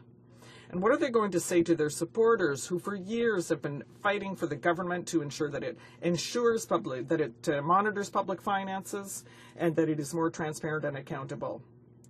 For those who are for greater transparency and for accountability, who care about the legislators doing good work for this bill, they know what to do with it. Resuming debate, the honourable member for Winnipeg North. Yes, thank you, Mr. Speaker. It's with pleasure that I rise in my place today to speak on Bill C-461. First off, let me pay compliment to the member from Edmonton, St. Albert, in the sense that he has obviously made an exceptional effort to try to get a better appreciation and understanding of trying to get a bill passed through the House, which can be a challenge at the best of times, as we all know, Mr. Speaker. He's identified an issue in which, collectively as a House, we hear a lot about. In the last number of months, we hear a lot about transparency and accountability. And a lot of it seems to focus, whether it's on this House or it's in the other House, the Senate chambers, Mr. Speaker. So in his own way, he's identified another way in which we can, in fact, ensure that there is more transparency and accountability. And I very much respect that and feel that it's most interesting in terms of where the bill originally came in terms of the wording to where we have today and where I had the privilege to be able to move or second some amendments, Mr. Speaker. I'm hopeful that members will see this for what it is. It is a private member who has taken an exceptional amount of time to get a good understanding of an issue, and then he's put it forward to the House of Commons. Now, you know, I've been a parliamentarian for over 20 years, as I've indicated in the past, and one of the things that I really respected about this chamber, the House, is the fact that we have private members' bills. And we have hundreds of them, Mr. Speaker. Hundreds of private members' bills. Sadly, not only half of them, not only half, will actually be dealt with. You know, I think I'm ranked number 200 or something of this nature, and if we sit enough days, I might be able to get my bill actually come before the House. Most bills will never be voted upon. So it is actually a privilege to be in the House. It's a great opportunity if you get the opportunity to bring forward your idea or an idea before all of us. I like to think that at the very least we should preserve that aspect about private members' hour.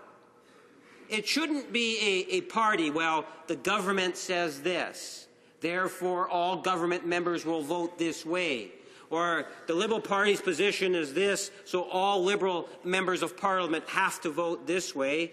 And the same for the New Democratic Party, Mr. Speaker. Not during private members' hour when we're dealing with an issue of this nature. My understanding is that it's supposed to be a free vote. And in looking at the legislation and at the amendments that have been brought forward, I believe on merit alone, based on what I witnessed in the second reading vote, and based on my understanding of the issue of transparency and accountability, this bill, as amended, as been proposed here, should be able to pass. It should be able to pass. One can question why. You know, I was sitting in the Procedures and House Affairs Committee, and we were talking about proactive disclosure. We were talking about how we, within the Liberal Party, have this proactive disclosure. You can click onto the net. You can see when I've flown to Winnipeg, come back, the actual cost, my hospitality. It's there. It's there to be seen. The Conservatives are saying, well, us too. We don't know exactly what it is yet, but us too. And the NDP are saying, well, we will at some point. Right? Why do I say that, Mr. Speaker? Because the member from Edmonton St. Albert, I believe, has found something in which all of us should be supporting.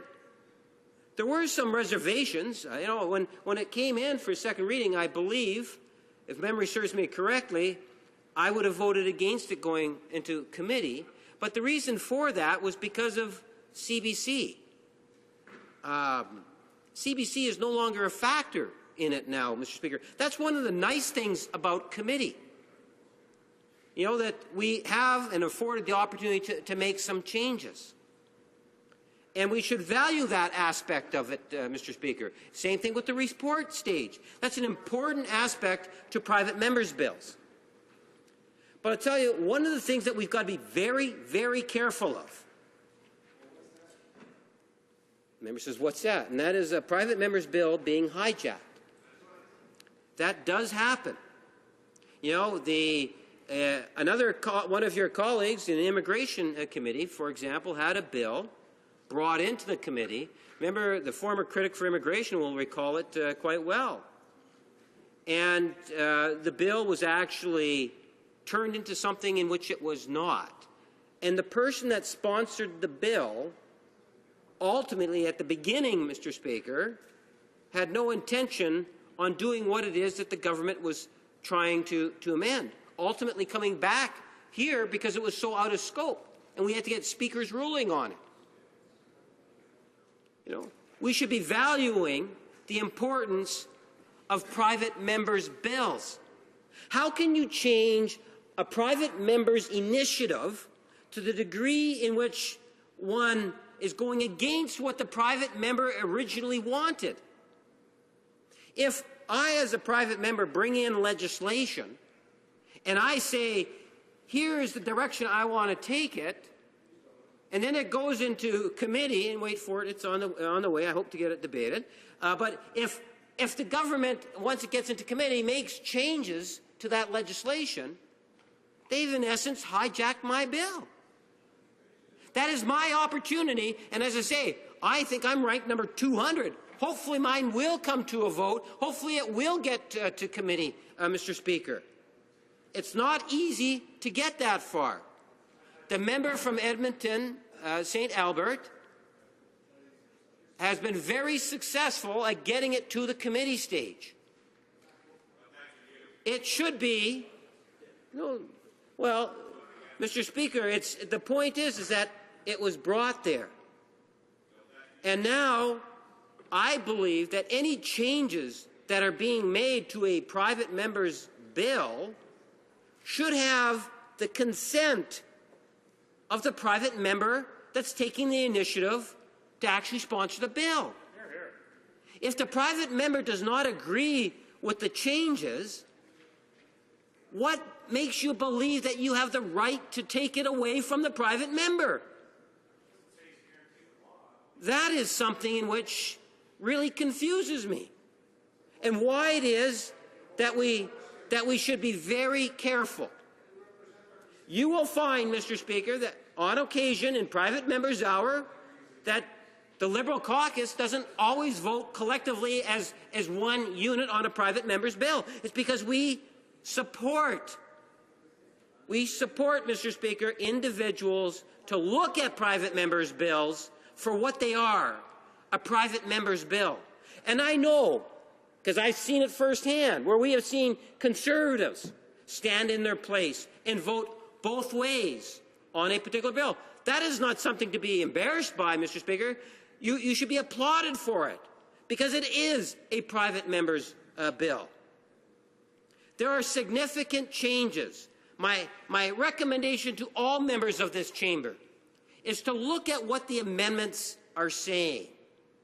$444,000. Well, you've got to disclose if it gets beyond that. What percentage of the population makes $500,000? It's incredible, Mr. Speaker. Don't even, I'm almost to a point in which you could say, don't even bother. Well, sure, there's a number of them. But what's being proposed in the amendments here is far more reasonable. It deals with the issue. So my challenge to members is to give back the bill to the member that actually sponsored the bill. Listen to what the amendments are actually saying. And let's keep up with the tradition of the House in terms of voting for private members' bills on their own merits. And that is my appeal to all members of all political parties on Bill C-461. Thank you, Mr. Speaker. Resuming debate, the honourable member for New Brunswick Southwest. Thank you, Mr. Speaker. I rise to speak on this bill and the amendments, and I have to say, from my vantage point, looking over, it is interesting to see some of the strange bedfellows that have jumped in to support the member for Edmonton St. Albert. And the member for Winnipeg North talks about how he is confused by this, and I find that statement to be accurate, largely because it seems that he is unaware of the contents of the amendments that are being proposed here today and how they deal directly with the CBC and the reforms that I think are important and necessary. But as well, I think it's worth highlighting as well that the opposition member, along with many in the opposition, voted to defeat this bill when it was going ahead potentially, or when it did go ahead to the to committee stage, the second reading. So I think I and others look forward to seeing how they will in fact vote on this bill, and if that amendment is successful, where they vote after that, if in fact they're sincere about the need to protect and report on how tax dollars are spent. I have my doubts, but we'll see. I'm speaking today because when I spoke on this bill initially, I actually called for some of the very amendments that are being put forward today, and that was I was while supportive of the bill, felt that the level for reporting of federal employees should not be the 180,000 that the member for Edmonton St. Albert was proposing, but in fact should be the same salary as that as Member of Parliament, which is approximately $160,000.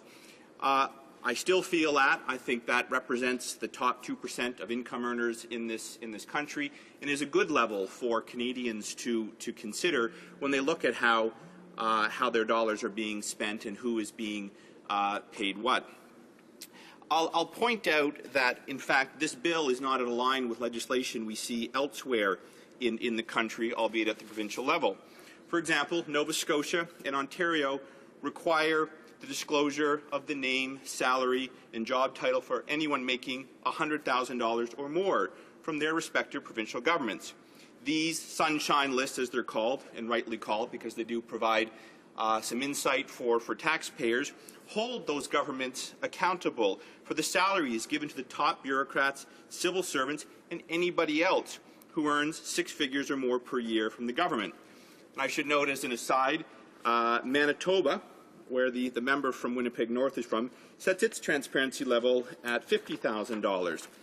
My own province of New Brunswick has a disclosure limit set at $60,000.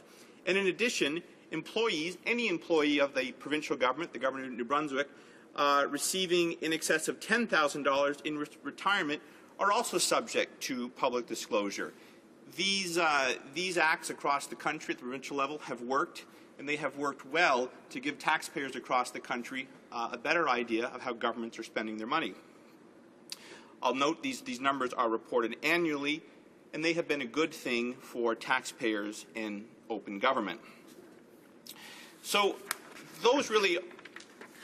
that philosophy represents my view on this bill. I will say, regardless of the outcome of the vote on the members' amendments, the member from Edmonton St. Albert, I'll be supporting the bill, because we heard earlier from the parliamentary secretary, and broadly speaking, I agree with what he was saying in terms of the need for transparency and accountability. I just happen to agree with that member on where that threshold should be. Again, my view is that it should be $160,000. I said that when we had the first debate on this bill. I continue to maintain that. So I'll be voting for the amendments as put forward by the member for Edmonton St. Albert. I'm also going to do it for another reason. The other place, as we refer to the Senate, they not so recently changed a private member's bill from this House, from the House of Commons, Bill 377. And one of the instruments arguments they used in increasing the threshold level from that bill, which is a good piece of legislation, one I supported, was that they set the disclosure for union transparency at the same level, about $444,000, I believe. So I'd like to send a message back to the Senate on that bill that we ought to work in a way that expands transparency both for the public sector, but as well for the union transparency as well. Hear, hear. So that I suppose encompasses my thinking on the bill. Again, I do find it interesting how the opposition has suddenly rallied behind this bill. I only wish that had more to do with the well-being of taxpayers across the country and not political opportunism. I regret that my former member from Edmonton Strathcona, colleague on this side, is no longer sits on this side of the House. But having said that, his bill will improve transparency within the Government of Canada, and that's why I'll be voting in favour of it. And I urge my colleagues on this side of the House and that side of the House to do the same. Thank you. Resuming debate, the honourable member for Victoria. Well, thank you, Mr. Speaker. At the outset, I want to be as clear as I can about my position on this bill, and it's rather convoluted how we got here. So in its present form, with the amendments offered in the motion by my friend from Edmonton, St. Albert, I would be 100% behind what he's done, and I commend him for his amendments to this bill. However, if those amendments were not enacted by this House, I would be utterly opposed to this piece of legislation for reasons I'd like to outline. I understand that these amendments were required after the Conservative caucus gutted the original bill brought in by this member when he was still on the government bench. They were rammed through by the Conservatives, these changes to the bill before the amendments on the motion paper, by the Conservatives on the committee. And it would allow scrutiny, as you've heard today, Mr. Speaker, for only those people earning more than $444,000. As a member for Winnipeg North put it eloquently, that's a very small number of people, almost $500,000 a year, and only those people and incomes higher than people of that income level would be subject to the scrutiny of this legislation, which is shameful. And as I will go on to say, is entirely inconsistent with the views of the Privacy Commissioner of Canada when she testified before the committee. If anyone should be worried about privacy, it would be she, and in fact she's entirely on board, as I will explain in a moment. So the purpose of the amendments is to provide true accountability to the taxpayers and all Canadians to know just how much money people are earning in the public sector. And it seems to me the threshold was set at a very fair level. And I commend my friend from New Brunswick Southwest for acknowledging this, a very fair threshold. That is what only 2% of the population make, namely $160-some thousand or more. And I commend him for referencing that situation, because I agree that would provide more accountability than the anemic legislation that would only allow specific knowledge of salaries and bonuses when they exceed some $444,000. I think Canadians would see right through the sham of that bill being portrayed as some kind of access to information or accountability measure. On the contrary. So this legislation has been changed in the committee, as I said, to try to make it up to $444,000. I see that is exactly the opposite of transparency. There was something said in the committee by the honourable member for Rosemont-La Petite Patrie. He said something that struck me as rather shocking. He pointed out that the author of the bill, the honourable member for Edmonton St. Albert, said in his testimony that Canada had fallen to 56th out of 90 countries with regard to transparency. I'm quite ashamed of my country's record in access to information. We used to be seen as a bit of a beacon. Now we're seen as a laggard when it comes to information and access. I'll speak about this in some greater detail in a moment as I put this, I hope, into some broader context. What did the Privacy Commissioner say about the fact that individual salaries would be made known? Is that some kind of privacy breach? You'd think, as the watchdog in that field, she would be the first to be concerned, but she, in fact, was not. We have a very, very superb Privacy Commissioner who served this country with distinction over the last few years, and I was really impressed with her testimony. My friend from New Brunswick Southwest has already given some rather interesting statistics on this. I'd like to repeat some of them and emphasize a couple of others. Some governments use thresholds, Mr. Speaker, to disclose the salaries of public sector employees. Some governments, for example, in Manitoba, as he pointed out, have a very low threshold, $50,000. Anybody making, therefore, more than $50,000, it's perfectly okay to know what their salary, including bonuses, would be. British Columbia has a $125,000 threshold. Other places, Ontario and Nova Scotia, have $100,000, and so on and so on. After that magic number is reached in the given province, one is able to know just how much those individuals are being paid. And the Privacy Commissioner says something really telling. She says, in the private sector, publicly traded companies have to disclose the compensation paid to their chief executive officer, chief financial officer, and the next top 3 executives. All their shares, all their options, all their bonuses, for anyone earning more than $150,000 in total compensation, which is remarkably close to the threshold that has been proposed in the motion by the honourable member from Edmonton St. Albert. So given those examples, I want to quote the Privacy Commissioner. She said, "It would appear that disclosure of salaries for individuals in leadership roles within organizations in both the public sector and the private enterprise is already best practices," close quote.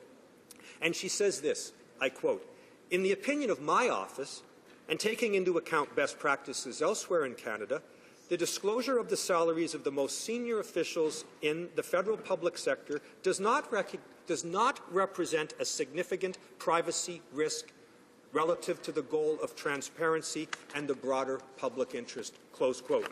So we're good to go, to use an expression that is used a lot in the Prime Minister's office. We're good to go with this legislation, according to the Privacy Commissioner of Canada, and I respect very much that she's given us that green light to do this.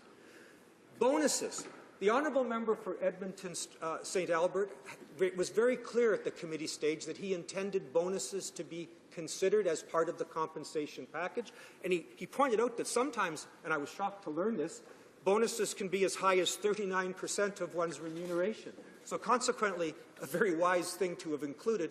And I commend him in the motion that he's prepared and put on the order paper. He's explicitly including those bonuses, and I respect him for his efforts. Now, Mr. Speaker, I want to put this in a broader context. This is an act, after all, purporting to amend the Access to Information Act.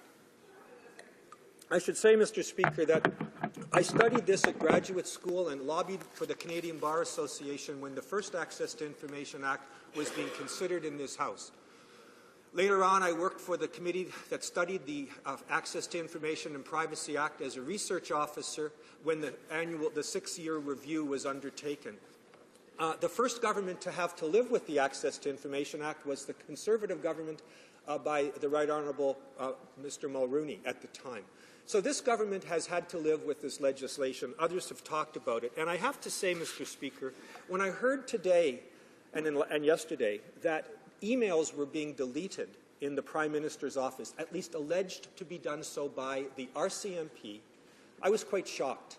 I was actually, frankly, saddened to hear that that is where we've come to in our country. We've heard about the pathetic ranking of our country as a laggard on access to information, but to think that the RCMP believe people are destroying emails, which require under the Library and Archives Act of Canada explicit permission before that is done. If that is true, the accountability of this government is absolutely pathetic. They talk about an Accountability Act, and I was proud when they brought that in, but to see the implementation of that act and the way the government is acting now vis-à-vis freedom of information is, frankly, absolutely shocking. So I want to again say that the context is relevant for this amendment. Our Privacy Commission, our Information Commissioner, had, on October the 17th, Mr. Speaker, in her annual report, used words I've never seen in a report by an independent officer of Parliament. She said this about this government's commitment to freedom of information. She said, "We highlight weaknesses in the information system that need to be urgently addressed." She said there are institutions who don't have enough staff to even acknowledge that they've received requests for 6 months. And she says, quote, "Altogether, these circumstances tell me in no uncertain terms that the integrity of the federal access to information program is at serious risk." This isn't partisan rhetoric. This is the Information Commissioner of Canada reporting to Parliament on what she has discovered about this government's commitment to openness. So, Mr. Speaker, in conclusion, I respect enormously the amendments proposed by my honourable friend from Edmonton, St. Albert, and I hope that they are accepted by this House. Thank you. Resuming debate, although we have 1 minute left, we're still going to call on the honourable member for Newton North Delta. I'm sure she can probably improvise for a minute or so as a part of her remarks, and then we'll take us through to the hour provided for private members' business. The honourable member. Thank you, Mr. Speaker. And I think it's really telling today that what we're talking about here is accountability and transparency. And what we had was a member from Edmonton, St. Albert, taking forward a motion, a private member's bill, that would have given more transparency. And the very government that purports to speak for and stand for accountability and transparency are the ones that gutted the bill. and raise the threshold for disclosure of earnings and bonuses, etc. Do you know, Mr. Speaker, this isn't the first time. With the fiasco that's happening in the Senate, we've seen over and over again, day in, day out, that this government does not understand the term transparency or accountability or telling the truth. Thank you, Mr. Speaker. The honourable member for Newton North Delta will have 9 minutes remaining for her remarks when the House next returns to debate on this motion at report stage. The time provided for the consideration of private members' business has now expired, and the order is dropped to the bottom of the order of precedence on the order paper. And now, it being 2:30, this House stands adjourned until Monday at 11 a.m. pursuant to Standing Order 24-1.